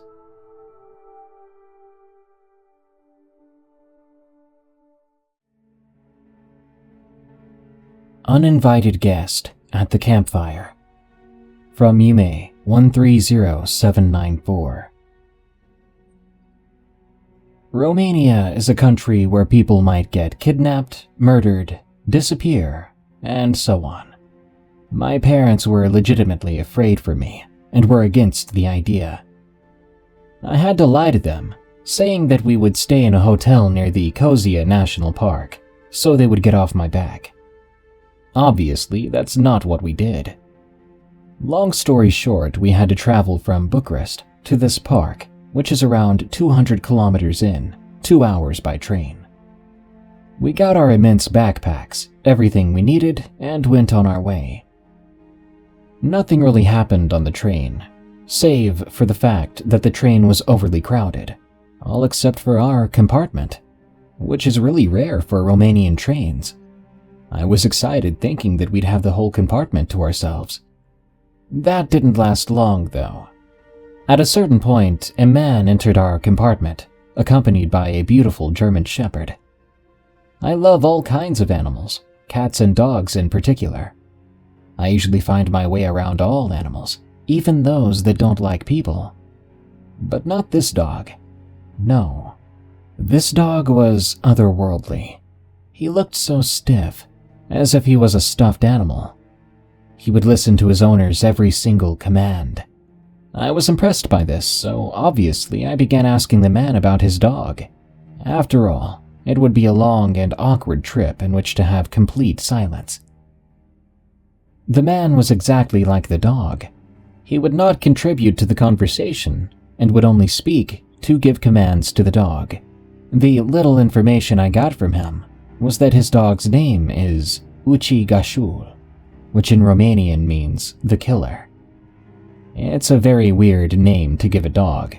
In this particular example, we would use the English word as it is, not translate it to the Romanian word, and name the dog that. But I thought, to each their own. I asked him why such a scary name, and he bluntly replied, "This dog is trained to kill. It's the only thing he likes and is good at." Now, I personally consider that a dog will grow up to have similar personality to its owner, and most of the times I would judge people with dogs and how that animal reacts to the world and to his owner. But let me tell you, these two did not give me a good vibe. I brushed everything over, thinking to myself that maybe this guy is training his dog to hunt in the woods. Then I began thinking which woods are legal to hunt in our country. While I was thinking about that, the guy out of nowhere asks us if we are traveling to the Kozia National Park. That was surprisingly accurate, considering the only time we mentioned the place was in the train station long before we found our seats, and way longer before we even met this man. Again, I thought it was nothing because in my country, people who happen to go in the same direction will try to make small talk and guess where you're heading. Of course, you can just lie to keep safe of your destination or be honest. I took the honesty route, and I'm judging myself for that now. Never be too honest with strangers, or honest at all, after hearing this story. We confirmed we're going to that place, and we asked what else there is to see around.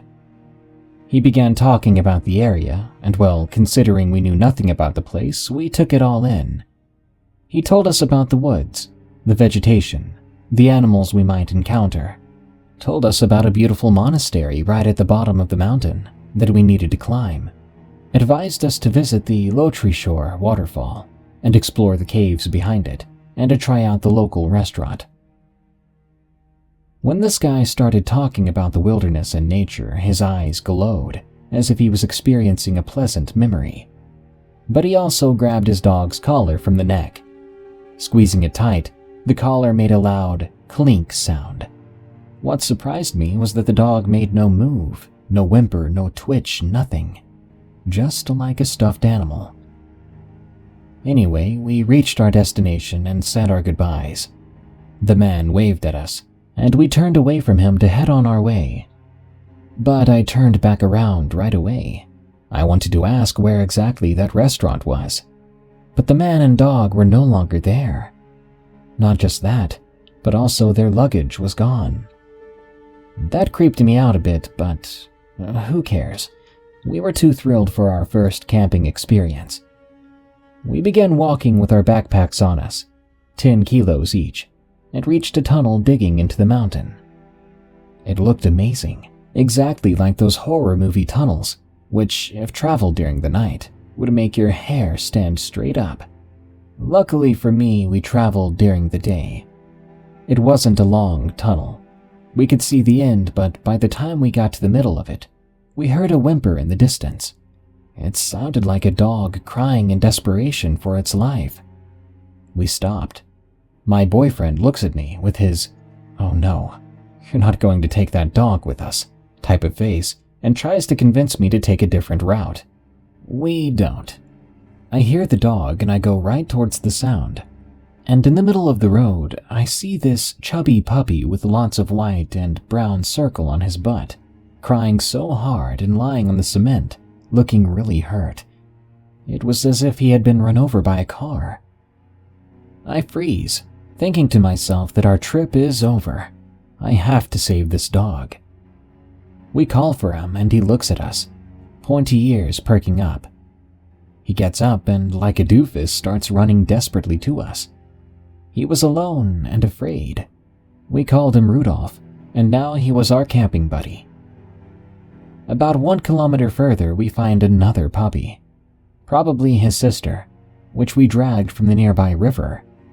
It seems someone threw her in the river to kill her. All wet, cold, and hungry, of course we take her with us as well. So there we were, 10-kilogram backpacks each, 2 puppies at my chest, boyfriend with the map, trying to find a spot to camp the first night. We passed by the monastery the man in the train mentioned, but because we had these puppies, we couldn't enter inside the building. The priests wouldn't allow us. So we continued walking around the property, through the gardens, until we reached the base of the mountain we had to climb. I'd like to mention that these puppies were 2 tiny little brats, because the second you put them down and forced them to walk on their own, they would slam their butts to the ground and cry. Such drama. We walk and walk and walk until we decide to stop, as it was getting late, and I was starting to feel cold.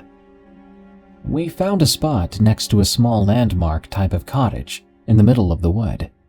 We call it Trojenica. It's like a scouting post but for the church, where they place religious icons or a Bible, stuff like that, inside to bring good energy to the area. It belongs to the church. It wasn't like a house, it was basically a roof with 4 small walls and an opening, not a door. You could go in to hide from the rain, for example. There was an icon inside and a Bible with pages ripped from it. Curious as I am, I opened the Bible. I was really annoyed to see that people would write down their names in it, like couples do on the trees. But on one particular page, the words, "I will find you," stuck out. This was written in red ink. Again, I thought to myself that it was probably someone who wanted to scare travelers with silly messages. I put the book back, and I gave it no second thought. We put up the tent, made the fire, and unpacked, making some food to eat.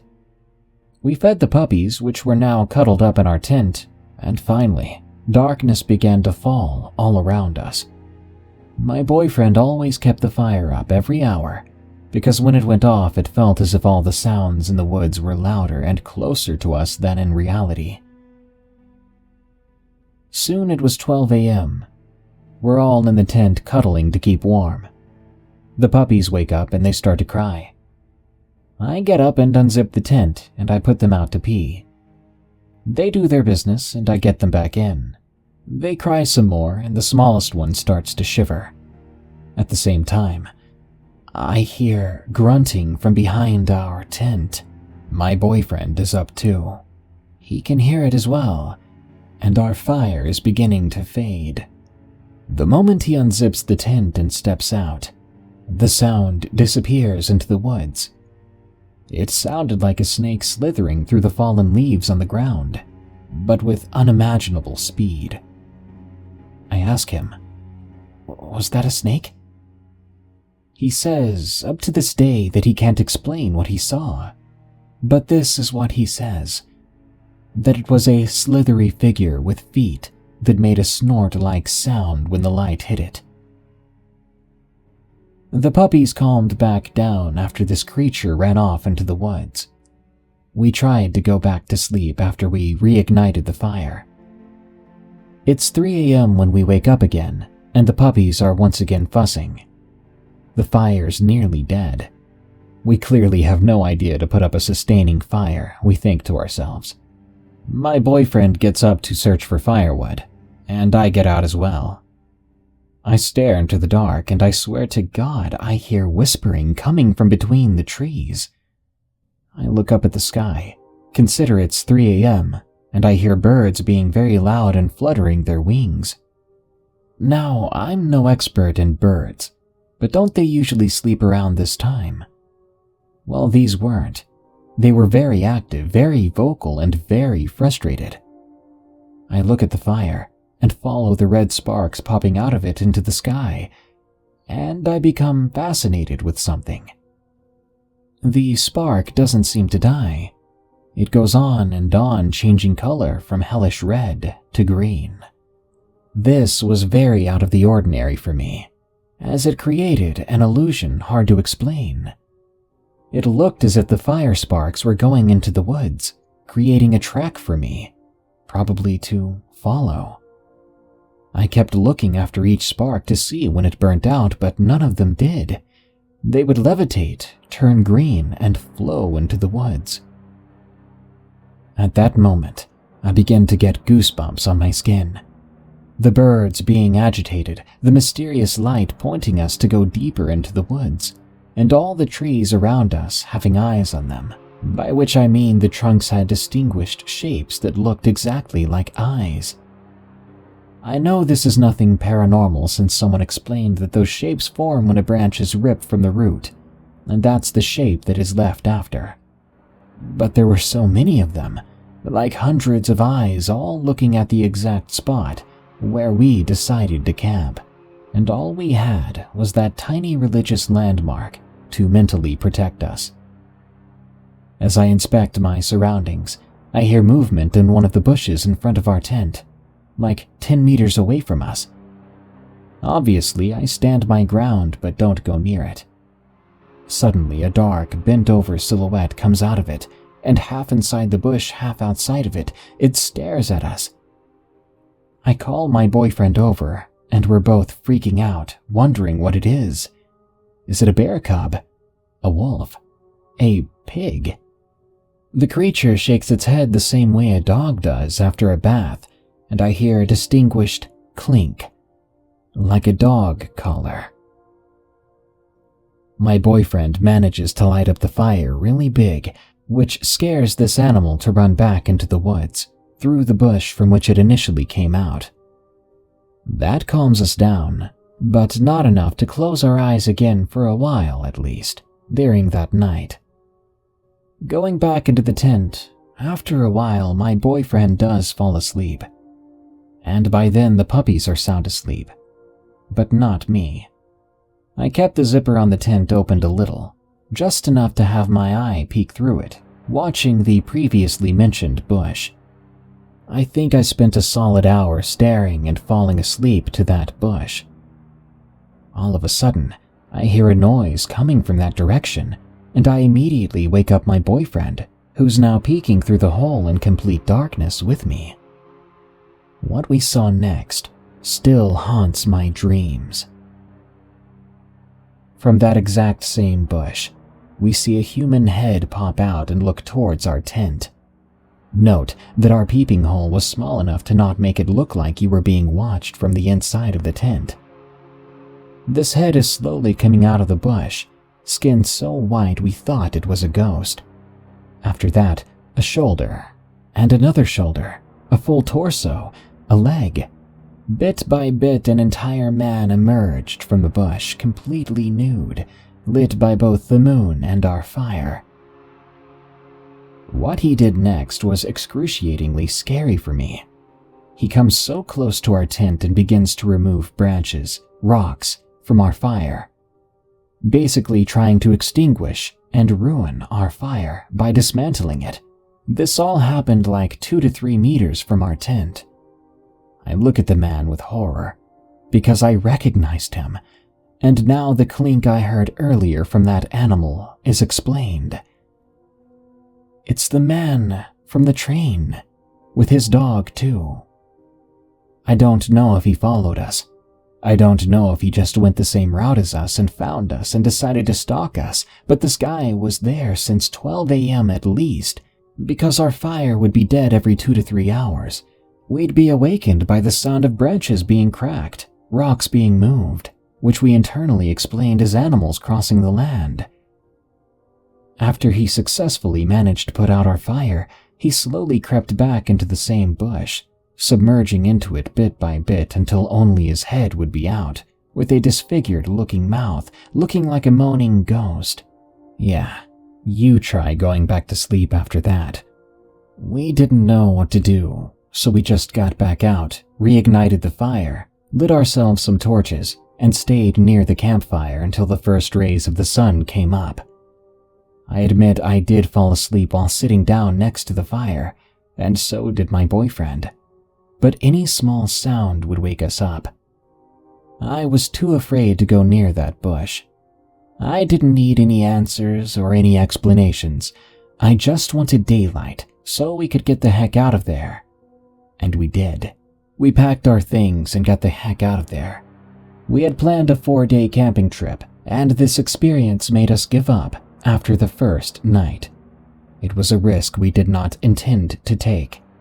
If that man followed us, or if it was just a coincidence, it was enough to ruin it all. As a conclusion to my story, and as advice to any first-time campers out there, never tell your location or even the area remotely close to your destination to strangers. You don't know where their minds take them, and what they end up doing. Always stay safe. Always be aware of your surroundings and any changes that come to you under the form of sounds, movements, changes of temperature, and so on. Always find a way to protect yourself. It had been in the middle of September when my family and I had decided to go boondock camping. For those of you who don't know what boondocking is when you're in the middle of nowhere, with no electricity, no running water, nothing but just you and nature.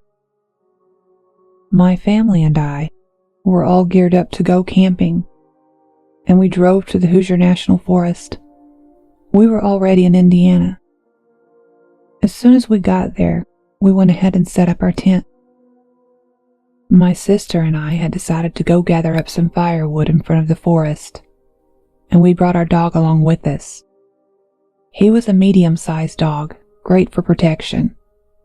While my sister and I were gathering up wood, we were talking and laughing as girls do, when suddenly we heard what sounded like someone walking slowly behind us.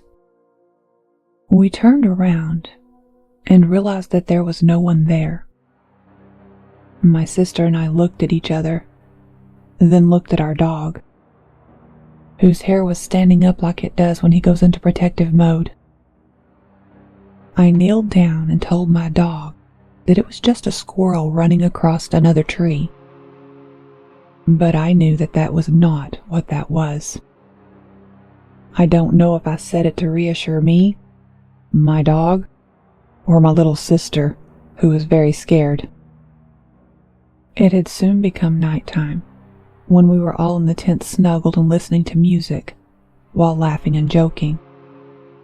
It had been late at night when my mother and sister had fallen asleep, so it had to just be me and my dad, and we were still awake.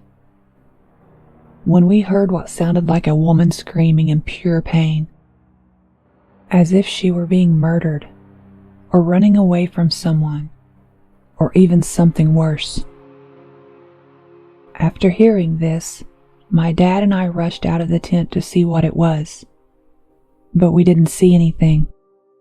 We figured it had been a panther or bobcat around us, so we had gone back into the tent and stayed up some more, just to make sure that everyone was safe. An hour and a half goes by, and my dad hears what sounds like a woman screaming again, except this time it is different.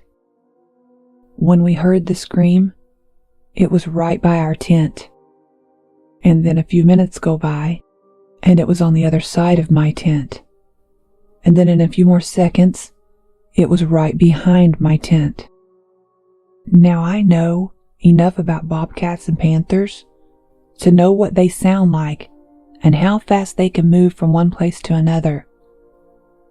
And whatever this is, it was no animal. This was no bobcat or panther this time like me and my dad had thought. My dad had grabbed his rifle, and I had grabbed my 7-inch bladed knife, and we rushed outside. My dad and I looked around using our flashlights that we had. My dog had come with us, and at once again, my dog's hairs were standing up. My dad and I had seen nothing, but we knew my dog was seeing something that we could not see, and that terrified me. My dad could see that I was terrified as soon as he saw nothing, but my dad saw my dog's hair standing up. After seeing his hair like that and not seeing anything, the air goes stiff, and everything is dead silent. My dad cocks his rifle to scare something away, if something was out there. But my dad and I had known better. We knew that there was no animal there. Of course, I think he did that to make me feel better and more safe. We had gone into the tent and my sister was wide awake with fear on her face. I asked what was wrong and she said she had heard whispering behind her. But how was that possible? She was in the tent. I reassured her everything was okay and to go back to sleep. So she did.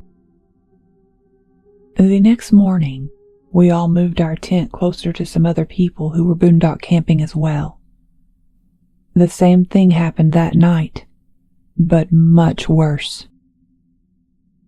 My parents had gone for a walk to talk. My sister and I were in the tent reading our books.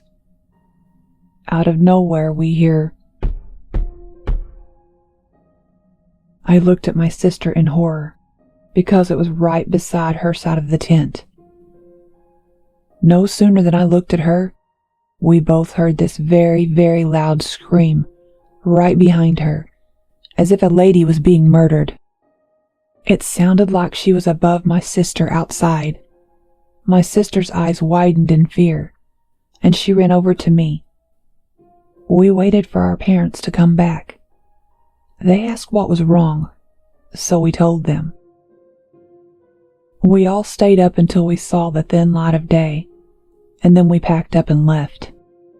We don't know what is in the forest that night, but we know it wasn't a bobcat or a panther. We did know one thing, and that was that we would never go back to the Hoosier National Forest ever again.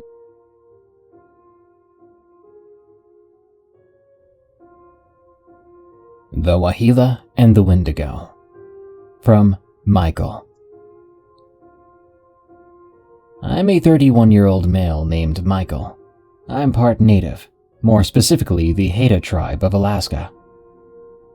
Many of my people believe in the Wahila, a giant white wolf that can be good or bad, depending on your respect for wildlife. It is a guardian that protects people, but it will harm those who disrespect wildlife. Now that you have a brief understanding of what the Wahila is, on to the story. At the time, I had just turned 25 and went to go out camping with my friends. We planned to have a good night full of drinking and games. At around 11, most of us were wasted, besides me and my brother Charlie, being the only ones that weren't heavy drinkers. We were really sober. At the time, me and my girlfriend, now wife, were talking about how we were going to sneak away for some alone time. That's when we heard a loud yell coming from right in front of us. We both turned to find my friend Brad managing to slip and land face first onto a rock. He wasn't getting up.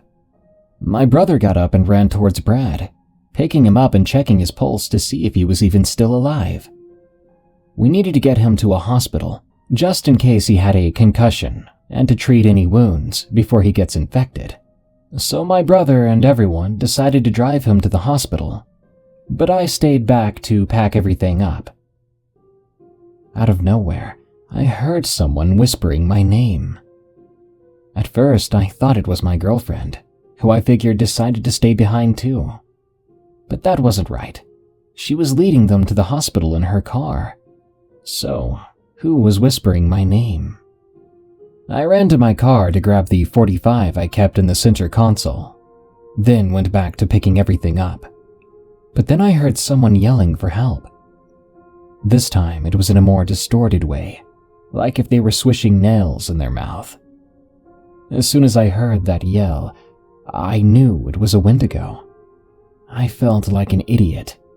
They've been reported throughout the reservation, and now I was all alone, possibly being hunted by the thing. I run over to the fire pit, throwing more logs into it. A Wendigo should not come towards the light. I stayed there until the sounds of the forest came back, and I went back to packing up. But no sooner had I finished packing up, the forest went quiet again. This time, I bolted towards the fire when something pounced on my back. I stayed still and didn't dare struggle. I could hear something sniffing me.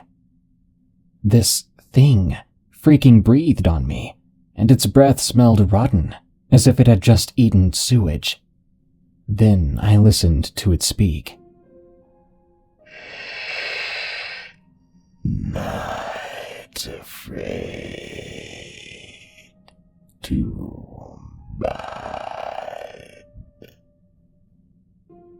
That's when I felt a hot stinging sensation going through my arm. I felt its teeth sinking into my arm. I screamed and screamed as it bit into my flesh. I prayed that the spirits could help. I prayed that if I did die, someone would hunt this thing down and kill it. After a while, it quit biting my arm, but instead it flipped me over to where I faced it. It was pale, paler than the moon itself, eyes red with hatred and teeth dripping with my blood right onto my face. It looked at me, seemingly enjoying the fear I showed.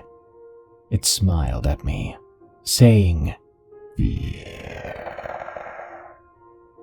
And then it screeched in my face, through the horrid sound. I thought I heard something else, like a howl, and I think it heard it too, as it began to sniff the air. The sound then came again, a long and down to the gut howl.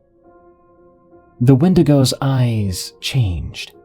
They no longer showed anger and hunger, but instead fear. It got off of me. Then I heard a growl, one that didn't come from the Wendigo. It came from right behind us. I looked and saw these beautiful blue eyes, but the eyes weren't of care, they were of hatred. The howl erupted again, coming from right where the creature was standing. I turned back to the Wendigo and it looked petrified.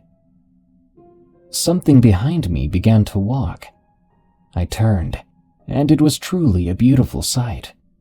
Those blue eyes belonged to a solid white wolf, and though the eyes seemed angry, they were still quite majestic.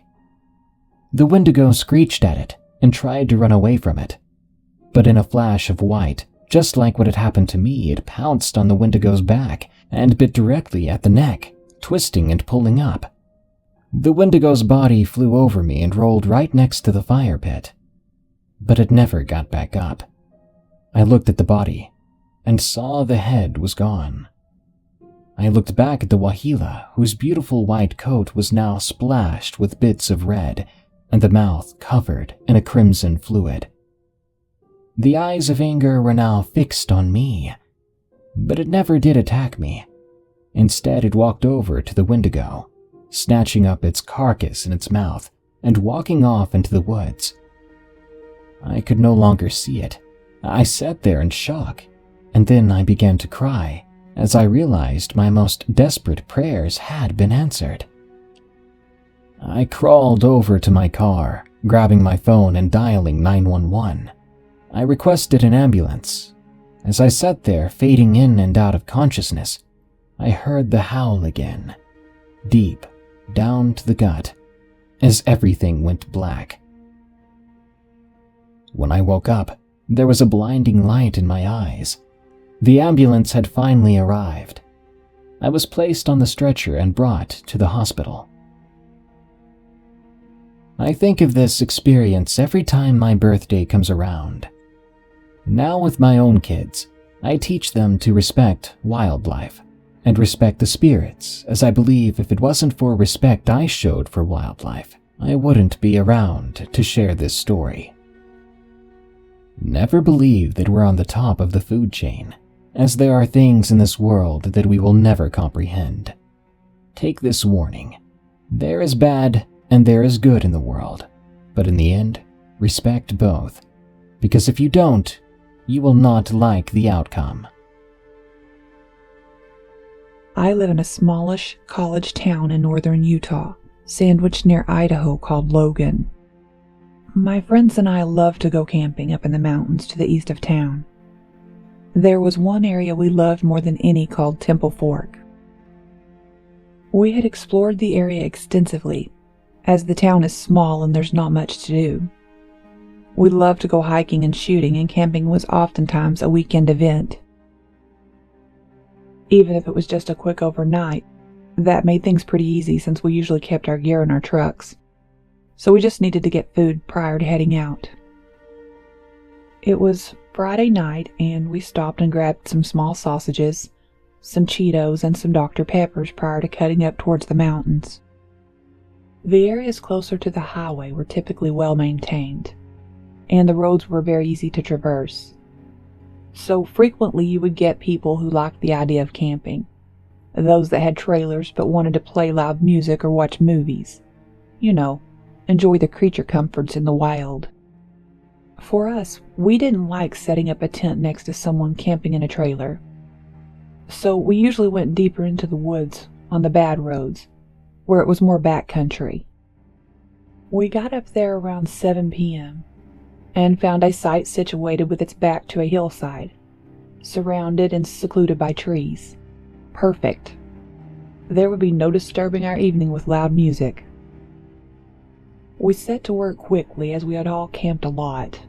Some guys set up the tent, others unpacked trucks, and a buddy and I started the fire. Shortly, we were all sitting around the fire as it was starting to get dark, just roasting the sausages and chatting. After about an hour of chatting, one of my friends told us to shut up. He thought he heard a branch snap up the hill. As the campsite was cloistered in trees, it was dark and there was no moonlight. We could only see what our lanterns and firelight had illuminated. We stopped and listened for a little bit, but we didn't hear anything, so we went back to talking.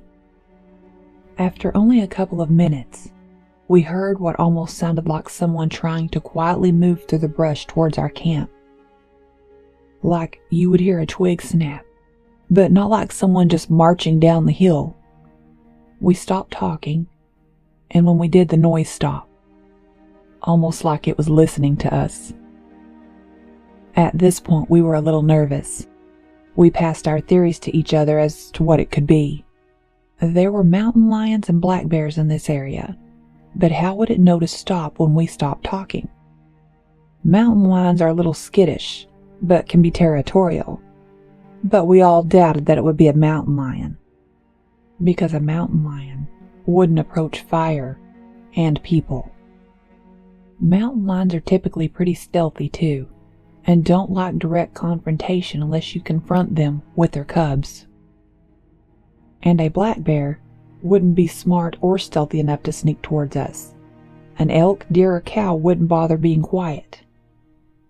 Was it a person stalking us? It didn't really make sense, as we hadn't seen a light or anything, and it was way dark. Someone walking through the dense underbrush through the pines would have a hell of a time getting to us without being able to be seen in the dark.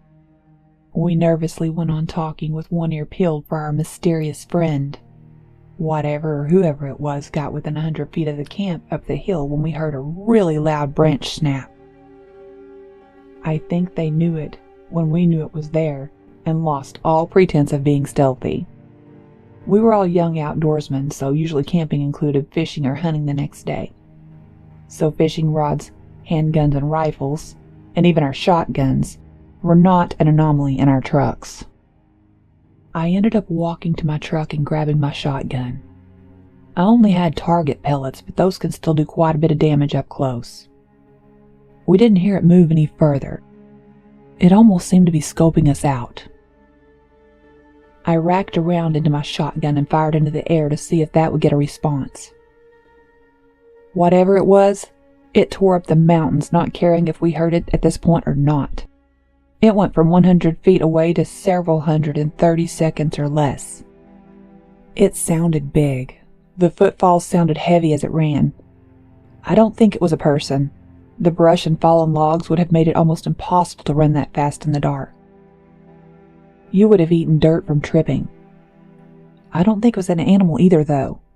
How would it know to stop moving when we stopped talking? We packed up right then and there and got the hell out.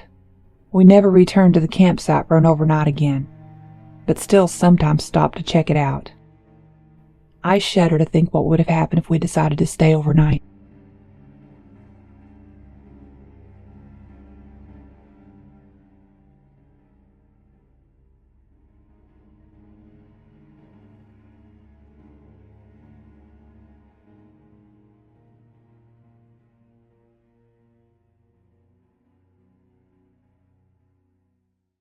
If you go out in the woods today, you're in for a big surprise. This world is a strange one. It can be refreshing to find a nice, quiet trail into the woods and take a little hike. If only you knew what kind of horrors waited for you in those woods. Behind the evergreens and various bird songs, there are evils that wait for you to step a little too close. There are strange people that use the forest as their hiding place, just like the terrible creatures that lurk beyond the tree line. So let's take a hike together with these 6 true hiking horror stories. A quick yet full of love shout out goes out to Jorge R. and Alina M. for being our new badasses and donating to our website renovation. Thanks, guys. Now, let the nightmares begin. Number 1. Creature on the Edge, submitted by Alan. I am a 16-year-old male. My name is Alan. I tend to think of myself as a pretty logical guy. I've always been aware of my senses and I guess a little paranoid. And I think that if I didn't have the following traits, I might not be here to tell this tale. When I was about 15, me and my friend, who we'll call Jack, were biking through a very narrow, desolate road in the more unknown areas of Colorado. I'd rather not reveal the exact location, but the road was one of the more typical roads you would see in a more desolate area. A small, narrow one composed of mainly dirt, and all along the sides of it a very thick tree line that gets thicker as you move along. While biking on these roads, we always were a little creeped out, but that just added a little more kick to the ride. But on this day, we never thought that anything like this could happen to such simple people like us. Well, I guess no one ever expects something to happen like this. We had been biking for about 2 hours, and would take quick pauses to drink some water or take a bite of our snacks we had packed. The usual stuff. While taking these small breaks, nothing really ever happened, but on this particular day, we didn't take too many pauses, because we could hear weird noises coming from around us. But after almost 3 hours of riding, we had to take a break. So we found a pretty big log to park our bikes at, and we sat down to catch our breath. After about 5 minutes or so, we heard what sounded like a woman's scream. As far as I could tell, it was at least 400 yards away from us, to the left. A couple of 15-year-old boys like us wanted nothing more than to show our macho selves as we went to investigate. We walked around for at least 20 minutes, but we found nothing. When we got back, we found our bikes completely destroyed. I mean, the chain was in pieces, the tires were slashed, and the gear shift was ripped right off the handlebars. My stomach dropped, and I almost felt like puking, but then I thought maybe it was just some jerk passing by. But no less than a minute of investigating, we heard something that sounded like a big piece of wood being smashed across a tree trunk. It was very loud and sudden, but I slowly turned around and saw something that could only be described as a creature. It had a height of at least 6 feet, its whole body was covered in hair, and a large snout that went down to its mid-chest and had strange wire-like appendages on its chin, followed by 2 small black beady eyes, and at the top of its head were weird large curled horns. My friend and I took no time to think. We both ran as fast as we could, making sharp turns to try to disorient this creature from following us. We are not sure if it chased us at all, but all I know is that as soon as we started running, it produced 2 of the most strangest and creepiest sounds I've ever heard. They almost sounded like a pig and eagle combined. I know it sounds weird, but it was terrifying. As we ran, we got to a nearby road where we quickly called up my dad to come get us. We never told him the full story. We just told him that our bikes had been stolen when we went to use the bathroom. To this day, I never figured out what I saw, and I don't go hiking or biking anymore on desolate trails as much, but instead stick to more populated areas. But to this creepy creature from the woods, let's not meet again. Number 2. Cannibal in the Forest. Submitted by Caden. This happened around June or July this year. My cousin and I were both 13 years old, and we live in Louisiana. My cousin and I decided to go ride my golf cart around the neighborhood. We do this every time she comes over, so it quickly got boring just doing little circles around the neighborhood all the time. So we stopped at a dry ditch on the road my house was on. I parked the golf cart at the end of my neighbor's driveway that we already felt uneasy about. We once heard what sounded like screaming coming from their yard. Anyway, we got out of the golf cart and took a peek down the ditch to see if there was anything interesting. I saw some old planks of wood lining the side of the ditch about 6 feet in. We decided it was enough to spark our interest and we jumped in. As we walked along the ditch, we heard some rustling beside us, but we thought nothing of it, as it could have just been a deer or raccoon or something like that. We got about 30 feet into the ditch, and I saw an open area, so we decided to take a hike to get to the other side of it, but we continued until we entered a wet part of the ditch. It was full of mosquitoes, so we decided to end our hike and head back home before it got dark. Both my cousin and I were amazed at how large this ditch really was, and I told her sister about it. The next day we went back to what we now called the grotto. We made sure to wear outdoor shoes for better grip. Once we entered, the rustling we heard yesterday was back. But this time it was closer, it was louder. We hiked our way through the open area again, looking out for anyone who might be in the woods with us, since again it was very close to our weird neighbor's house. When we made our way through the wet part, we climbed our way out of the ditch and into the woods where the sound was coming from, like the idiots we were. But everyone has a bit of curiosity, right? It seemed like every step we took, spiders would crawl out from under the leaves, almost like something out of a horror movie. We even found a bag of marijuana in someone's hiding place, along with some empty glass bottles and old ripped-up shoes. When I saw those shoes, though, I wanted to leave as soon as possible, but my cousin wanted to keep exploring. We came upon a fallen tree with a pile of fresh trash covering it. I then began to make my way back to the ditch. That is, until my cousin yelled at me. I found something. I then ran back to where she was, and she pointed to a pile of bones. Immediately, we assumed they were that of a small kid, but we did not find the skull, so they could have been animal bones too. When you're creeped out like that, you always assume the worst. We walked closer to inspect the bones, but we heard the sound of someone stomping around us, and it made us both jump. We turned toward the noise, and what we saw was truly horrifying. It was a man with long, dirty hair and bloody fingernails, crouched down like an animal. Luckily, he was running away from us. We must have stumbled upon his spot for something. But strangely, he stopped behind a tree and began to stare at us. We ran back to the golf cart, horrified as to what we might have happened upon. To this day, I haven't and never will look or drive down the road with the ditch we explored. My cousin and I never discussed the event with each other, and we never told anyone about it. Number 3. Troll on the Mountain. Submitted by Sander. I live in and have a cabin in Norway. I've been wanting to tell my story for so long. I swear I saw something one day I would call a troll. Me and 4 of my family members were going on a long, peaceful walk to a mountaintop. We are big nature lovers, so we were enjoying the colors of nature all too much. And being the one that enjoyed long walks and hiking, I was really looking forward to this.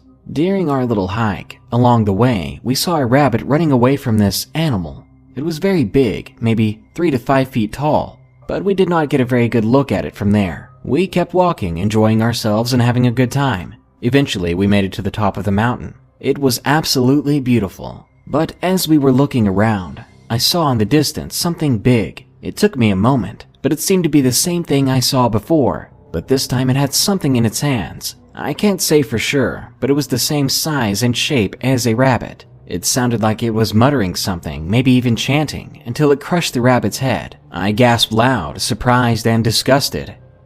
The thing had long, greenish hair and a large nose. It wore other animal skins around its body, and I would guess it was trying to get warm in the cold weather. Sure enough, the thing looked at us. It saw us, probably because it heard me gasping so loud. It screamed in our direction. That freaking scream, it was like a combination of a reindeer and a dying sheep, if that makes any sense. It was awful. Its eyes were glowing yellow, and its mouth had many disformed teeth, and on the other side of its face, it had the faces of crying children. I wanted to throw up just looking at this weird thing. We all rushed down the mountainside in a panic, pushing past each other, trying to get through. I can say that after that night, I've been pretty spooked, and I swear, every so often I can hear that thing out in the woods screaming and chanting. Remember, whenever you go walking, whether you're going on a mountain trip or hiking alone, you really aren't ever alone. Number 4. The Skinwalker That Followed Us. Submitted by Backwoodsman78. Before I go and tell this story, I want to make sure to all of you listening that these things are real, including this story. Me and my friend had decided to go hunting out in a new spot. This new spot was almost about 4 miles from my house. We were dropped off by my dad just a mile in to sort of reduce the walk, but it still turned out to be a bit of a hike. But luckily, this far out, we wouldn't scare the deer off. It was around 5:20 in the morning when we got in and started walking. But as I looked up and along the tree line, I saw a tall figure standing there. I assumed it was just a configuration of trees and branches. You know, how human eyes make out familiar shapes and things. I didn't say anything to my friend, I just simply assumed it was branches. Not even going 30 yards in front of me, I heard a noise up the steep bank that caught my attention, and as I looked up, I saw something I had only heard of. It had to be about 6'4" or 5, because I'm 6'2". I immediately got behind a tree as I thought to myself, maybe it's just another hunter. But the real dread came when I realized we were right now around 5 miles in from an actual road, and we were nowhere near someone else's property line. I had preloaded a .308 caliber full metal jacket round in my Remington. I told my friend that I did not care who or what it was, but if it came down to it, it was going to be dead. We sat for around 3 minutes, and this thing began to walk down the side of the mountain towards us, seemingly unafraid. I ended up getting a closer look at the thing. It was tall, skinny, and what really gave it away in my mind was that it had this hat on its head. I knew what it was as soon as my eyes hit it. It was the snout and fur of a coyote. Whoever this was wearing the fur of a coyote. My blood ran cold, and so did my trigger finger. I was just completely paralyzed in fear and amazement that this was what me and my friend were really seeing. I didn't wait any longer. I threw up my Remington and shot at it. And as the bullet hit, you could hear this god-awful noise come out of it. I really can't describe it, but it was between a panther and an elk. After that, we hiked back to the nearest road and quickly made our way out of those woods. To this day, I have never returned to that side of the property, nor that road, but me and my friends still do speak about what we saw that morning. I'm not sure what it was or what it was wanting. All I know for sure is that there is no way in hell that that thing was human. Number 5. The Trail, submitted by Hammond. It was sometime in August. I decided to go for a hike that would last till about 11 at night. I was a bit nervous for my upcoming exams, and hiking takes off the nerves. There was a parking lot near where I wanted to hike, and as I entered, there were only about 3 cars there, and one was really shaggy looking with dents all over. There was a man, maybe in his 40s, just sitting there staring at me as I went onto the trail. About a half hour into the hike, I see him taking a different trail, but he stops and stares at me once again. It was starting to get dark. It must have been 9 p.m., and that's when I heard leaves crunching behind me. I turned toward the noise with my flashlight on, and to my surprise, there was no one there. It was getting late. I decided to head back. The parking lot itself was 30 minutes away, so I guess it was time to go. I was getting close to the parking lot entrance when I hear running behind me. I quickly begin running myself and take a peek behind me, and there was that scraggy, dirty man holding a cloth in his hand and some sort of spray bottle. At this point, I am making a mad dash to my car, reaching for my keys to get in as fast as possible, and I did it just in time. This psychotic man reached for the door handle, and I looked at it, jammed the keys into the ignition, and got the hell out of there. In the rearview mirror, I watched as this insane man, ran after my car with no success. I floored it out of there. The last thing I saw in my mirror was him bolting into the woods. I immediately reached for my phone to call 911, and from there on I have no idea what happened to the guy. I hope that sicko got arrested or they did something about it. God knows where or who he is, and who else he might have gotten his hands on.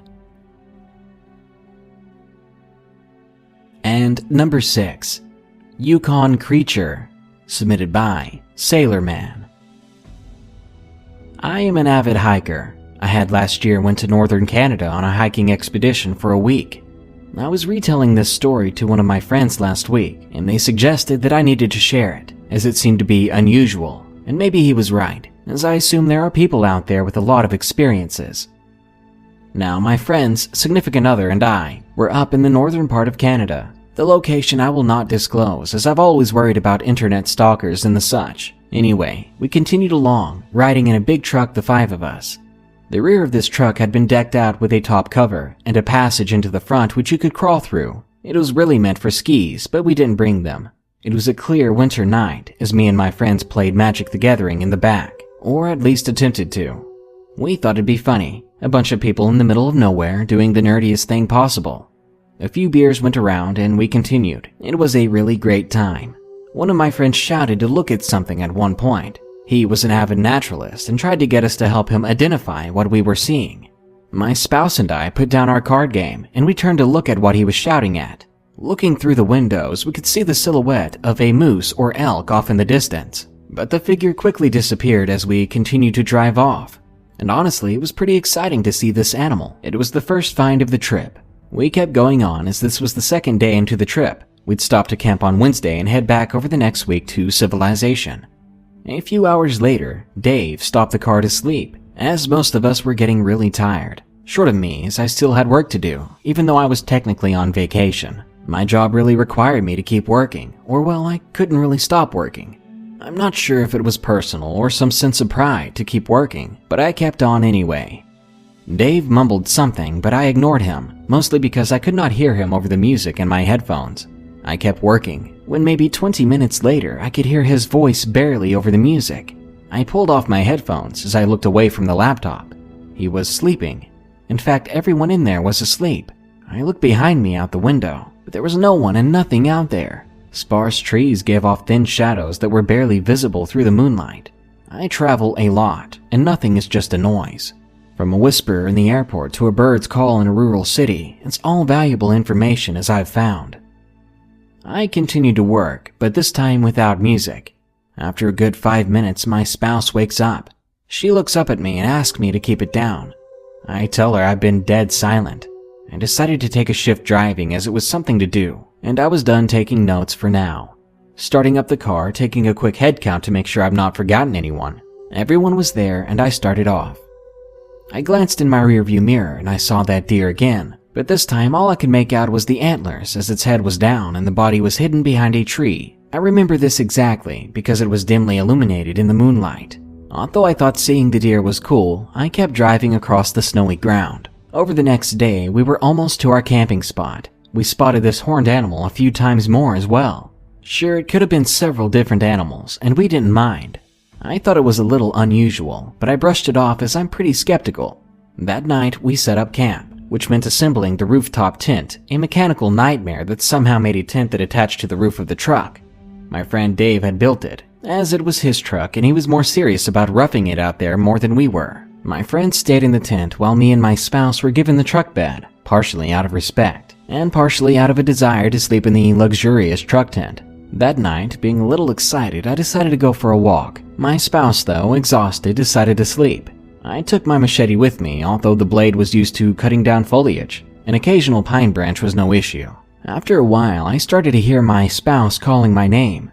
I could still see the lights of the truck even out from a distance, so I began to walk back to the truck. But that's when I noticed that the call was coming away from the truck. So I stopped and listened, confused.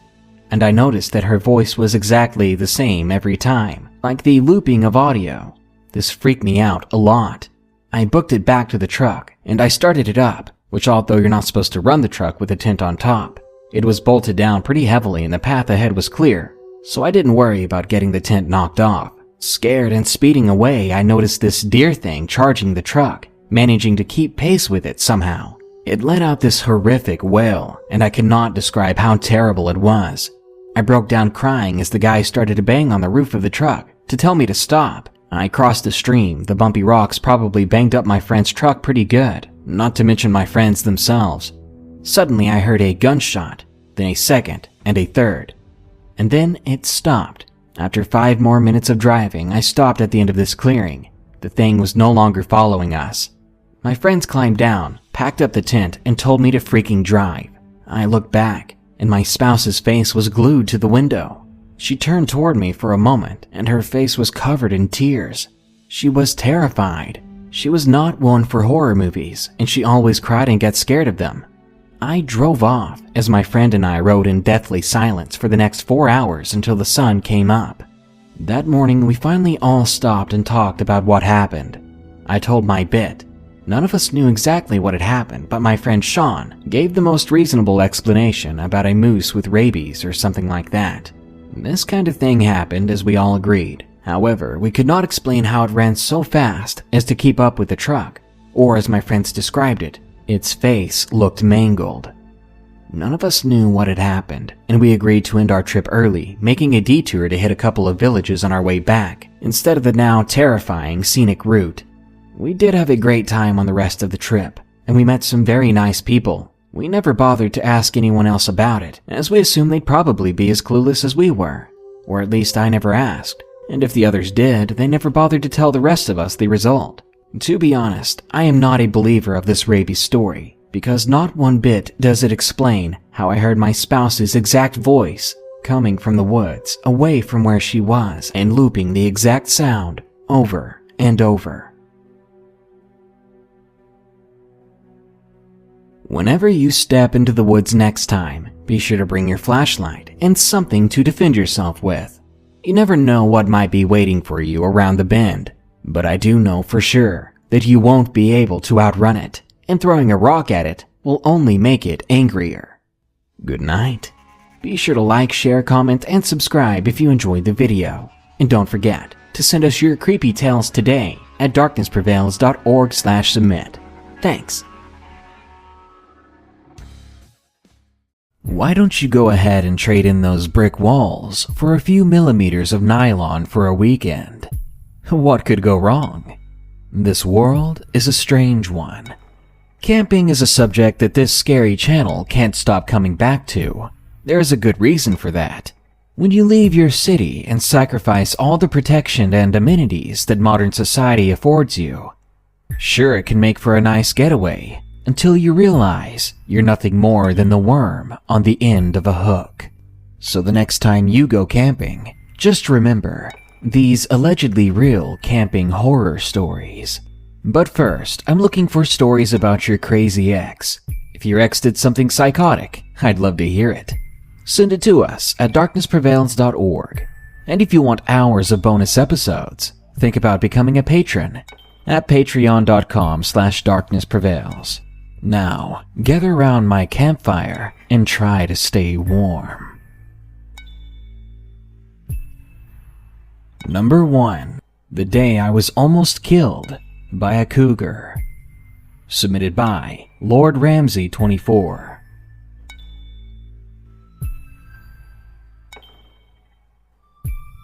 This happened about a year ago. I was 15 at the time, camping with my family, and also a good friend who we will call Zach. We were staying at the Miquelon Lake campground in central Alberta, Canada. The lake is basically a drying up crap pile now, but the scenery used to be nice, and we know most of the staff at the park. The campground is of a modest size, and is often filled to capacity rather quickly. There are a series of trails over by the park center that takes you through the forest. So one evening during this trip, we decided to walk down one of these trails. After some walking, we found an older trail we had not taken before. It was overgrown, but you could clearly tell it was a pathway, so we took it to see where it would go. After walking for about 20 minutes, we began to hear rustling in the bushes next to us. Zach figured it was a beaver, as they're really common around these parts. But I looked, and to my horror, I saw an intimidating feline face peering at us through the bushes. I could clearly make out its yellowish eyes, but it did not seem like the cougar was moving, and yet we still heard rustling in those bushes. I pointed at the creature, and I told Zach, who was beginning to panic. Cougars usually try to stay away from humans, but in forests like these, they're getting more and more common, so sadly, it's not impossible to stumble upon one. I told Zach that we needed to stay calm, to keep facing the animal, and backpedal away. He listened, and we both backed off together. I could tell he was spooked, but I told him the rustling was probably its young, and that we were probably the intruders. I figured so long as we continued to back away, the cougar would just leave us alone. For quite a while, we backed up down the trail, and when we felt we were safe, we turned our backs to continue walking. We rounded a corner, feeling a bit of relief that we survived that, only to see the cougar standing there on the trail in front of us. It was staring us down, and it seemed like it wanted to attack. I was shocked at how fast and quietly it was able to pass us. At this point, it was very clear that the cougar was toying with us, and that an attack could happen at any moment. I had a K-bar knife with me, just in case of situations like this, situations you honestly never believe you'll get into. So slowly, I pulled out my knife. Truthfully, a knife probably would not save our lives against such an amazing predator, but it was better than nothing, and it's a useful tool, a weapon for hunting or defense, should the time come. I think Zach knew the cougar was probably going to attack too, given my reaction to the situation and the cougar's odd behavior. We were both tall for our age, but Zach was scrawny. I myself was only a bit larger in my build. Even so, if the cougar chose to attack us, we would be in a lot of trouble. I told him again that we needed to continue to stare it down and back away. We needed to stay close to each other. He was scared though. Zach didn't listen, and stupidly, he started running. Before I knew it, the cougar was running towards us, and it was terrifyingly fast. I didn't stand there and choose to fight the thing. It was so quick to close the distance between us that that's all I could do. Maybe it's a good thing, because if I had turned and run too, then that would only make me vulnerable. There was no use outrunning this thing. Besides, deep down, I was hoping Zach would either come back or at least get some help, if I didn't die before then. Before my mind could process what was happening, the big cat was on me. I blindly pushed my knife into it, panicking, not even thinking about where I should aim it. But with a grotesque sensation, I felt the blade puncture flesh. There was a disgusting pop to it. But the cougar did not react. It did growl though, maybe in pain, but maybe just anger. But the wound I had placed in its chest was definitely not lethal. Then I hit the ground from the force of this cat, and I felt the air rush out of me. My hand let go of the grip of the knife, which was now hanging out of the animal. Then I felt the most sharp pain in my shoulder. I think the cougar had tried to bite my throat, but as I had jerked away in a panic, it sank its teeth into the flesh of my shoulder. It was at this point that I knew I was going to die. Oddly enough, when that thought came, the pain began to go away. I think in this fight for survival, my body filled with adrenaline, stopping the immense pain from being full force.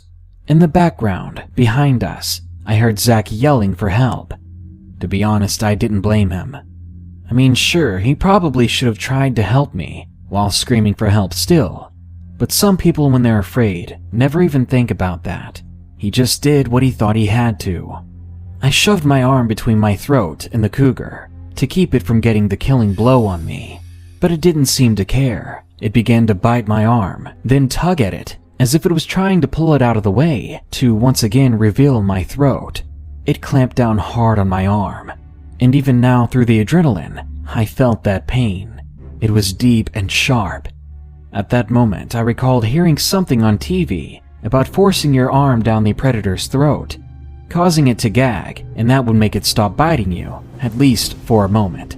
So gathering up my courage, I straightened my arm out as best I could, which caused its teeth to twist into my arm even more. But now I was able to force my arm down its throat as far as I could. The pain was terrible, but with the thought of living or dying, I continued to push through it. To my relief, the cougar actually gagged and promptly let go of my arm. It gave me a few seconds of time to prepare for its next attack, but I knew I was still at its mercy, and I knew my chances of survival at this point were low. Suddenly, a loud bang rang through my ears. I saw the cougar jump off of me, as if it was flinching from something. Then it ran away for a few feet before collapsing onto its side. I stood up on wobbly legs, and I saw a park ranger running towards me, along with Zach close behind. I'd never been more happy to see anyone. At this point, the pain throughout my body was slowly getting worse. With the relief that I would live through this, my adrenaline began to settle down, and I began to slowly feel everything that that animal had done to me, and I was far more messed up than I thought I was. There were deep scratches on my left shoulder and torso, and on my right shoulder, there was a nearly fatal bite mark. I felt the warm trickle of blood under my clothes, and it seemed like everything was burning. During the attack, I had no idea how bad it had hurt me, until now. In fact, the pain was so much that I could barely stay standing. When they reached me, the ranger put me on the ground slowly and began to do his first aid, putting pressure on the bitten shoulder, while telling Zach to put pressure on some bandages on my arm. I saw Zach crying, which I thought was funny at the time. I mean, he was the one that ran away. There wasn't a scratch on him. I remember thinking, shouldn't I be the one in tears? A few moments after that, I ended up blacking out. The next thing I remember is waking up in the hospital. I had dozens of stitches all over me, and I had to stay in the hospital for a while so that the bite holes wouldn't become infected. I mean, to this day, the arm that the cougar bit is permanently damaged. But even as I think about that, I recall how lucky I am. It all could have gone down differently. I could have made the wrong decisions. I could have panicked too much, forgetting to cover my most vital parts. If it had gotten to my throat, I could have died in an instant. I still don't know, though, why it attacked us. Maybe we made it mad for some reason. Maybe it was just that hungry. But I still can't understand why a cougar would attack two tall people like that, unless it was absolutely desperate. For those that are listening, if I had any words of caution about this story, it would be to stay alert. Before you go camping or hiking, always take a few moments to research some survival tactics, just in case. Because nature really is scary. And just because we're at the top of the food chain, doesn't mean we can't still be a part of it. Number 2. Always clean up your mess. Submitted by Sophie Sugarcane. I'm from Vegas, and my family loves to go on an annual camping trip to Northern California. We go towards the end of April every year, because that's around the time the campground opens. Usually the whole family goes, but because money was tight this year, it was just a few of us. There were only 2 girls going, me included. I even invited a close friend of mine and brought my dog. We stayed a few days with no big events until the last night. The last night my family started a big campfire.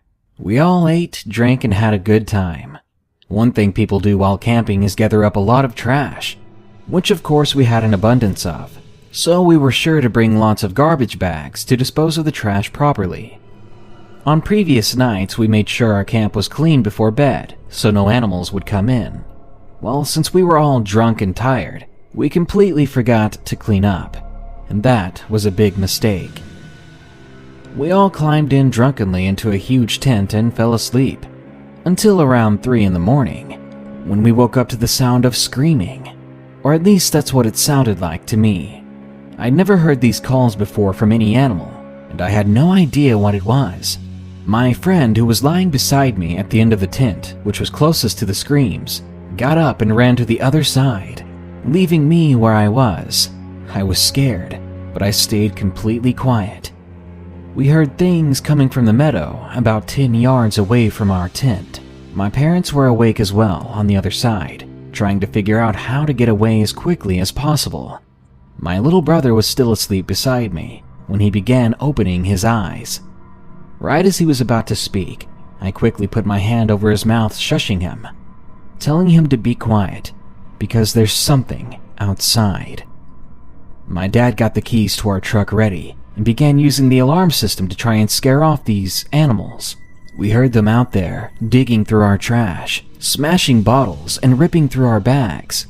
We all really froze when we heard sniffing behind us. Whatever it was, there was one of them behind our tent, inches from our heads. My dad made the alarm go on and off for clear over an hour, to no avail. All the while I was holding my dog, praying she wouldn't bark.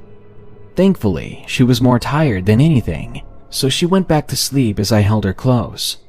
My dad quietly got up, unzipped the tent, and we knew we were about to make a run for it. We all got up quietly with him, not even putting our shoes on or grabbing anything else. Without a word, we all sprinted towards the truck. I was the last one to leave the tent, and I ran as fast as I possibly could, holding on to my dog tightly. My little brother made me get in the truck first and pushed me in. Then we drove off. The sun rose within the next hour while we were driving around. We went back to camp hesitantly, and the animals were gone. But Dad had seen what they were. He explained to us that there were bears, that there were about 4 or 5 of them outside of the tent, and it wasn't a mother bear and a few cubs. These were full-grown bears that had unknowingly surrounded us, scavenging for food. They invaded our campsite because we left trash out. While we cleaned the rest of the campsite, hoping they didn't come back, I noticed at the back of our tent, where we had heard one sniffing, there was a trail of paw prints. The thing had been right behind us. At any point, if it wanted to, it could have torn open our tent and feasted on us. Those strange screams live on in my head, like they're coming back for us, and until this point, I'd never experienced true fear. A word to the wise: always clean up your mess, or you should expect some uninvited guests. Number 3. Mysteries of the Woods. Submitted by Shannon M. This happened a few years back. My friends and I decided we would go on a camping trip when most of our friend group had finally graduated. There was a wide range of us, from 19 to 16 years of age. We decided to go on a week-long trip. We live in Newfoundland, Canada. Here we have decently dense wooded areas within our city limits, so we decided to camp in the city. I know it's not the typical out-of-city away from everything camping, but we did what we could as only one or two of us could drive, and more than 10 people in a couple of tiny cars doesn't work too well. We drove about 15 minutes into the woods, basically where we could see the city, but not hear it or be affected by its bright lights at night. It was a nice area. It was atop a hill, but we worked with it. The fire pit we made was in a dense bit of woods that was about 10 feet deep, nothing big. Around us were trees and ATV paths. Occasionally we saw a few people going for hikes, but no one ever bothered us. Everything was fine and fun for the first few days, running around, going swimming, smoking weed and getting heavily drunk, you know, the wild teenager stuff. After a few days, people started to clear out, but myself, my boyfriend Jason, his little sister Thea, our friend Mike, and a few other friends stayed. During the days, the heat reached about 20+ degrees Celsius, and at night it would drop between 5 and 10 degrees. On the second to last day, it was hot enough to the point that myself and Jason took the cover off the tent to let the heat escape the scorching hot nylon. Around noon that day, Mike and a few others left due to work, but later returned. Thea left to shower. Since we were in the woods, the closest thing to a bath we could get was swimming. This left just me and Jason, so we decided to play some cards in the tent while we waited for everyone to come back. And that's when we began to hear the rustling of garbage bags. We peered out of our tent and we saw an old man. He looked to be in his 60s. He was carrying a garbage bag and was cleaning up our mess. At one point he turned and saw us, and he just smiled. He walked up by our fire pit and never came back down. It was weird, but I never thought more of it until after the trip ended.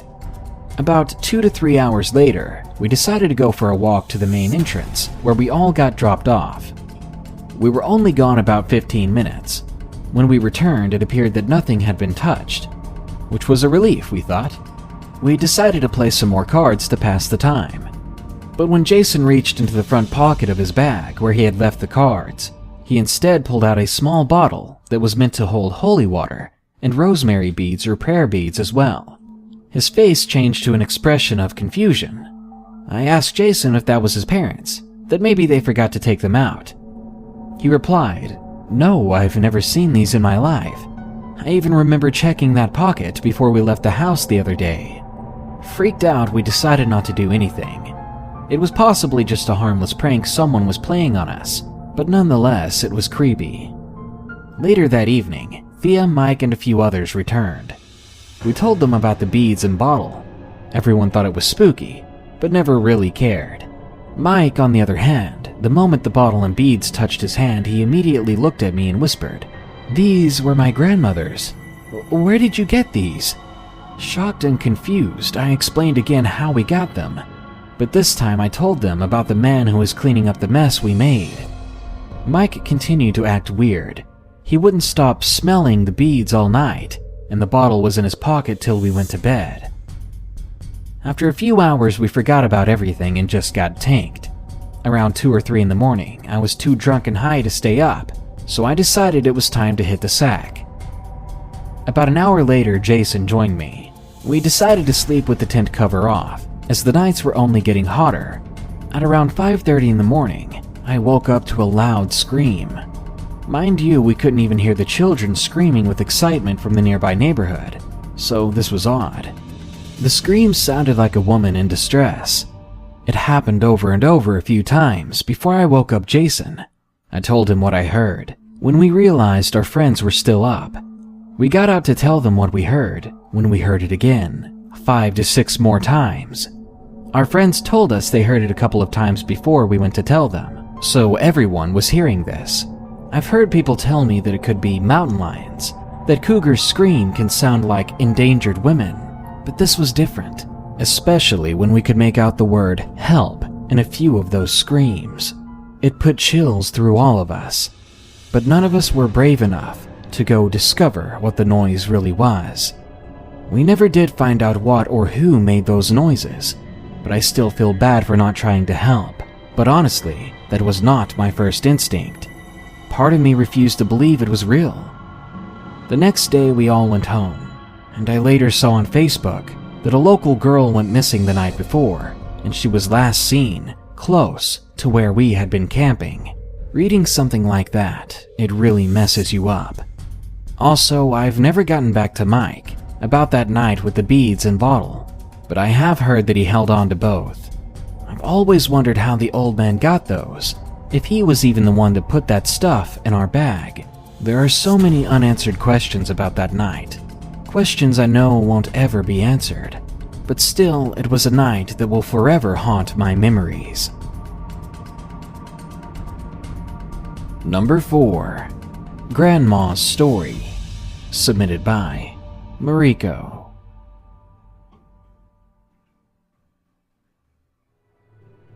This is a story told to me by my mother and later my grandmother. It's an incident that my grandmother normally refuses to talk about, and my grandfather will flat out ignore any questions we have about it. Back in the 60s, 70s, and 80s, my grandparents were avid travelers. My grandfather worked all the time due to the nature of his job, so when he had even 2 days off, it was used as vacation travel time.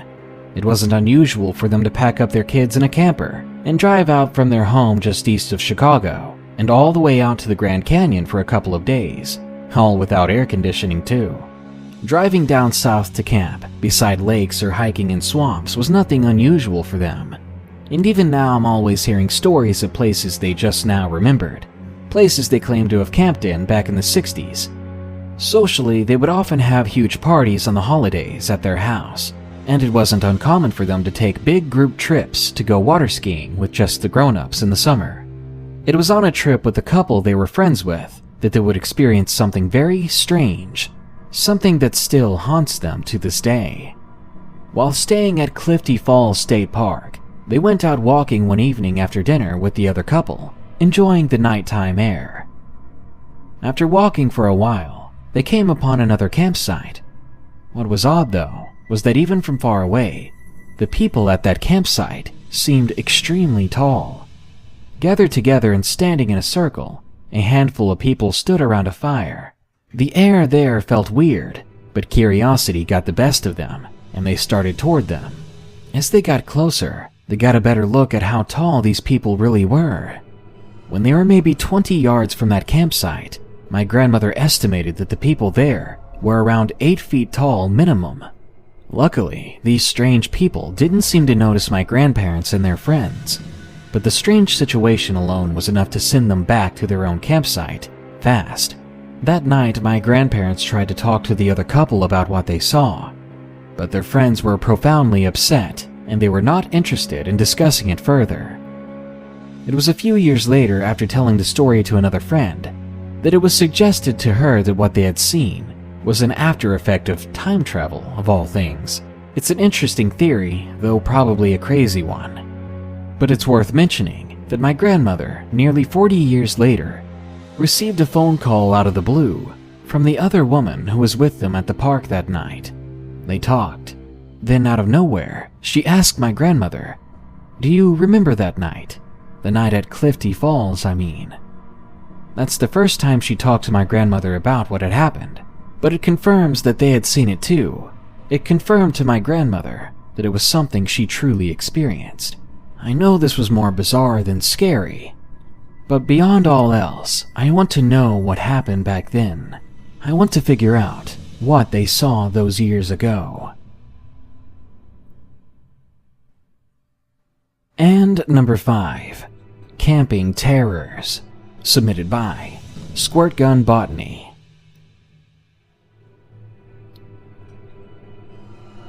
Normally, camping is a wonderful experience. I grew up camping all over the Rocky Mountains, and up until 2 summers ago, I would tell anyone and everyone that my favorite hobby was to drive deep into the mountains far from people and just camp out. I couldn't even go a few weeks without needing to be out camping somewhere. But I haven't gone camping in 2 years, and probably won't for a few more years because of what happened. I moved to Massachusetts from Idaho about 5 years ago, and during the summers, my husband and I would take our daughter camping to random places, usually places that our friends recommended. During June of 2015, we found a place to camp near Jamaica, Vermont. The website for the place looked great, so we packed up and headed out with a friend and his daughter for 2 nights. The first night was fun, yet pretty uneventful.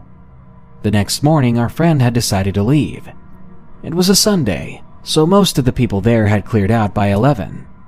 By this time, we were almost the only ones there. It left us with a rather creepy feeling, like we weren't supposed to be there. Though usually I'm an intuitive person and trust my gut instinct, I just chalked it up to being alone, that maybe I've heard one too many ghost stories. But my stomach seemed to twist in on itself when my husband mentioned too that it felt weird to be there now. He's a Marine and he's not the type of person to be scared like that, let alone for such a stupid reason as being alone in a public campground, especially in the middle of the day. It took me off guard when he said he would like to leave for a few hours, get away from there, get lunch in town, just try to shake the feeling that he had, this knot he had in his stomach.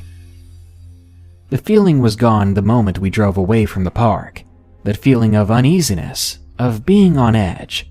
We ate and laughed and enjoyed the sun like normal people. We even tried to delay going back there as much as we could, but eventually we had to get back in the car and drive back. It felt like driving back into a dark cave, or rather back into the executioner's arms. Even now, as we tried to fake being into the whole camping experience for our young daughter, we felt constantly like we were being watched. No, it was more than that. We felt like we were being stalked, or even hunted from a distance. In the middle of the day, in the middle of a very safe, empty campground. I told my husband that we probably needed to go, that this feeling of dread is just growing more intense with each passing hour. Something was telling me that something bad was going to happen. He explained logically that we weren't going to leave, that our gut feelings were wrong, that we were just feeling that sense of being alone in a new place. So I put on my brave face for my little girl. That night, it got dark, and by God, it was dark in a strange way. I've been in the middle of nowhere. I've been camping in the wilderness before, but in this place, even so close to a city as it was, something was different. That feeling of being watched, of knowing something was coming, something bad was going to happen. It was getting a lot harder to chalk the feeling up to just being alone. Then we had to put out the fire and get into the tent for bedtime. I looked down at my baby's sleeping face and swallowed the sheer panic that was welling up in my chest. I did feel a little better as I slid onto the air mattress next to my husband and he wrapped his arms around me. I thought I could close my eyes for a few minutes, that maybe everything would be all right. Suddenly, in the middle of all the stillness and surrounded by the strange darkness, my husband said to me, whispering in my ear, "We need to go. We need to leave right now. We don't get up and leave now, something very bad is going to happen." I immediately went into fight or flight mode. I was completely paralyzed. Even thinking about it now, 2 years later, it makes my heart race. My level-headed, brilliant, objective husband had just told me that we had to leave now, purely from a gut feeling. The moment we raised ourselves up to pack everything away and leave, we heard a loud snap in the distant woods. Not the sound of a twig breaking underfoot, but the sound of large branches being broken. The sounds came again and again, growing closer by the second. Frantically, he started cramming stuff into the car, all while looking around, telling me to be as quiet as possible, to not even turn the flashlight on. I looked again at my baby's sleeping face, and I knew that I had to get the hell out of here, and that made me snap out of it. I gently put her in her car seat, and then began slamming stuff into the car as well. The cracking of trees was terribly close now. I could feel eyes piercing through me. Something didn't want us there. Something was angry. We were being watched, and I knew something was going to happen at any moment. We both agreed on that. Now, I've almost been attacked by a mountain lion once. I've seen some bizarre, almost paranormal things in my life. I've almost drowned, and I've had drunk men surround me and begin to beat me before.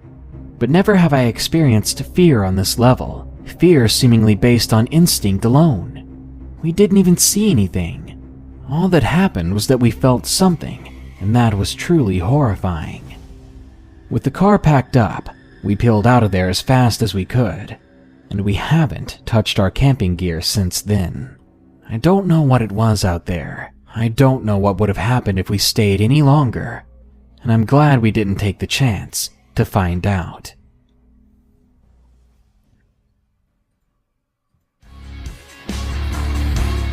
I've gone camping a few times myself. For me, so far, the scariest part has been waking up both cold and sweaty every morning, plus a few uninvited insects trying to be the big spoon during my cuddle sessions. But maybe I'm just lucky, because as you can see from these stories, the worst can happen. You can get stalked through the woods, you can be attacked by wild animals, you can risk your chances of never coming home. Good night. Be sure to like, share, comment, and subscribe if you enjoyed the video. And don't forget to send us your crazy X stories at darknessprevails.org. Plus, a huge thanks goes out to my newest patron, Zen Bloodshadow. Thank you so much for going above and beyond to support this channel. People seem to forget that we aren't always safe. Even if you're at home surrounded by thick wood or brick walls, or if you're out in the woods with nothing but millimeters of nylon separating you from the wildlife outside. So if you think it's a good idea to go camping, keep your eyes open. You're never alone out there. The following 5 stories are allegedly true accounts of the weird things that can happen on camping trips. Before we begin, remember, you can always submit your story at reddit.com/r/darknessprevails. And don't forget, this world is a strange one. Number 1. The Child in the Showers. Submitted by Soupy Bean. This was the most frightening experience of my life. My story happened about 10 years ago. I was a 7-year-old with no worries, and the idea that the world was a completely safe and happy place. I couldn't have been more wrong.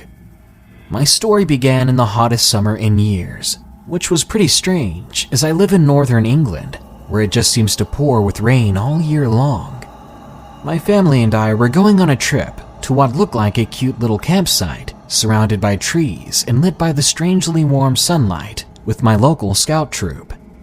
The first day there was lovely. It made me think this trip was going to be the best one I'd ever taken. That evening, we went swimming in a nearby pond. Once we were done, we came back and had to have showers, so we could get the dirty stuff from the water off of our skin. We went into the best showers we could find, which just so happened to be on the other side of the campsite, so at our pace it would take about 20 minutes to walk there. The campsite was pretty big. By the time we got to the showers, the light was starting to dim, lighting the path with a strange blue glow from the dull moon. It gave us a sense of eeriness and worry that maybe we should just wait until tomorrow to take showers. My friend Katie reassured me that we would only be a half an hour at most, to take our showers and walk back. So, still a bit skeptical, I decided to stay so that our journey wouldn't be a waste of time. Plus, I could take a shower and stop stinking up the campsite. As many 7-year-old girls do, we kept our swimming clothes on in order to shower together. That way, more people could shower at once, and we could get done faster. We had been in the shower for about 10 minutes, when the lights around the place suddenly clicked off. We all froze and were left in the same eerie blue glow as before. But this time, things felt different. My friend Katie began to again reassure me that it was probably just the sensors failing to pick us up and switching off the lights. But then our shower water began to get cold until it was absolutely freezing, and none of us could shower anymore. It became unbearable, and we switched the water off. And after we did that, everything went quiet. The noises outside, like the crickets and the animals, it all just stopped. Katie stopped talking too. There wasn't a single noise coming from anywhere, save for our slightly faltering breathing. This confused me at first, but then, from only a few meters away, I heard the softer, very calm breathing of someone who was trying to be quiet and not heard. Someone who wasn't part of our group. What happened next sends chills down my spine, even to this day. Katie and I began to back away into the corner of the large shower cubicle, attempting to get as far away from this new person outside as possible and prevent ourselves from making any more noise. But then Katie began to cry, not because of sorrow, but because she was afraid. But right away, the sound of it alerted the stranger outside that we knew that they were there. The person on the other side of the door began to breathe in hard, and then they held their breath for a moment, and it was silent, until the silence was completely broken by a loud scream. A scream that didn't sound natural. And as we all covered our ears from the weird noise, I finally saw the silhouette of the person against the dull blue light. It was a child, smaller than us, but there was something wrong about his figure. It was distorted in a way, as if someone took a picture of his silhouette and added a blur to it. But that didn't make sense, because he was standing there in the doorway, right before us. How could he have been blurred? The sound of his cry sounded sorrowful and angry, as well as afraid. It filled the showers and echoed through the campsite, and I kid you not, when he screamed, the doors behind us began to slam open and shut, over and over. Shivers went down my spine, and I heard several of the kids crying. Though it felt like it lasted forever, everything stopped a mere 5 seconds after it began.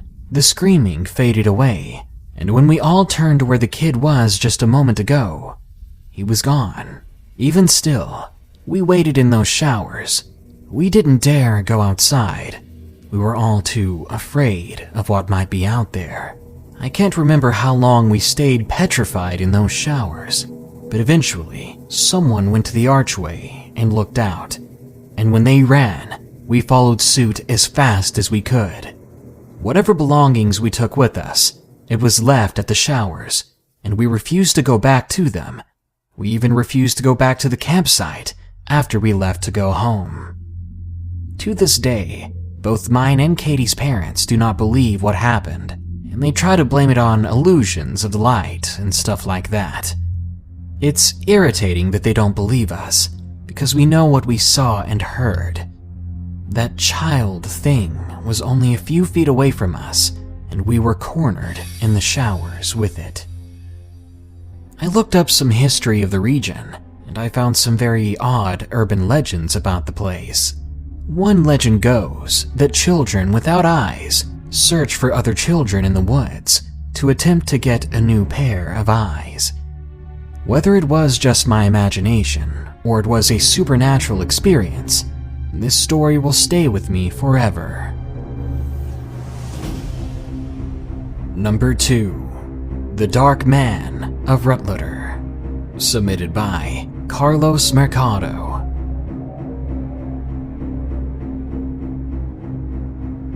We were excited. My best friend and I had just completed our first year of college, and we were very stoked about it.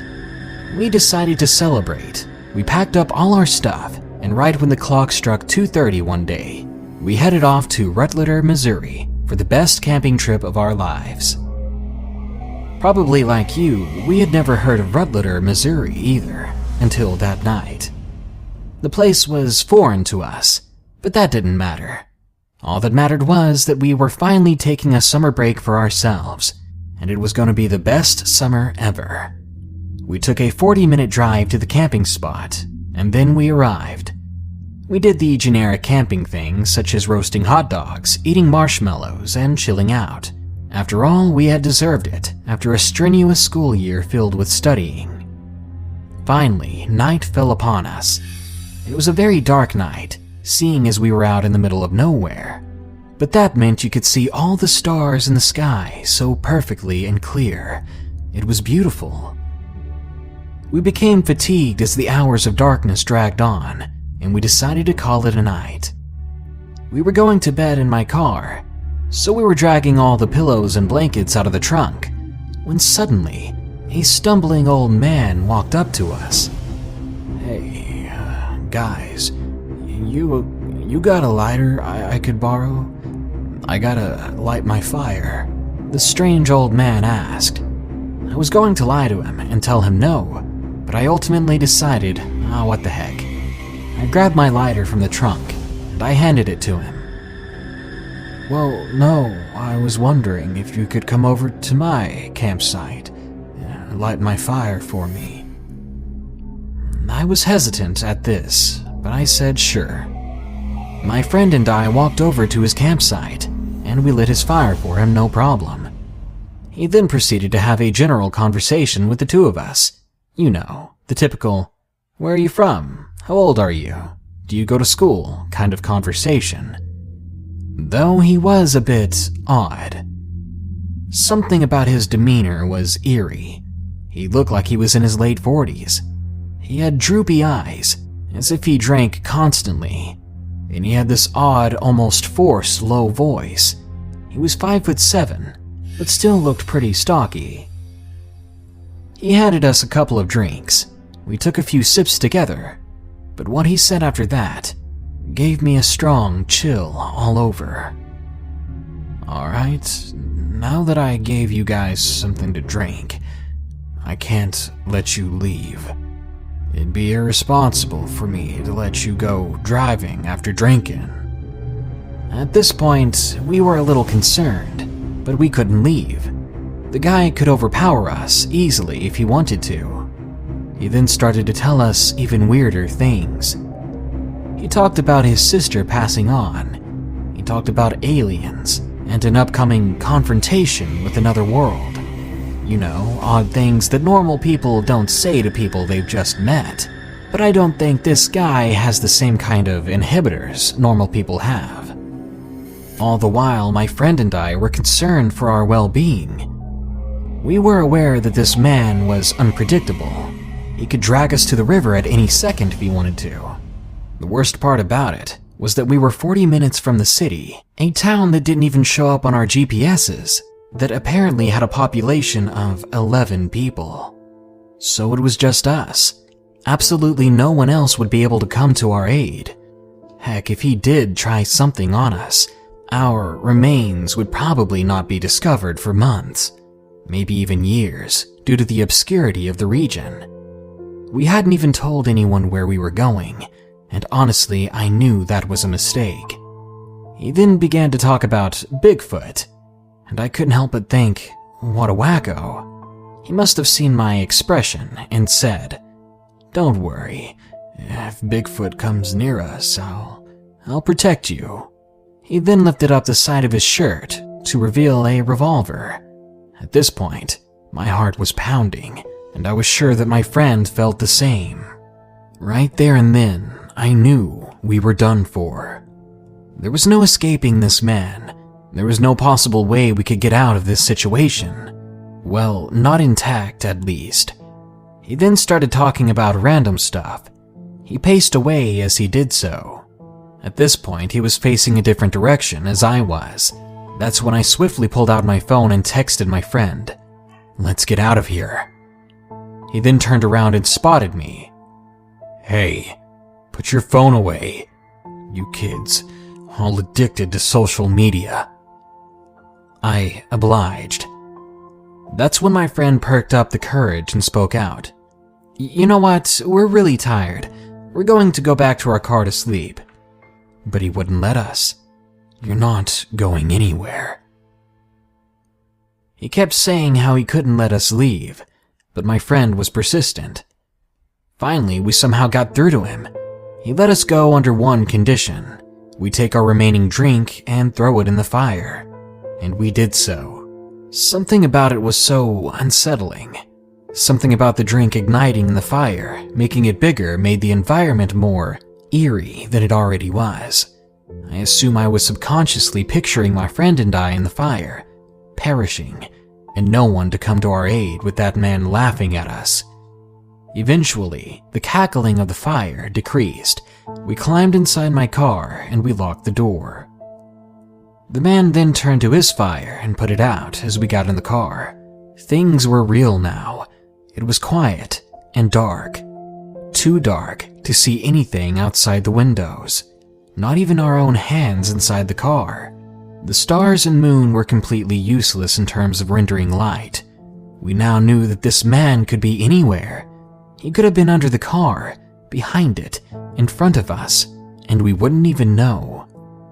I was expecting the worst. I was expecting him to bash through the back windshield and get us. Finally, my friend exclaimed that we should just risk it and drive away. I then got a sudden burst of adrenaline picturing the man's face. I stepped on the pedal, and we were out of there as quick as air. We drove back to the city for what seemed like miles, and not once did we ever decide to go back to that place. We never told anyone about it either. Now, every time I'm in the dark, I'm reminded of that odd and frightening man. It's why my friend and I often refer to him as the Dark Man. Number 3. Unknown Crawler in New Mexico. Submitted by CEA 1990. I want to preface this story with the fact that I did not get a good look at what we encountered. I saw a glimpse, and I don't want to make any assumptions on what it may or may not have been. 2 of my friends and I used to be stationed at Fort Bliss in El Paso, Texas, and we decided that a Memorial Day camping weekend would be a good idea. So we took a trip up to Monjo Peak outside of Ruidoso, New Mexico. We planned to stay for 3 nights, the first 2 of which were very relaxing. On the first day there, when we were deciding where to set up our tent, we found loads of remains from various animals, not mounted up or anything like they were just collected, just remains all over the campsite. This campsite had 5 places to pitch tents over about 300 square meters. We decided to pitch our tents on the highest point of the campsite, about 30 to 40 feet higher in elevation than the parking lot. On the 3rd night, it was well after sunset when all the noises from the woods began to vanish. I'm not sure how long it was silent before me and my friends broached the subject, but it wasn't long after that the hair on the back of my neck started to stand, followed by goosebumps all over. I could see my friends starting to get jittery, and from one of the other campsites, we heard their 2 dogs going absolutely crazy. These were very relaxed and happy dogs for the last 2 days. We had also made decent acquaintances with the couple who had the dogs, and they had lunch with us on day 2. The other 2 groups that were there camping at the same time had suddenly gone just as silent. Our car was about 60 meters from our campsite, and we unanimously decided to go over to them to grab our ARs and 9mm. On our way back, we began to smell this putrid stench. I don't know if you've ever had to burn manure before, but it smelled like that, mixed with decay. It was cloying and felt like it was almost physical. It was so strong. We got back to our campsite and decided to post guard all through the night. One of us stayed up, the other 2 would sleep, or at least rest. I volunteered for the first shift because I knew I wasn't getting any rest at all that night. We had plenty of firewood for the evening, especially because we were leaving the next morning. While I stood watch, I kept the fire blazing as much as I could, because I figured that if it was some sort of animal, it wouldn't be too interested in messing with me if I had a fire. So I kept my back to the fire to maintain good night vision. In the region we were in, the forest to the southwest of the campsite was pretty burnt out, but once you got into the tree line, the place was steep, not impassable by any means, but not somewhere you needed to be walking at night, so in no way was this forest flat. Behind the trees, I began to notice a stark, white shape. I shouldered my AR, ready for anything, but the shape didn't move at all. I assumed it was a tree partially hidden behind another one. I started scanning the tree line again with a flashlight. I could smell and feel the stench getting stronger than it was before. As my beam passed over what I thought was the obscured tree, I saw eye shine from the white shape, and the moment I registered what I was seeing, it ducked behind the tree. My skin crawled. I debated about investigating, but instead I roused my friends and we scanned together. When my shift was over, I took off my rainfly on my tent so I could see out of it if needed. My friends' shifts passed by uneventfully, and on my next shift, I didn't see anything, but the smell was still there. In the morning, just before dawn broke, the smell seemed to recede, but only so much, almost like it left a scent as a warning. That's the impression that I got.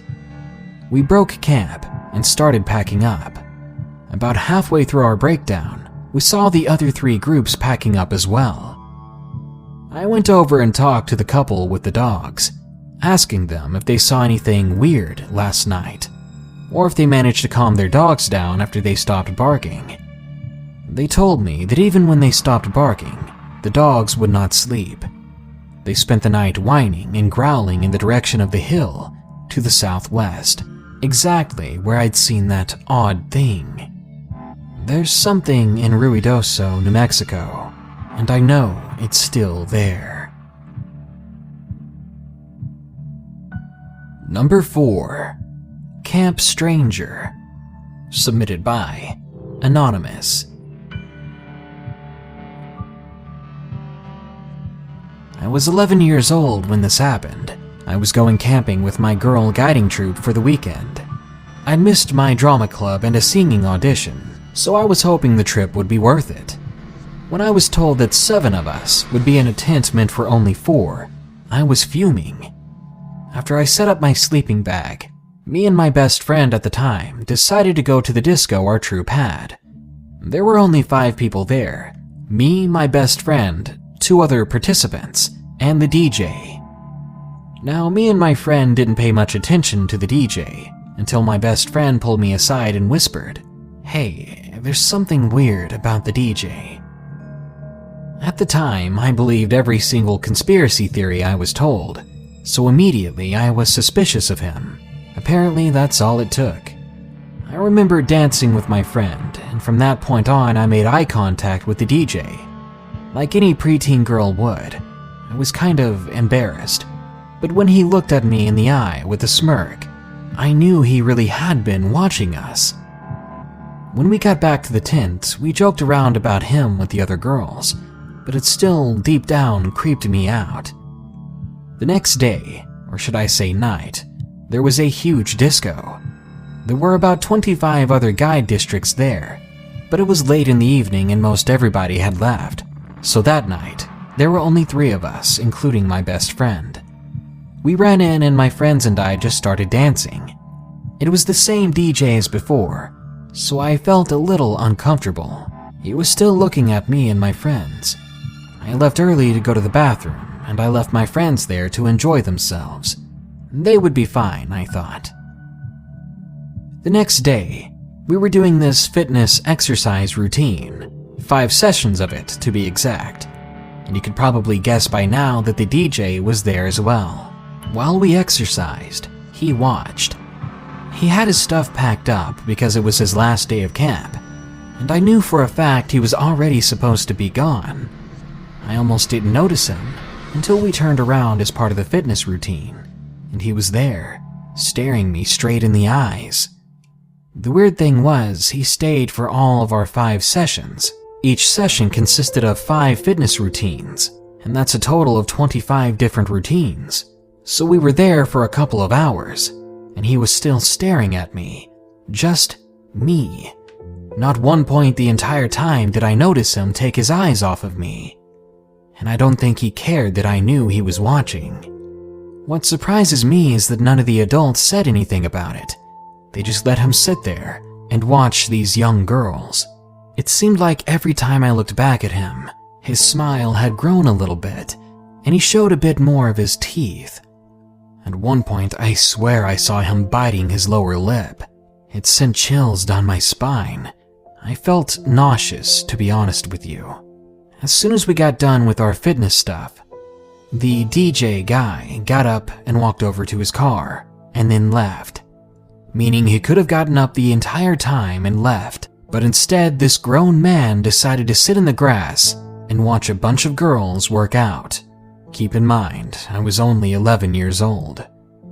To this day, it still bothers me, and my best friend tries to joke about it with me. I might laugh at those jokes, but deep down, I'm struggling to forget about it. And number 5, Camping Experience. Submitted by Connor P.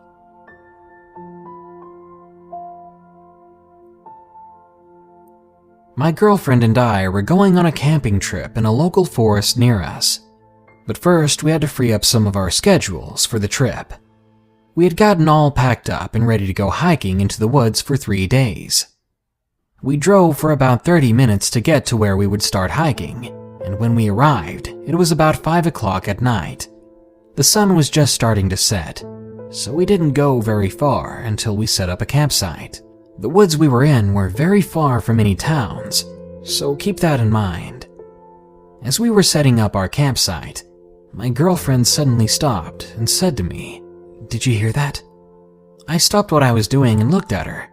I listened for a moment but didn't hear anything, so I answered, "Did I hear what?"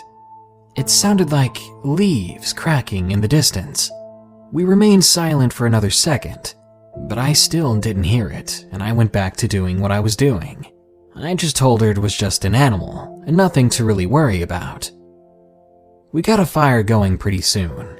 We drank a little bit and had some fun before crawling into our tent to get some shut-eye. I was just dozing off when I suddenly heard the sound of a stick cracking. It was only about 10 yards away.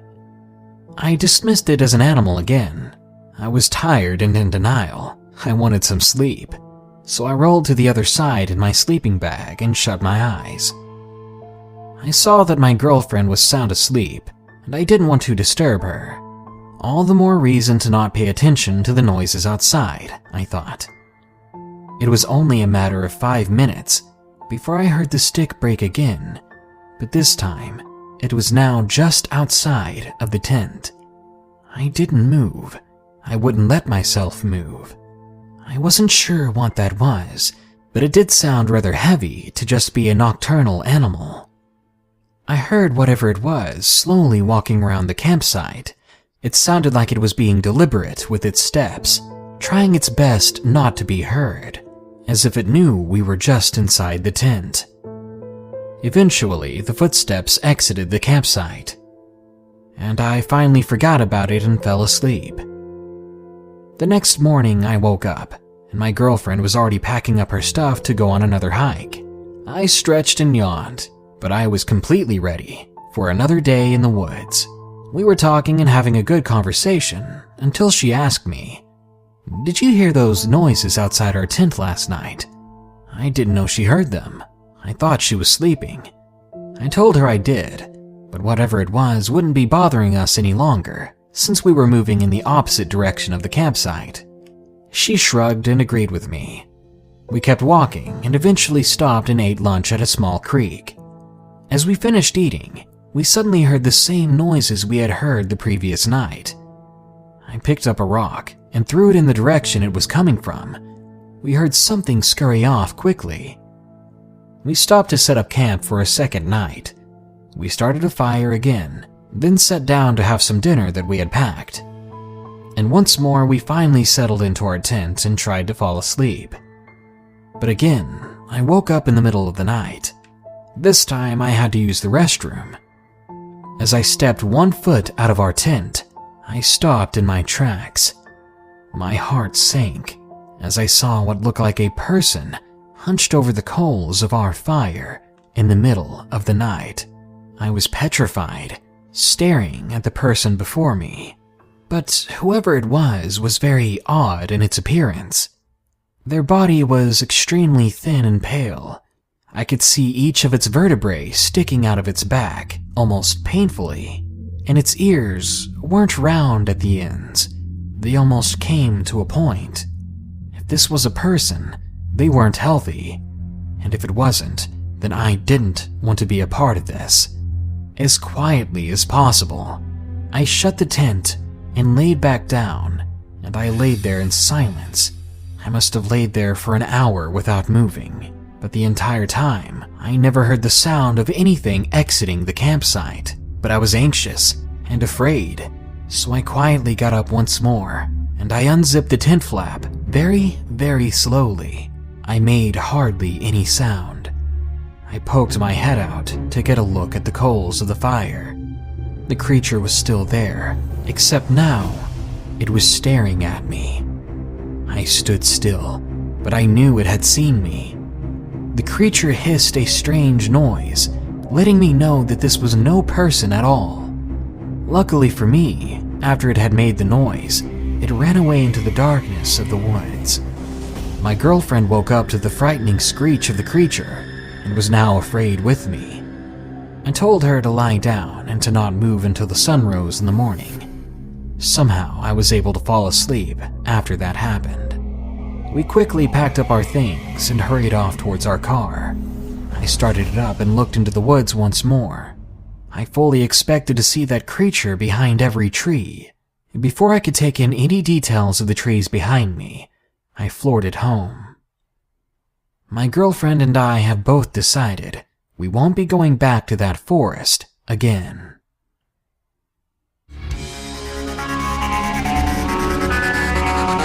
Every time you make it out of those woods unscathed, you should be very grateful, maybe even surprised.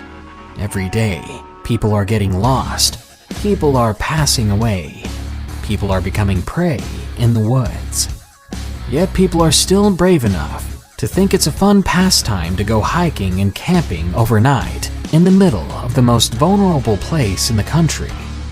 Good luck out there if you plan on going camping. I think you'll need it. Good night. Be sure to like, share, comment, and subscribe if you enjoyed the video. And don't forget to send us your stories at reddit.com/r/darknessprevails. Thanks. Stay safe out there.